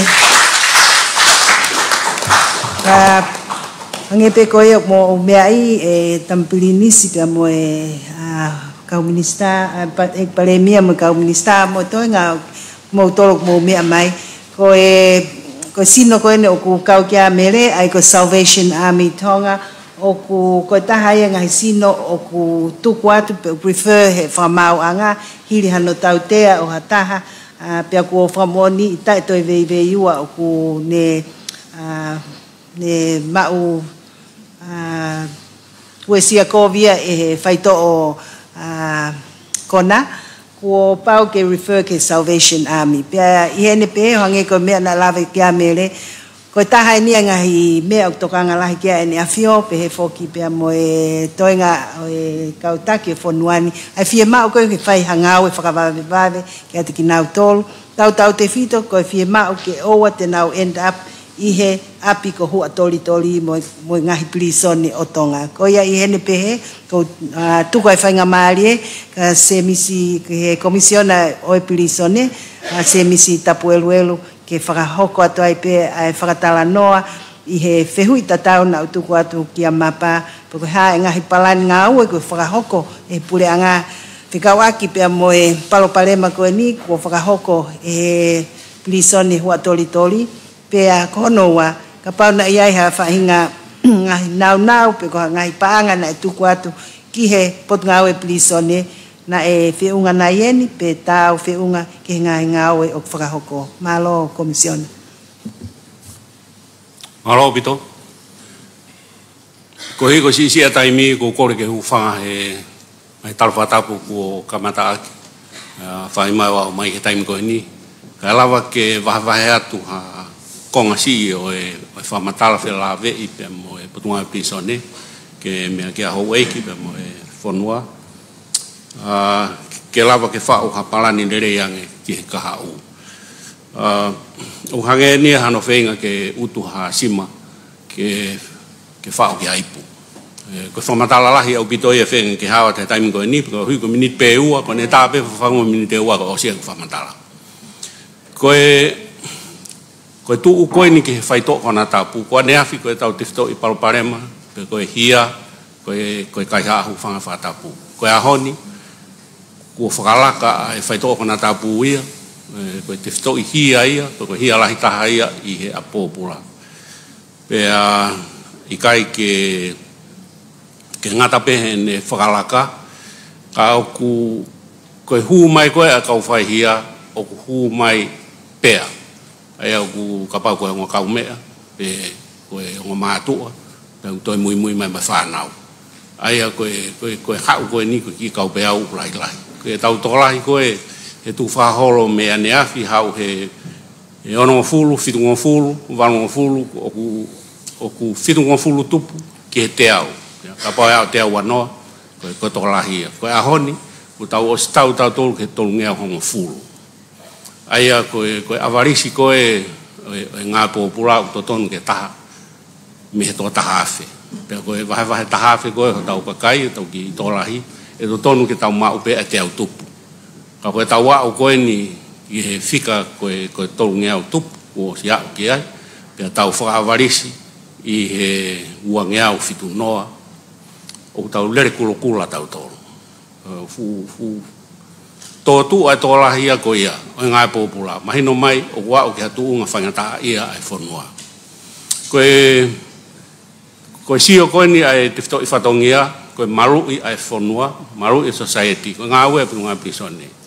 Aki hono tau hi maru ai kakai ko tau tea me whamauanga, pea whenga ke whakaririu ki nau tō. Koe te whito i ka venga ai punu ngā pisone. Koe malawa koe he putu ngā pisone o tauhirerei e kakai koe ni, i ha whaunga o hoa mo tāu, mo ngei au e tangata, o kai koe tauhina tolu i ha whaunga o whangawhatapu, o whakatua. Tauhirerei au pinu nao tolu, tauhina tolu he malu e kalauni. Pea whai ai whainga ke whakaririu ki nao tolu. Koe hoko mai koe ni ai whai toko nā tapu o ki ha whika, o unelere aki i ki tau tolu o whaingata ia au bito.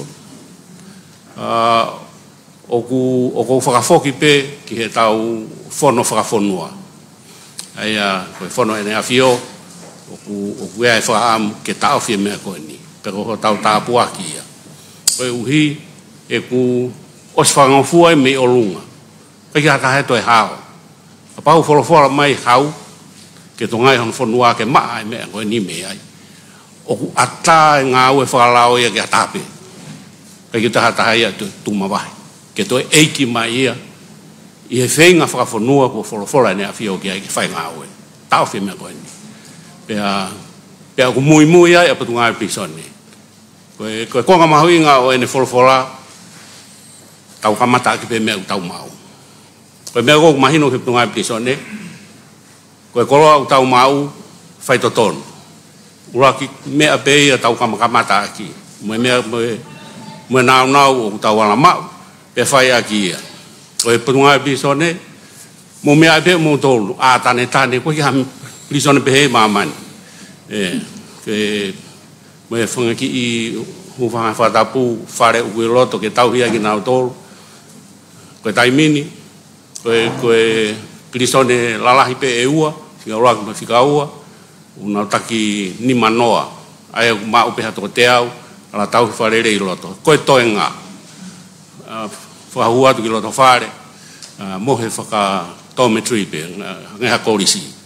Vahe atu ke ngai wheitu ke, vahe atu ki hapai wa mo niua, pia mo sorry, pia mo eua, pia mo kakai whiwhine, pia mo whanki plisone pe, whakataimi hake i loto, ke tuku ai ki nau tolu. Koe karasi kou kua mai, koe ke toi whakakarasi e me e koe ni pehe koe kau tai ako kua mai. Kai. Kua mai me he tau si koe tau tahaono, o rea i ke walunga futupu. Koe tau ia ukoange. Koe whiwhine mo tangata. Ako, alu me he kasi ono tuolahi, o au ke university. Kau mau matai to, PA, maa, toke taa. Una osi loto nao to. Ai koe anga koe, sio e prisone. Koe tawhaaki lalahi e ua, o sio mai ki ai ki tua. Ke na wala whewheka ki ai. Lolo ai polkala maa ko ane nai, ka kou whia. I ne lolo a mahino mai. Ka sai putu ngā ako, e sai putu ngā pisone. Kene lere yang e ako i koe e he whanua ai kakai. E si ai huang e koe ke pisone. Kone tai beku aloi whika a whaaki koe ni he tolungi au. Utau ki isi o ke putu ngā ako pahana o meu whai. Koe ngahi te whito i mo oni ia. O pau tatau pe ia, pe moe rotu. Koe ne sai ai ako, sai moe rotu, e si e whika ia koe he. Koe ne kaka pe whika ki he, o automatiki pe sio mai a kau tau kei koe prisone. Sio patu ngā ako, sio ki he, ki he ngahi. Tokon ai rotu, pa koe ni ku tau. O ku tonu e ala e pure anga, to mai tesi a kau taki rotu, whakapipiki mai e mia. Koe uhi ke tokoni mai ke tau ngāua whakawhanua, i hono whakaririu, ako e kakai, He koe te fito I mea ia. Pe whai ai whakaririu rehabilitation program. Ta tau e pe whamore pe a o lau miliona. A koe whiri e tau taha. Ko ne pehe pe ia I kai. E o mai mea whakapiko he kai ala eke ai. Au pau ke ne tāria e ia. Ai koe whai mea mahui ngai. Kau wafe atu ki he mea koe ni. Maro e toko ni mai ai pureanga o kamataini ke ngahe a. Koe o kumaru. Ai kakuwae ua. Te mau ke whakaosi. Mea ia toki taranoai. Ko langa ni mo whare ke whaitoko na tapu. Ngawe ma wahi ki ai. Pa koe mo uniti ki ai. O koe ai whakaamu. Ke ngawe a kia I he wawe taha. Ko stari mai pa mo panga ono kiru fitu ngano tupu. Ke whai aki hano wharerei o nau ke ofisi koe ni. Ke lawa whakaho hano whatongia. Ke lawa vei pa mo drugs. O whi mau e lao ia. Ke lawa o sivi ai kau popula. Ke sivi me kau ngawe. Ko whakaamu ia. Ko ia ko whaamu au ke lawa mautolo sivi. He whakahela hano sivi ona kau mea koe ka pau. Koe kau ngawe ia unau toi whihia atu ai. Ai ko raku whimea ia ko whaito tonu. Moni ia. O kai peke hata ia whi mau. Ke ngawe I prisone o ka pau ne ngawe ake mea koe ia. Ko hono wa o mau tokosi. Tokosi au pito. Koe whika o avarisi e tonga e popula. Siala tolu ke popula taha. Koe tau mea tau tolu ia. O siala taha. Ke popula hako fulu pelahiange. Koe nore ohi koe a kakai koe ni umo. Nofo itu a kai pehe malu o mo nofo. Uma whama mahalo a peha to tolu to wha. Nore ohi koe ia. Malo pe e nau kei nofo I loto. Ai au kupau pe ki ai ngai whounga. Tono no we vi whakalahi ake ata mai. Ta mai lotu. O lawa mapure I kakai koe ni. Ke neonga e nau tokalahi ange pe kovi ai me ngā ue malo abito.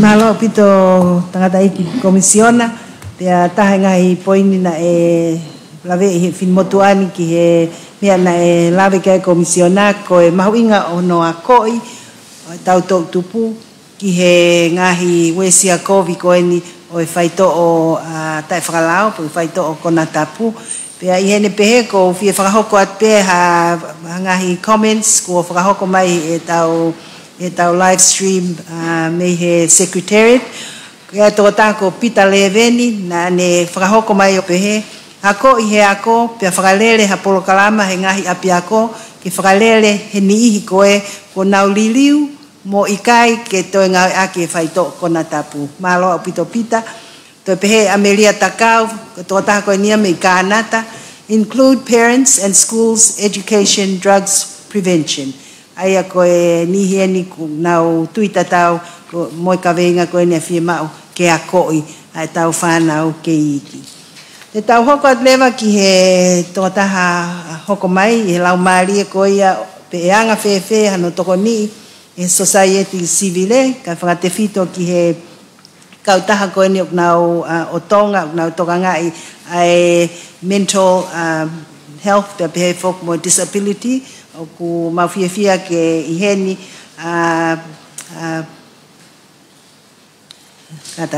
Dr. Leonaitasi Hoponoa ke ne whakahoko atu haane ngahi whakamatala whikau aki pia moi kawengani. Malo Leonaitasi. Malo Linta. E whakatu e ku e talanoa koe I he mo meniti koe ni I whakau kau koe tuunga koe drugs. Mo e palparema whakasosiare koe tau whonua. Koe mata sio ata sio ia ki he tau masiva honolanga ai tempare ko koe mo au. Poni urakia, poni hono ua, koe whenga tau whainga taataha e mo ui, koe te lava I kita. Na matala noa mo mapa ki he kawenga ko niko talanga mapa. Ko kusio ki he toonga ko tau whonua u kalase ua. Kalasi uraki, o kuia koe compulsive reaction. Ko ne hoko mai peha mea ku te oho. Whakawawag. Ko talanga ka toke tā mapa puloka. Pe se te walu noa ho tau whonua, koe nau tō onga no molo ia. Koe ke te lava kita ia whakakaukau ku hoko mai pe ku te oho kita. Koe whehu I. Koe haa ene whekau aki mo e palaparema wana ku tau tā noa ki ai. Ko ha ine whekau aki mo ngahi palo porema ke o tau society. Pero whakafofuani, ko e peseti pe uanoa o tongani o gunau lava loto mau, ha hoko maha mea panau lava tari lelei. Ko tsunami ko ia, ko tsunami whai ngata au bito ia. Pea ko e uhinga ia o kumahu ingai ke tau investi he tau mo ui. Kono toi whakarea koe taha, o tau masiva hono toka ngā e tau mo ui. Kono toi whakarea ia e taha. Koe ngā oe koe no whakahoko, o koe ke taritari paanga ia tamapiri nisi. O koe e ki polokalama whakawike kau taha, o kulotonga tu e tai minu koe kia sirini, ka koe ke huinga e tu, koe ne mau pese ni te ango tamakou na whakarere, e lere ia. Ka koe ku kore a aku. Koe mea fua koe ki he mo ui lere i. Peseti koe ne wanoa e whonua. Ulu aki, koe ngā aue koe te whakahoko e fua lelei mo aonga. Peseti pe wanoa. Peka hono ua, o ku te lava whaiha ngā aue lelei ke mo ui aho to kau ngā api. Peseti koe wau noa koe opositi ia. Peka koe uhinga ia e whai e ngā aue koe ni, o ku alu ki he community, o koe ke tau mua paanga ia, ke mauha paanga pa tuku whakahoko. Koe mea koe kou kore atu e au. Tau hanga mua whakamahu inga e mo uilelei ho tau atamai mo tau loto. Tau aia koe priority ia, koe whe maha paanga e ki ai. Ke tau raki whai, ai fwoi whakamahu inga goia e ki tau tolu. Mea ki mua paanga ia. He koe tau tari pepa tau whakamahu inga e fwoi mea goia. Pesete ni manoe ngā wegu lava ia. E koe tau tala nota toka ne whai tōko na tapu, kono whakarea e taha, ko i kai ke tau lava o matatari le rea ngai whai ngata, pa tau rewa kumi ki ai. Ko i taha uhinga ke he koe uhinga pe ia. Pe koe uhinga e ngā aue koe ni, koe ngā aue mei matawai. Ke whakaivia e kakai, kau ate whataataki ai. Koe whakakaukau koe ne disiplini tonga ni, tata te whitu ke wapi ako. Tō kua koe whatongia e whai ako ke ne control e tamasii. Koe whakakaukau koe a Tonga Mental Health Association, a koe ki tamasii ke ne lava e ia o whakalele lelei, mapurea lelei mo tataki lelei e ne mo ui. Ko investment ia e kai mo inua e whanua i he kaha u. O kui kai ke tau toka ngata tō ki he basic ko ia, pekon tō whakarea e ta, o tau masiva ai a tongani, i hono tokanga i kina ai mo ui goe ko kita. E koe ne tonu, e ke te lava kita, o pure i mai kita mei tua. Ko ne hako koe taimini, ko ne pure i mai koe mei tua, kon toi whakarea koe taha, i he ngāwe koe nuku whakahoko. O ku te hanga i kita fuake e te taua taina ke whiri mātua. Koe paloparema koe ia, koe paloparema whakamāmani lahi. Pe koe uhinga ia o e ngā ue koe ni. Pea moe kore. Tau hanga mua a whakamahu ingai, ai mahu inga koe mo uilere a tamai moe loto. Koe paanga ia moe whare moe mea koe toki mea hiki mui. He kou tui ka pau te tau whakahoko e whai mea koe ia. E iai ne toko niana koe no holoki ngahi. Paloporema koe ni he drugs, paloporema whakasosiare, o kune no te kina tamaki e tau mo ui. Koe kore ia. Koe ke kore atu ha paanga ia. Koe ke kore atu ha koloa. Koe kore ke tauhanga o whakamahu ingai, o hoko ia koe priority, taha o priority mahu inga taha e whanua. He koe ne tonu pe ia, koe ne tonu ia tau whanonga. Lewe e malanga, kai tatau atu. Nā loa kito ai whamatala pia mo ngahi talutalai whare mahu inga koe ia. Ko whakawhia i atueni ai Maxi Koloa Matangi, lahi whoke ngahi lawe ai mahu inga ai mo ui lele ai atamai, pe he whoke kawai pe mo loto, pe mo ui lele sino, lau maalie. Tuku ate whainga maalie koe ni Maxi, ke whai mai o whakatala noa whikau aki pia mo e ngawe o ke whakahoko, pia pe he whoke koe hae, ai mea o ku peanga whewheha no toko ni ai kautaha o ke lava mai mea i pureanga i hono whakawhepaki ko en ai palopalema te kau aki pia mo i whaito o tae whakalao. Malo. Troa watu tampirindisi. Kore peke whanga e whakatapu kua sono awhaki.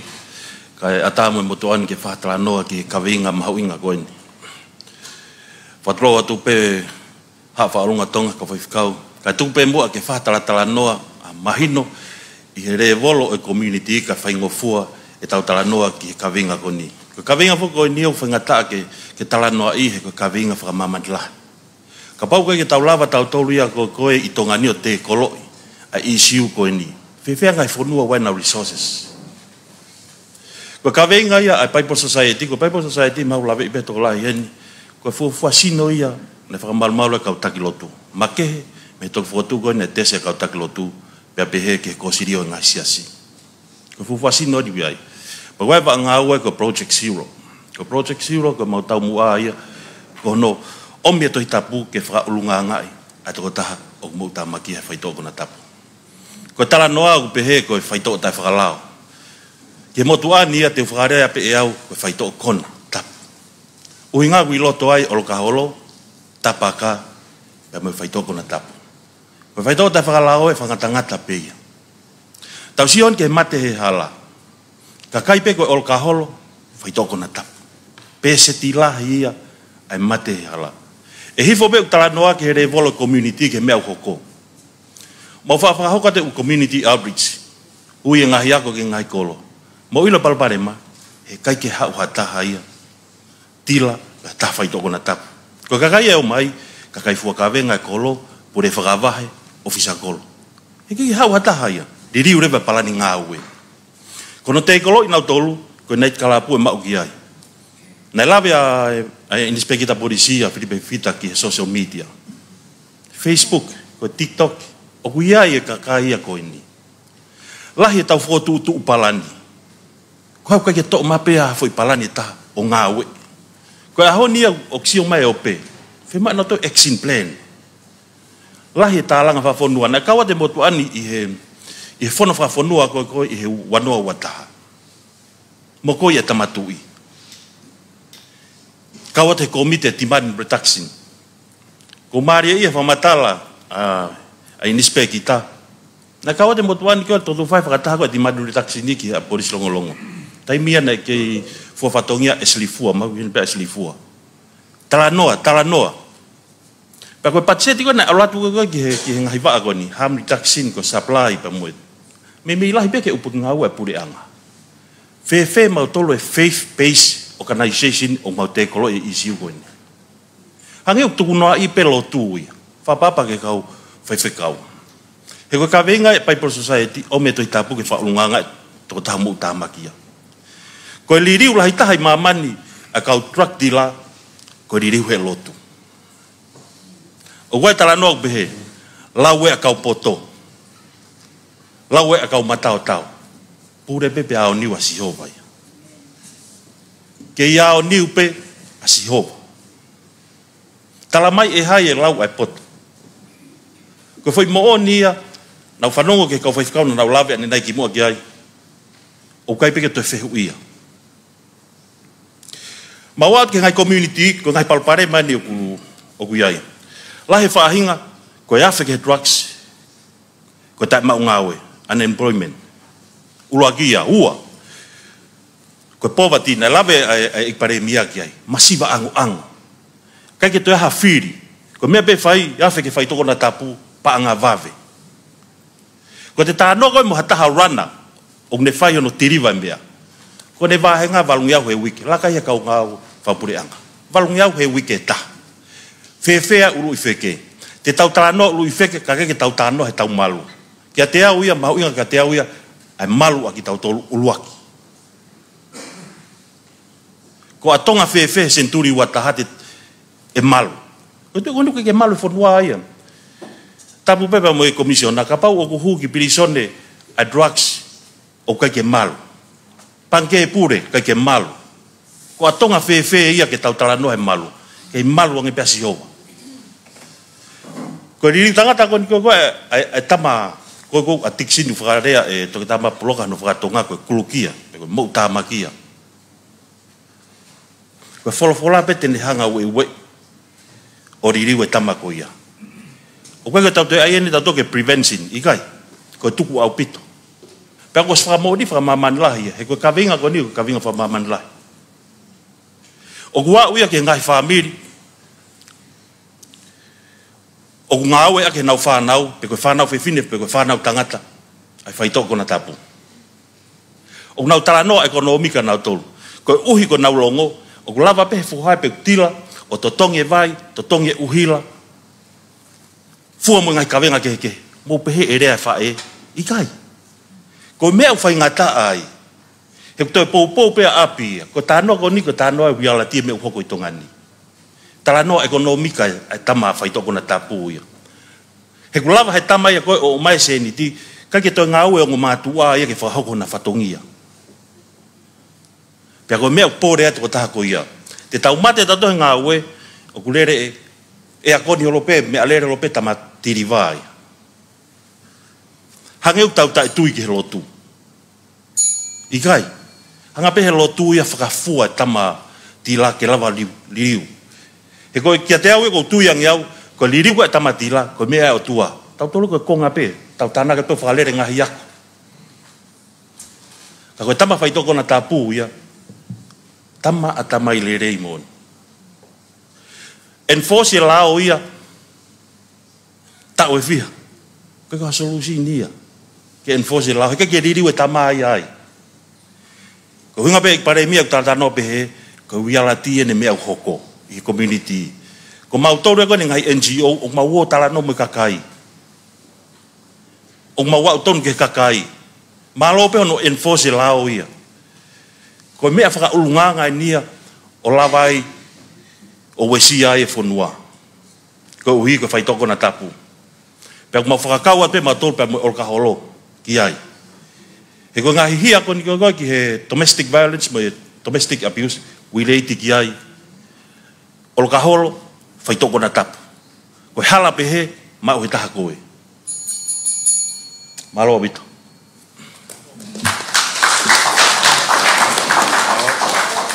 Malo pito Maxi ai formatala famafana mo mauinga ko ia pea o lave mai foki a ai komisiona plisone i he a ka konga e taimin ko hu pea pe ki huatoli prison ai ku hinga hu pea ko hu ai fefine mo tangata na kaungame a pe ko yongo matu a pe ki mua pe olele mai ki whakatahangani na utano ke taha ka utalatalaki pe hangi fefe ho case fa mui taha ta mai ko tahine fine mui na whakahu atu ki huatolitori ke tautea ngai popula tau tolu ke no fetuku holo e ngahi whaito o tae whakalao ai ku hama hino mai atakai mo kuonga ko ni tama plinis kalauni ai to e longo mo uiange a kakai fefine he faihia pea o tau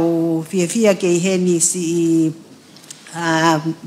Miss Vanessa Heleta me Talita project pe ke ne vahe mai i he kavenga ko ni o anga fefe hono toko ni ene kautaha ko ni o ni whakafofonga i he kakai fefine e pule anga no whakafepaki ko ni ai palopalema o e whakaau ke toi toko lahe ange ka kai fefine o kunau kau ki hono ki ngahi hia koen whilawe i pia mo whaito o tai whakalao. Malo, Vanessa. Malo Linda, ko whakatapu heni ke he otua mafi, whakatapu at ke he tamakulinisi, whakatapu ki he palemiang, mo ki mautol katoa.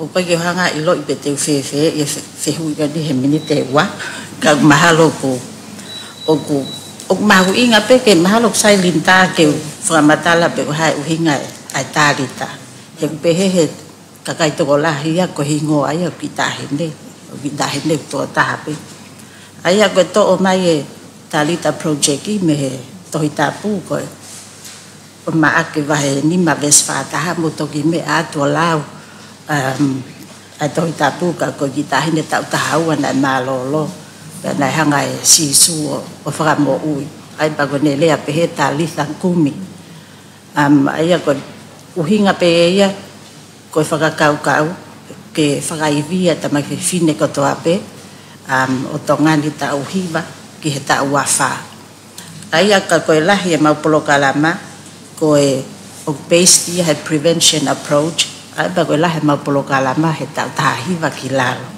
Ai he mai fefine he community pe amo e tamai fefine i he uapi ako ni. Koe lave godi ko ki he kaweinga koe ni oku ai ko tanu ako ko he prevention approach ko mau ngawe aki. Ko ta we ni ma ko hili malu tamai fefine o kau pe mo fangi tamai tangata ha ko pese ti pe ua kau mai he polokalama ai ko lai ta ha mau polokalama ko life skills program e ko family life education pe ai ko toko wa fe tupu he ta we ni ma ko hili kau mai ya e ua pe mo ha pai pe ko fakaki activities wai fo kanau tolu ke nau engage mai mo lava ke nau tala mai ngahi me a nau loto when pan e nau ngahi fakau kau pe ko fangi activities aya ko self esteem activity aya ko tahai ai ko ufehu yo ave kanau tolu ai ko tahai fehu ko high qualities e ua o ku ke ma ko o vai pesete fitu no aya ko ke lava he e toko wa fe tu pu ni ko ke na lava na to tali mai ai fe hu now toki tangu tu na to lo si o ha ke ko ku o now overwhelm I he fe hu ko ni pe na fu o vale tau pito ko hu hinga reflect mai ni ko ha ai ka venga ko tau hen we have a lost generation ko okay ke ilo iko simple question ne wa ko hai ulunga ngalele yok ma upe hai me au ke sa ai o kai pe ke na lava na toro tari mai so that question is ko ha tau me au fai ki he tau fa na aya gu o asi mai yok si e tau invest I he tau fa na ta ko future ya o kapau COVID PHP kalau paling ma PHP drugs he dai mini ai ko ni ko whanau e tau whanau o ko nau hanga I lo I nau mahu inga ta tau kai ga amana klele ya e kusio atu he ko hinga pa ke prioritize e tau tol matua ai tau whanau lah ye atamai lele ya atamai ko ai formal education education lah ye literacy ko tau pahia he tala noa e ai te ai tau poto whaka atamai ko highest masters maga ka koe atamai mo loto connect te atamai mo loto o ka ye o plekia en pa ko tui ka pa he kai ke tau fixe me a ko ni ke ilo he ki tamasi mo ki tahine ko ta pe hono mahu inga he kai ke rich ai tau whanau a tau ria ki God, they will reach their God-given potential. And we are responsible. O tau tali ui katoa. O taimi ko arai ko kita masih iyo. Arai kita masih bo ka kita hin yo fai hia pe ko. Ne? Ko ai tau tolu. You and me. He ko au ko sio ke he ki whanau ko tu ape ko whanau. O ke to loi pe fanga friends mo family ko to ape ko mista e ambela pa me mai ko e aku ne ilo ma umpolo kalama ki la pa kau mai ya ne kita hine ko fusika ho kau mai ma umpolo kalama ma wo holo he community mo api ako ya ku oku ulahe tau tala noa I believe it's what we do, not what we say. Over and over and over again, ko tau tanu hati hingga tatau ai pe forum tatau ai pe. Tau os ilo pe tatau le mea ke fai. Tau hinga ko tau ulunganga.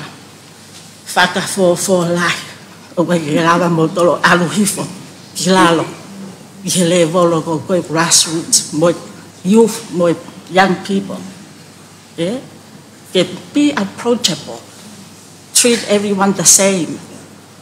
And don't turn a blind eye E ke os ilo ile pe o palo pale mamai a mer he ka ngapi ka hanga ko kiko. Teacher tau whanau reflecte tau mo ui hange kon ko laku veve ka osiha kolo kalamba aga bulu. Tu o ka to ape al. Ko haida ne tu fie veve. Se mau ke ako ia tau whanau from the basics. Ko whakapa mo oni ia. Ako ia pe malo.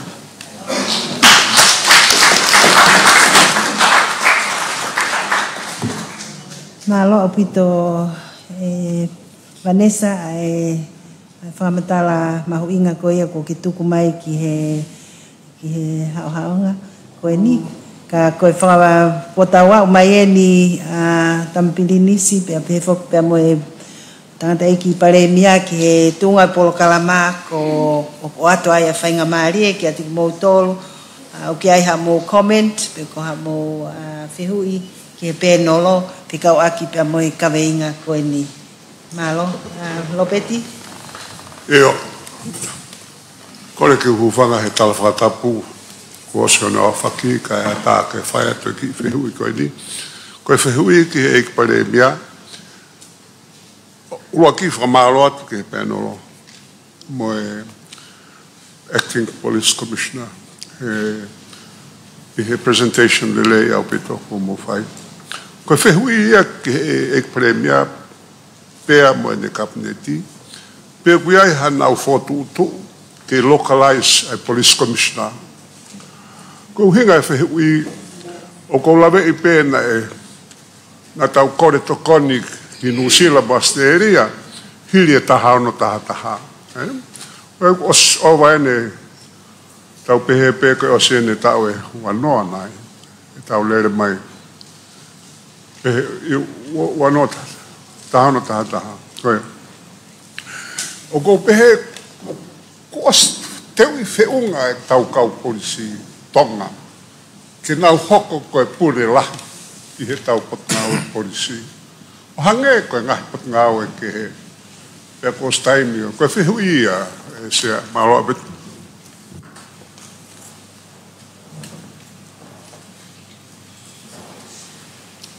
malo e mau i whihui ko whatonga e pe ko o tuku e whihui ki he te pile kapneti pe o ku he mau he kapneti ke whahatari ki ai pe o ku tau take note pe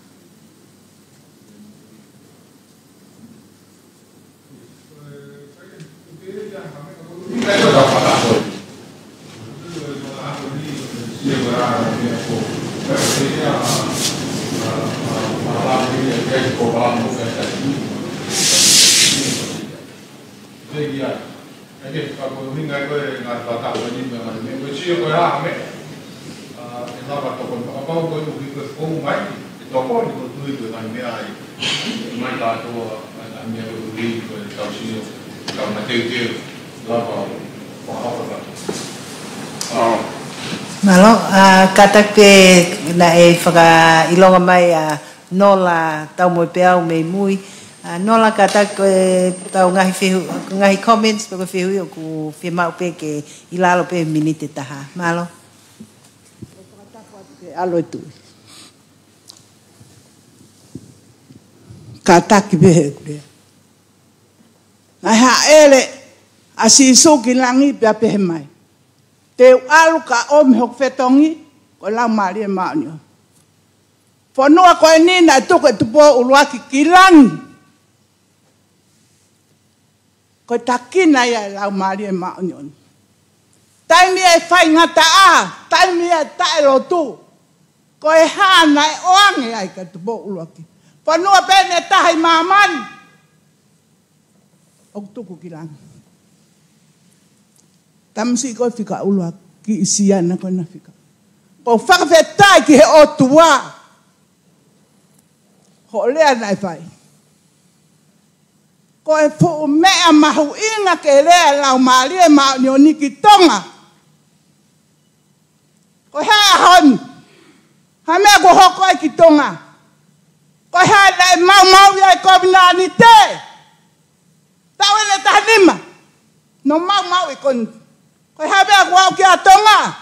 Koe ha kua whanu pehe ai. U mea. Tai whakalao. I tonga. Tau whakawhetai ki he eiki. Nai a hatu i poto. Ilo o tua. O awe ai whanua koe ni. I tonga. Ko awia koe he mai. Ka koe hako au e parhaka. O ku iai pe uhinga. Nai omi e au ki he ni. Ke whakamahino ki tonga. Koe whanua e nia. O stuku ia ki langi e mea kotoa. Wao ke kele kere o kutap. Whanua tui. Pea kua pau ke tui. O au ki he ngata anga. O pata. Malo pito nola. Ange whainga maari ke a Minister Malolo. Te vita la mau patau hoko kala lavi. Malo. Malo pito sea ko kore ke u whangat pe tal patau kakato. Kamata ki ka e Pag peha ki Poupou, uragi ko wha malo atu ki he kaupeno lo, pehe ki he representation na whai. Ko e whito ki he, ko isi koe ni ko e pore lahi tahi a tau whanuan, pia ko e makatu ki a anga lahi eni ki lau raraka i a tau whanuan. Ko e wanoa wataha, na e toka mamawhai nea whio ki he drugs, na wahea he pureanga e panganima miliona he pacheti. Ke whakaivia ke ngahi kupwhikau aki. Hange koe na mea gai komisiona leo leo. Koe seniti koe ni e kainga, nake ke lawa yo ngā ue ia ke ose. He nai whakotu mai e ngai, oange ngahi, ke nā hanga whakotu mai na ngahi programa ngā ue ke whakahu mai ka tuku atu. Tue motua nia ku tau mapeta to e iwi, whakapaanga me resource. Ka koe hange koe ngahi whamapopo koe pia me he komisiona leo leo. O te kai ke lawa whengau e aki whakataha e ngai sino ngā ue. Kai lawa ke lere i matangi e ngā ue koe ni. Te whatata aki e mea koe ni. O kia e paanga ko hono wikawa pe mea ngai operation ke drugs. Ka wilo i peia he attention yare. Koe paanga koe ni o ngofua ia ke he unity koe ni. Ke nau kore ke toi whakafoki ke whakaiwia ki nau tōru. O ke nau whao mai na toa nau ngai whotu tū ki ai. Ko au piko wha e ke taimi ni. Koe panga koe ni wataha ke mō ngā oe aki ke whaiwi aki mō tōru. Na iai e tau koe ana e wahe e panga taha kilo ke potu ngai tuku hau custom. Koe uhinga koe ni koe ki panga ke whai ai aki. Ai kakai e whonua. Ke whaiwi a nau tōru ke nau omai ngahi information ke lao whengawa aki pa moe. Ngahi kupwhekau aki. Ko fotu atu hei pare mia, paha iha lau kilo, o tuki he komiti ko e ni, ke pure i whakalokufua, ke whakaivia ke kakai e whanua, ke nau hanga o mai e ngai whamatala koe, whilawe i mue kakai o nau whakinai, mo nau puke tu e whanua ko e ni, whilawe me mue drugs. Ko tui, ko ki seni si e nia, ka ia e tō lahi ai te nau roto maafana ke o mai ngai whamatala ko e ni, ke whai hanga au e ki ai. Uasi me whamatara tatau pea e statistika koe ki he. Kakai unofo hopo ate. Kau ia he ka venga whamamani lahi e uere e kina hata. Taimina whiata ahi ki ni o top tap. E ngai tau ko mariu atu. Kono tau he kakai koe nihi upangai whatapu. O ki i pio ai fu niu i toa. Koe ki hapiri sone. O whitu ke malu ai. Ko amanaki ko whakalaka ai e tūnga uia he taimini. Ko eua, o kai ke aha taha pōpula pe mau lao i eua. Ko e kakai whaihia lak taha koe whanuan o nau ange ki eua, ke nau anga no whai o whai ngai ngāua e pure anga. Ko no whanga kau nau nofo ki ai, i koi pēa he komisional Lora Tonga, o hange pēa no whakorisi. Ko e tuunga hao pa mai malu koe kau ngāua e koe i ai, o kui kai ke malu. Ko tuunga koe nofo ai kakai pa mai vai whanua, o nau iri fia ki kakai koe ni, koe ngahi mau lahe o nau whai me ngai hia. Kowe au pito, koe kakai a koe nu wanga tupe hei. Koe au iai kore atu, e potu ngā ue, koe pure anga. Na uskamata hano langa e pirisone fo ou i eua.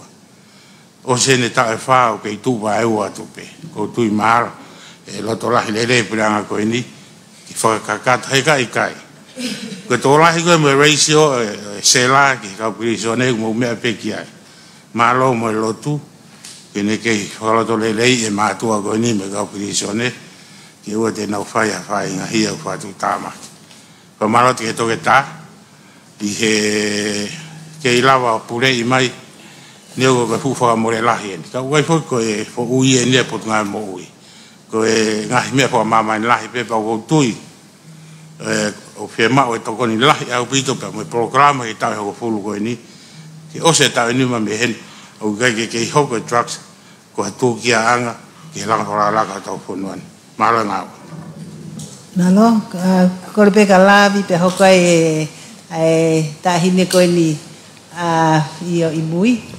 oskata filan mata pe mo misvea Simpson ko i mui malo linda ko ki comment pe mo ek fe hui ko komeni ke commissioner policy o ku mapoate i Timon Fort pe mo siwa halavata minister agriculture o ko mau ki poate ko ya o mau whakakau mā tori ko mon 40 waia paku na kamata he tau ko osi ke mau whai ano whakai ai ki nau toru ke nau ngā au e parama a ko tatau pe mo mea ko whakahoko i mon 40 ko hi ka maa nau certificate ke nau hi hu ko i whoki ki api o ke ai pe mo e ki mea ke nau hu mo ia ko e whamaloa tau pito ki ko kau ngā poate ai komisona policy semista pueluelo ko ki fehui leva ko le te heni kia Filipe Fifita o ku ta fa kaunga whakataha whoki airport facilitation meeting ko talo e awa e pōta o te keke uto e whanongo ki hea tau whakataha ko fehui o ku lahi ko tau sio toke security he ko ngari toko lahi ngā uia ki he whaito o kona tapu ke security o ku lahi mahafu o ku asi i malai wakapuna i he check in ni ka kore atu pe ko ha mo ngā ue ko osi whai ki ai ko mea pe o whakaha mai ke whakahifo pāsese pe te au peke ahe taha o to whokianga pe pāsese o puka ki alu ka ko whakakau atu ko whai hanga aue ke ta ofi pe mo whaka eke ko hau hinga na nau hau ai mo mahafu ki malae ko check in ko kato ko check in ko kato ya o pick up ai e mahafu ko lak foi ke isi pe na ala mahafu ya au ki fisi o pick up mai me ai fefele ba ta security ko i balai vakapuna ko e pe ki fehui pe ko whahanga aue ki he malu e mahafu o kai ko mau waka pe ka kawa e New Zealand pe mo Qantas famui mo ko Qantas ma ko weekend e ua me ai malo apito malo ko palopare mangoya o ke ha palopare ma da fanga o ki ai ka ko nga ko pehen ko ka kai ko no laisen ko me tau o no at frata na do na ngofu goya ke na ngau ya ke me tau pe mo mahafu ko ta ngai uhinga ko na fa mo ko ma fra o fa ma o he na walu hange ha ngalo he na kato ka ba ro na laisen o ka palopare mai ai pa pa ko ke na laisen e fa ilo ka purisi ko tari be ya ko ai pe va ai na ngau ki ai ko pure hen ko na ta ne me turi ki ko na do na na fa ko ngau ki he ai palopare ma ko ya ku nga ngai ko pa mo e wo si ya mai uri po ti ko e na ngau ke me ko ya malo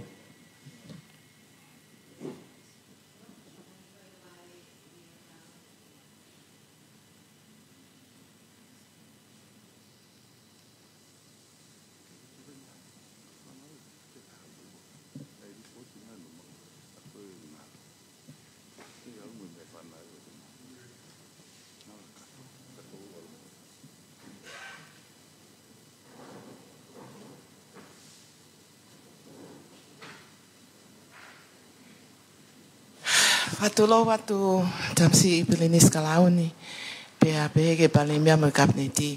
Ko hingoa ko Olivia lawak ko whakaungata maki I he Salvation Army pa koe ni o kaloma whaitoko na tapu. Ka koe uhi foki ko whekomente mo popo ki he ngahi fotu ko ia ai to tama puloka ki he rehabilitation program because residential treatment o fufi maulahi ai tonga ai residential treatment and outpatient treatment ki a kina tolu I he drugs and alcohol use and abuse. Pea I he time ta taupe ko e uhi ko kungawe o ko whiohi maupe mo kau client on a daily basis I he mauput ngawe pe au ko wongo ilahi ai ngahi issue mangai palpalema o kunau whihangangai mo ia pe ko popoa ki fotu ke langa e tonga ha rehabilitation center pe ko ha residential treatment center ai fonua ko hinga ke fai whengawe aki mo whetokoni aki ke tokoni ke whakalelei mo whafo o ngai whakaukau pe a koe tokanga ki he project mo e plan ai afifita whafo o whaupito ka I he experience mo e ausia o ko mao mo vahe me kau clients o hange ka whatanoa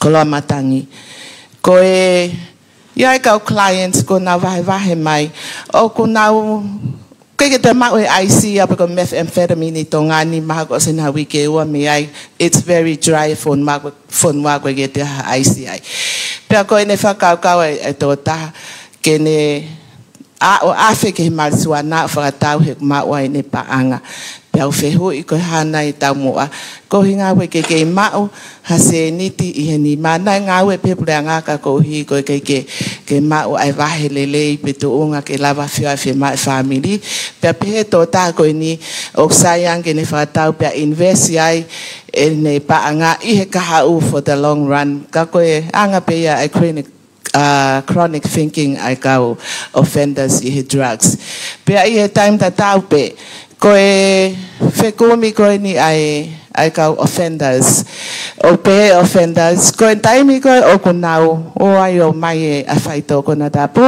ma e nau ki se ni ti they go and buy from another person ai ko another person ko ia control ko ni how ko ia wahe ne drugs tu fat ki ne kabrana ko ma o paanga ko ia o mai turn in ai fo I paanga kapau ko drugs ai fa mo ua turn in a amount of money to the owner of the drugs and whatever is left benefitia me ai ka ko hange ko planning ko ai policia fifita ma o to taha to ko ngofulu para ma to ngofulu who's behind e to ko ngofulu who's behind of turn in ki ai paanga drugs ko ai ka rana puleanga na I mention he palemia tatau pe moe polisi fifita e fai ngā ue ke toi wakaiange ai tu unga great whakaako o kau ngā ue whakapuleanga whatatau ki he pilisone mo ngai sektor ai puleanga ko popo ki ai na koe ngahi mama koe ni I he ngahi lack of knowledge pe koe lack of experience pe koe criteria o koe ke meet I he ngai sektor whapuleanga kai lava ke malu ai pilisone lava ke malu ai pot ngai polisi lava ke malu ai pot ai puate taulanga mo malai vapuna koe popo pe ia mo komeni atu I he ngahi hausia he ko wongoi ai ngahi whengawe aki mo ki nā tolo kuange me he whamau anga I he tawhakoni o e drugs and alcohol pa I he time ta taupe ko le atu ki pot ngai polisi ke aiange o ki whamawai wahe ai teida me he drug use pe mo drug trafficking ko he ngā whia mau ke tauhanga o identify how many of the users in Tonga of now use drugs and how many of the traffickers of na whakahoma drugs ki Tonga ni malo apito tua o whai ki atu.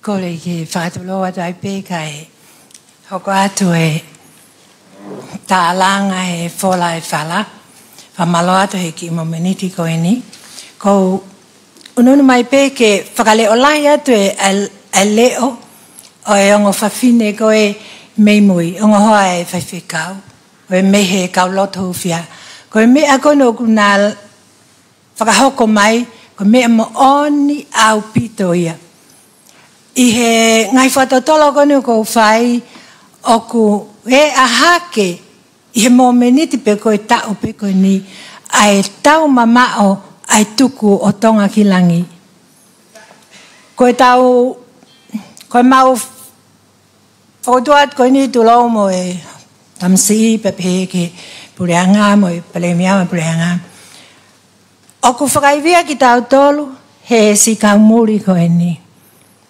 pea ko e talu me anefe e nau o mai e whakalakalaka pak tawa oe ni ke tumtumu e whakalakalaka o kou lele mai me i Nusila o ku toto atu ai e whakalakalaka ia e mau ma mea pehe ko e ngai ka veinga ko e nau lawe ki ane nai o ku ia e ki tipe iti i he socialist field he tainimi o nau pehe ko e aloange ki o lunga ai ngahi lelei hange ko totono e tangata ngahi lelei hange ko e demokalati ngahi lelei whakai maamani whakai poto whakai tangata ko e alue ki lalo ai totono ai whonua ki self-determination ko e whakaukau ko tuku atu ko ikai ke toi ha mea lelei ke ke tau bakai ki he televisione fe ke foki mai ki he mea koe na mea ki apas mata fe ke foki mai ke tau mea whawhonua e tau tauhi fe vei tapui tau kamata mei api ai mea pe koe na lawe ki ai e toke tā leo koe u mea ta e totongia he koe fu ekonomika koe ni i he tuku whanua ki langi nei o mai ma tautoro. Koe kia ha whanua i mama ni taki eka e walu ha tangata pe he whanua. Koe fu ekonomika tau mama. Pe ai mo nau api no fu anke nau nofta e tatongi ha nau kere kere. Koe hanga ia he tama o whahino hino mai ka tautolu. O koe kai ke tuku tautolu ke kau Britania. Pe koe kau muri na na o mai ke whenga ke ave tautau ki ai. Ko mea ia ko kui koe na kai ke kolonisa tautolu. Te tau lava pe, ko kere e ka tautolu. Ai a pure anga koe anga i whakaamu. Whakaivia mai e kakai. Whakaivia whawhoki mai ki lalo ki he tuunga e kakai. Ke langa nau kere ke nau si mo ui ai. Ulahi e poto whaka kere. A ko i mai nau tolu ki ai. No whai e whatu ai whonua. Ai pure anga. He koe ui o tau wakai. Ka pau te tau turi aki ai pepa anga amuri. O ku mahalo koe whakalaka koe ni. Pa koe tau koe hongo fuko oswai palan koe ni. Mahalo ku tau osi totu. Maha ko whe unga. Ka e whamalo atu he tumata.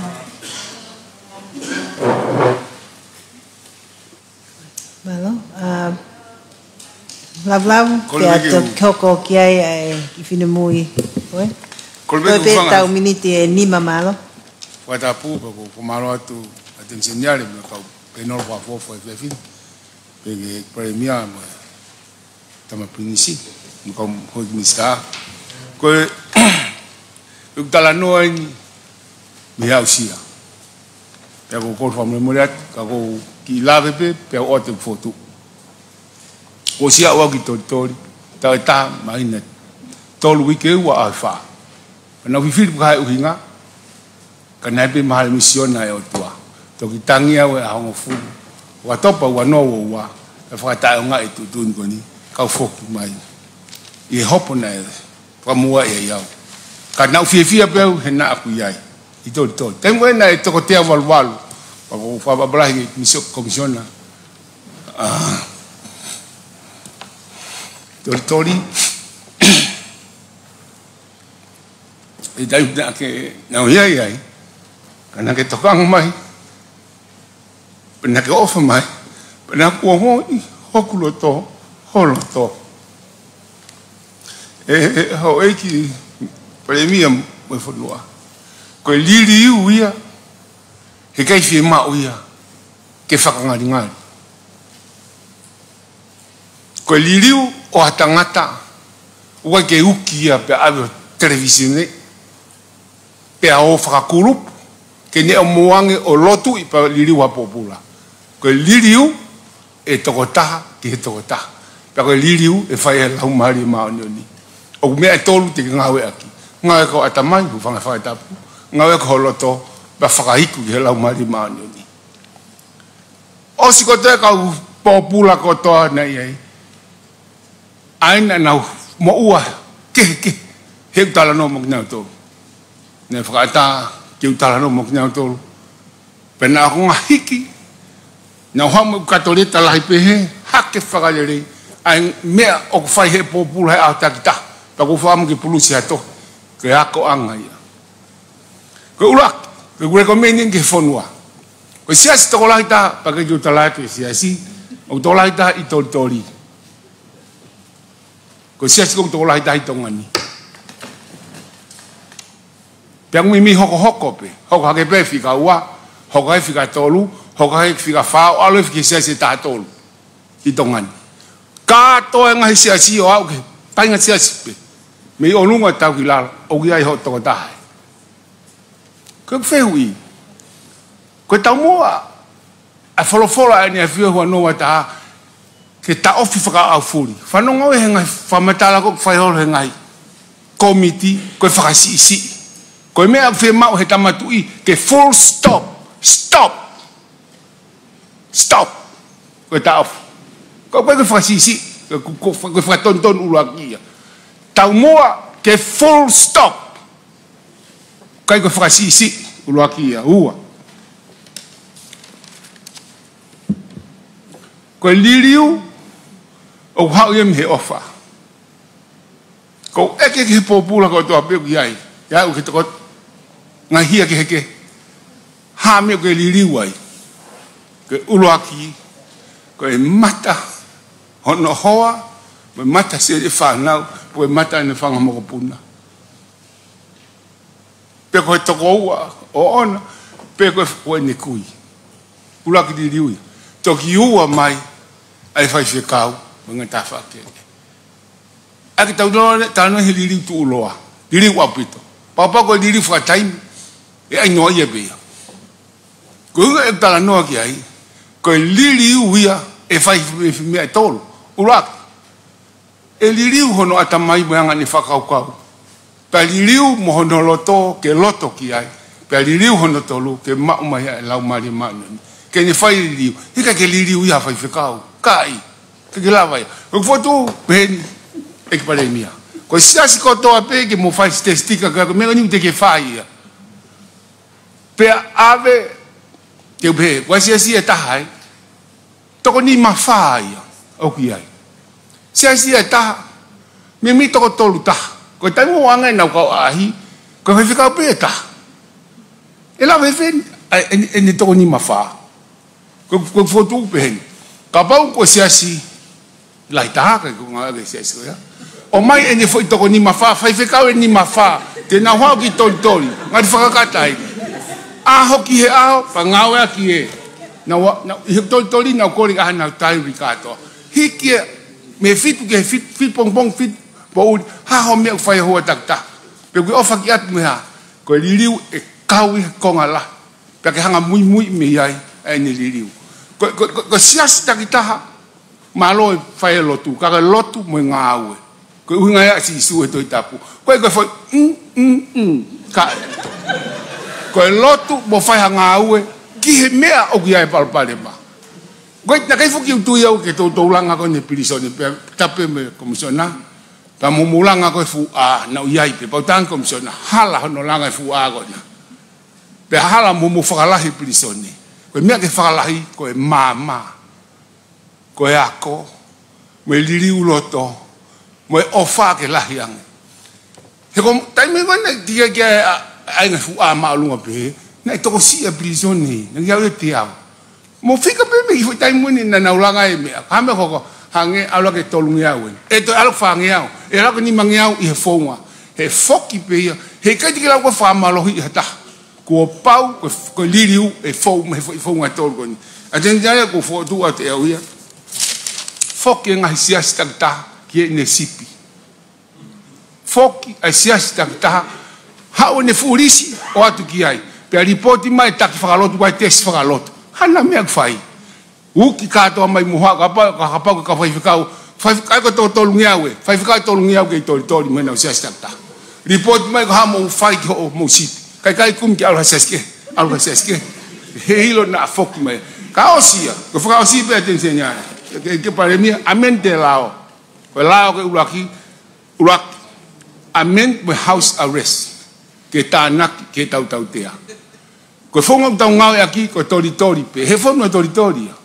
ai me house arrest que no foi when ie to mai ki ai ke hang he family o to ni ia ko uncle be ho yo I patoki ave kau ta foko ave ki hau yo ki te lava ko ospalaku ia kai ke ko ki malo pito ka ko fa malo ma fa malo atu pito malo ka tau tu ko fa ngamali fa au si ki he fine mui ko ni ke ni fa aus mai tau fe hui pe comments malo yo malo pito. And if I may ask my final questions in English because of our friends here, our foreign friends and those watching online. Mr. Prime Minister, as Dr. Pulotu has mentioned, it's been said in past governments that there would be an illicit drugs rehab center. Are you going to urgently address the issue of the lack of facilities for treatment of drugs users and consider urgently building a illicit drugs rehab center? And my final question for Mele Prescott. Salvation Army is expected to deal with an influx of deportees or returnees, and also the high numbers of referrals of drug users from the court. How is the Salvation Army preparing to cope with that? Malo. Malo pito e feui fa ofa kako fampe ke tanaki ki he miana tanoa ke ani nai ko e talanoa ko ki he numbers ko ni oe kina tolko ku oangi pe me he famauanga in compared to only 4 staff that we have. Yes, we are prepared and we have experience and expertise in dealing with drug dealers and drug users. Olele, going high training go kulele, okulele ngai life skills training. Equip kinau tolo pe train kinau tolo kinau ilo ngai effects go ya o alcohol and other drugs. Lele kai pe mo anger management because anger oku yai in a contribution factor.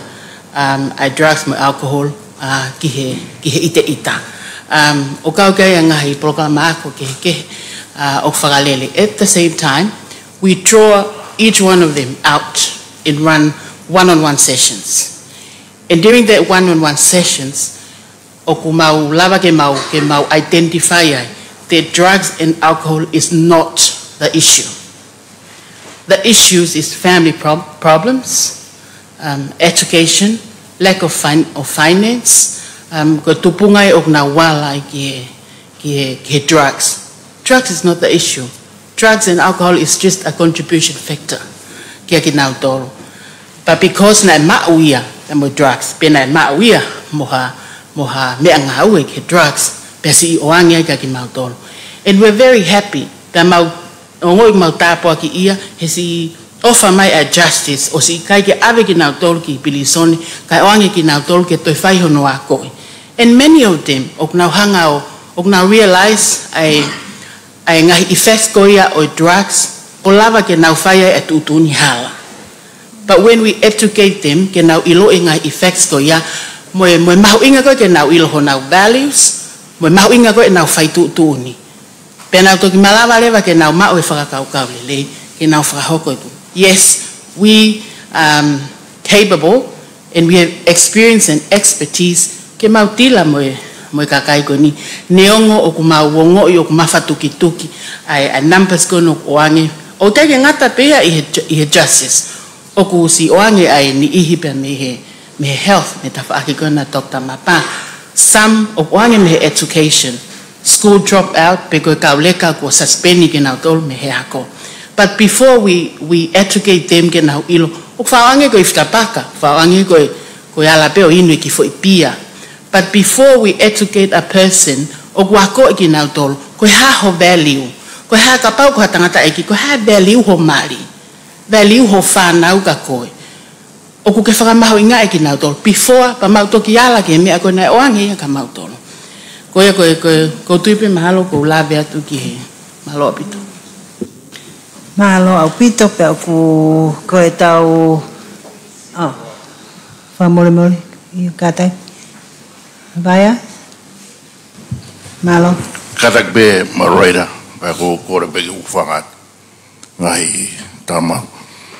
Konwa, ko formalwat ko nga ko ngai report le o mai he komisiona polisi. Ko ngai formatala o mai be me he de bire favor. Ka ko tunga ko o fai ke to kanga. Koe ke mō whoki mai mō toru ke mautofia. Koe ke mō whoki mai mō toru ke koro. Koe ke mō whoki mai mō toru ke kakai koe o kunau nofo ai. O mga tuunga ai whakahu pa mōna tauwhi a whaitoko na tapu ke aweat ki brisone. Pea os pe ia, pea whewhe. Tēnau whoki mai ki he koro. Tēnau whoki mai ki he siasi. Tēnau whoki mai ke mautofia. Pea mahu inga re mai ke whai whakau koe ni. O wai tuko e puluia ki mautolo. Ko pau ke whoki mai ka ki mautolo he te mautolo e tari ui mo mautolo. Ka kou maari e iha kono inga koe ahoni o mou fatu whakapapalang. Ka kai poto ki mautolo pe mon pe ia. Ka koe hoko pe koe taimi mo whoki mautolo ke mou ofisi. Ka mau nofo mautolo mo ka inga koe ni o whaingata ai ai. Uraki, nei kai a koe mautofi ai ia ki ai. Ka kua pau ke a lui ke taimu whaingata ai ai. Pea ihe ne behe u whaia e tokanga atu. Mo te wakai ha toi ta whaketa. O wai tuku behe pure anga. Koe ko whakahako mai e alwe bisone o tau ki langi. Ka koe kau nofo koe tau koe kau pōpura, toko ni mape. Toko si, koe ke lawa to tongi. Kau koe ke mou toka ngai ke mau tofi a, kau mata apure, ka kai unau nofo he kolo. Mo mai wa ko ia. Tala no mo ki nau tolu. Ma whatala no mo reo nai tas taim na mau ke nofo he puapuhi, ko teka foki he tangai ahoni. Koe tahai ni ngahi te toi whatongia na e whai kei toka ngā. O e tuku ke tau nofo whalala ke paa ngā. Ha ko e kakai. Na ea ngo ki mātua whaaspe moderator. Na uhanga whakatahai i uta. Ko e nā kehe aha kotoa. Ra mumai ken. Mumai te tangu tuhene kai whai tau maari. Pakataki te mawoki ki whamawanga. Tau kamata haini. Ba whakamari I rewa ki naua. Mai moe whanau. Nā toi whoket pena ki brison he wiku osi, koe whai tōko na tapu. Koe uhinga pehe u whakamata la. Au kui kai ngā tai a ki mautolu. Pe kai osi he tāti ki te. Pe mālo pe moe moderator e ni ke mauiwi ke ne whai hopo. Ka kua pau ke whoki mai whoi puluia ka ki mautolu. Kua pau ke whoki mai ke mau nofo. Ko pau ke mau whoki ke mau hoko atu ki mau tolu. Pea moe whanau, kai umai whanga moa puna, kai pehe ki loto, pea moe koro. Ko ki pou pea, maro. Nalo apito Lord vai vai pea moe o tu whakau whakau ofa ko ia. ke hoko ia ko ha mea ke ne toni mo tatake mau halafononga ki ka au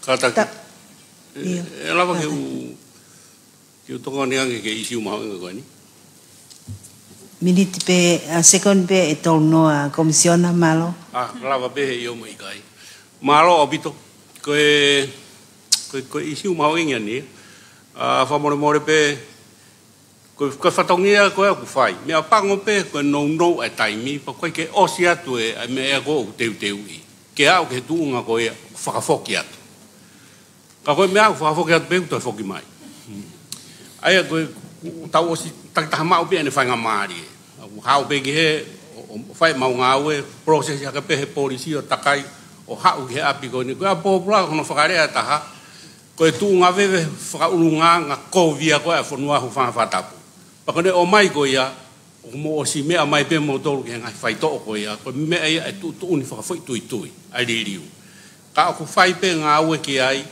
pe ko punga prisone o ka ia I he punga we mahalo ko ia pe ia o se fa nofo ene mata pure ai ko fa ka to e ko fonua ko o ku e ko liwanga ko fa nofo ene mata pure ni ene afio na fa no ka hanga tonu pe o nai ke punga we pa mau tai mari e ai o ko kakato e fonua ia I loto o ke pureanga o ke asiasi pe ko ai pe mo mata pure ke tokanga ai anga ko ia tu putunga prisone ka ko ni fakalau mai anai ko ni o si fai pe fatongia ia pe ko langa fare mo mo me aku pau ke fai ko no hinga he ko ke o mai o si liriu o mai na dole wanga ke pe foi taimi anga ke ko o pau ke malu e kakai ke tu kato ki fai hono fakalala tai ona ho vanga fatapu molo unga ko ni ke ngingila pe tu kuat ka mo me ape mo to o sto tu kuat ka tu ai pe hono tu gat fo mai ka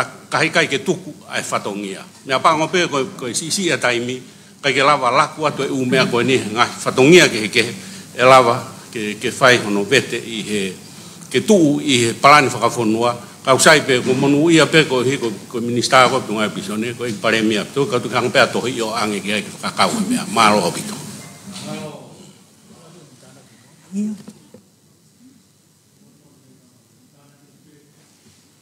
follow up de me go ne ku ta ke te ka nga we mata tau ki foki ngalo fa ni ko pentu ko psychiatry me fai to ko o mai ka mo to lu to pesete hi vano ke te au e man ka to pe involuntary ka kai fa tu tamaki si e bit o mai voluntary porque mai pe ko ia fa malo yo hu pe kai puke patem ni mo nga ko loka pa me mo prisione ka mo ko loki malo aga foi loki malo ni mo ya malo malo o bito pe fa malo ngai prisione ko nga hi police station me ko ia aya ko ke me e kakai mo oni ko mau fare kon mo ni ton ki u ye fa tu tamaki o tu ka kai fa tu tamaki kon mo ni ona ka finga I positive ko fare ata mai Maria ko nga ko e tabe mo vai ne ober o ga mau me alere gulere pongi mo fiafi ai fitu week ai ko mau ka mahaki mo fa follow be na ngai api e ko tama ko wo go ya u mental health officer wa na fika wa ki mo fisa ko o fika ko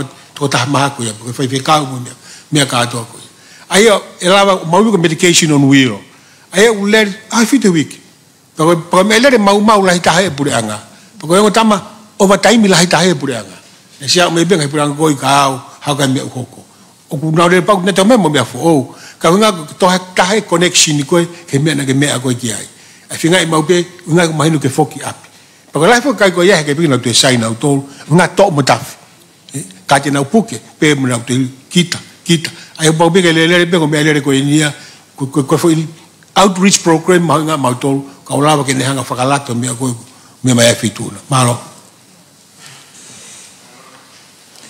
Malo opito ngalik bao tau napanga mali tau kavenga eklinisi kalauni ko fa mole atu he ma ulolo e polo kalamaka ko hipe ko taha ni ngai kavenga mau inga fonua ke ai fa malo la ya tu ke te ko pe fo ke ikpalemia pe mo ho ekminista lord vaya pe mo motolo ho ek pe mo kainga mo heni ko hi ko e kavengan ko mahino au pito e palemia ai ngahi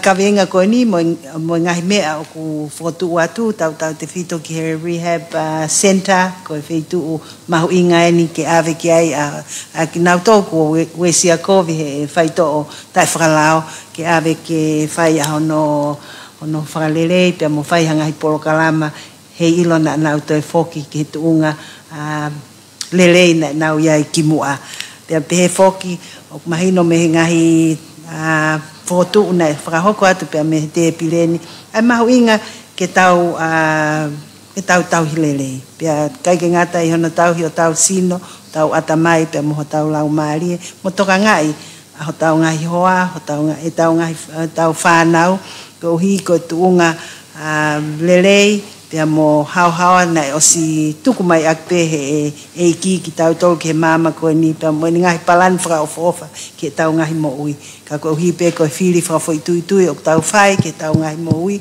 o hoko ai ngahi palo palema ko ni kai whakatoa mau tala monu atu ke te mo tolu tama plinis pe fo ke palemia pe mo e kau minista i he kawenga ko en ko mau tuku atu mo ngai fotu mo whakaamu o mo te mo whakakau atu ia ki he palani whafonua ki he tau e hongo fulu ka hoko mai ka malo au pito tu au what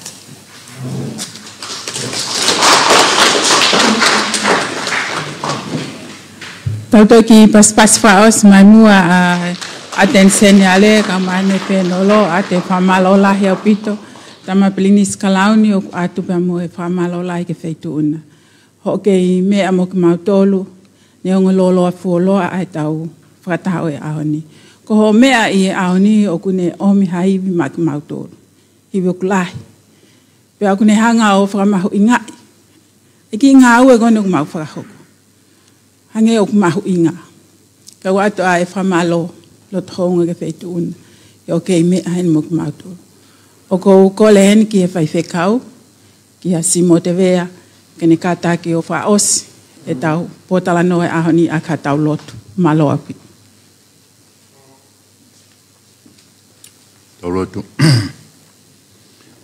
e grere mau unu ki a fiona o ta mari ki o te mau fa feta i mau tu gloria ya mau ha fa peni po fola mai e ki fala i mea folo hene tama pini si in palemia ko ben kapneti ho ke fonua pe aku ma fana ai ki fala ma ongo ya doa ai amanaki mo fatua mili e ko toa a fiona ko o tua e fatua mili kamata bebe me neu ai mau fononga mai pe me kawengi ke langa whakalaka o ku whai he ngahi putungau e pule anga ke whakalaka mra e wakapuna koe wafu mai hafua ngahi langa whanua ku whai e mau hoko mai ke mau inga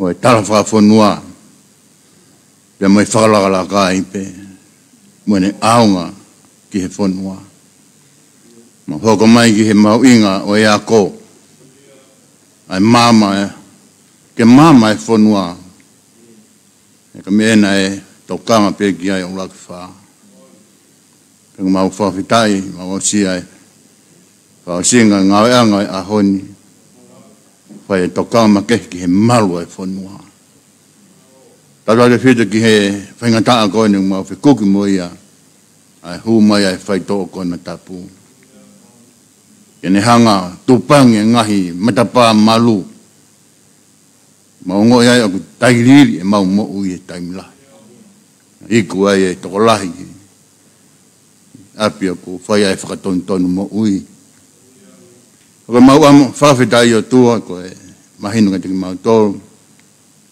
talmai ho whalawhala e palofita iyo ke mau ui pe ke te koe hoku ke iofi pe. Ko mau amanagi pe ia. E ke mau unu pe o whakamoen whakataha pa mo e wholofola ku pou ke kawinga e whakataha ngani. ko koe besi hawa ho mau tofia ya ku tu ga mau manaki ka me mau fatua meli I ngai ka venga ko mau fononga ia mai flower mai I wa flower a ko ni ta begin mai ma pinis kalauni ka mai si tiny princessi ka mai premia pa mai hawe ka fonwa ka me mi pa pre anga ka mai na tol ko tope mau kau fatahen na tol ki mi mai hengal wo pe mau hufia ta begin ko ta ki mau tol to ke mau to pa o se a koen a foki ha ki mau tol mau ngai pe tu ta ta mai tawang lang ko tope mo koloria mau whakafoki atia ke o Fiona. Whakagata e lotu mo hu, mau kore ko toa ngahi miani, I huafa, o mau egi ko Sisu Christ ka ko mau whamo ui. Pero e keresi o tau egi ko Sisu Christ, me o whalahe atua ka tamai, me whiohe lau maari e mau ni, e te mau tol ko toa pe o tai ngata. Amen.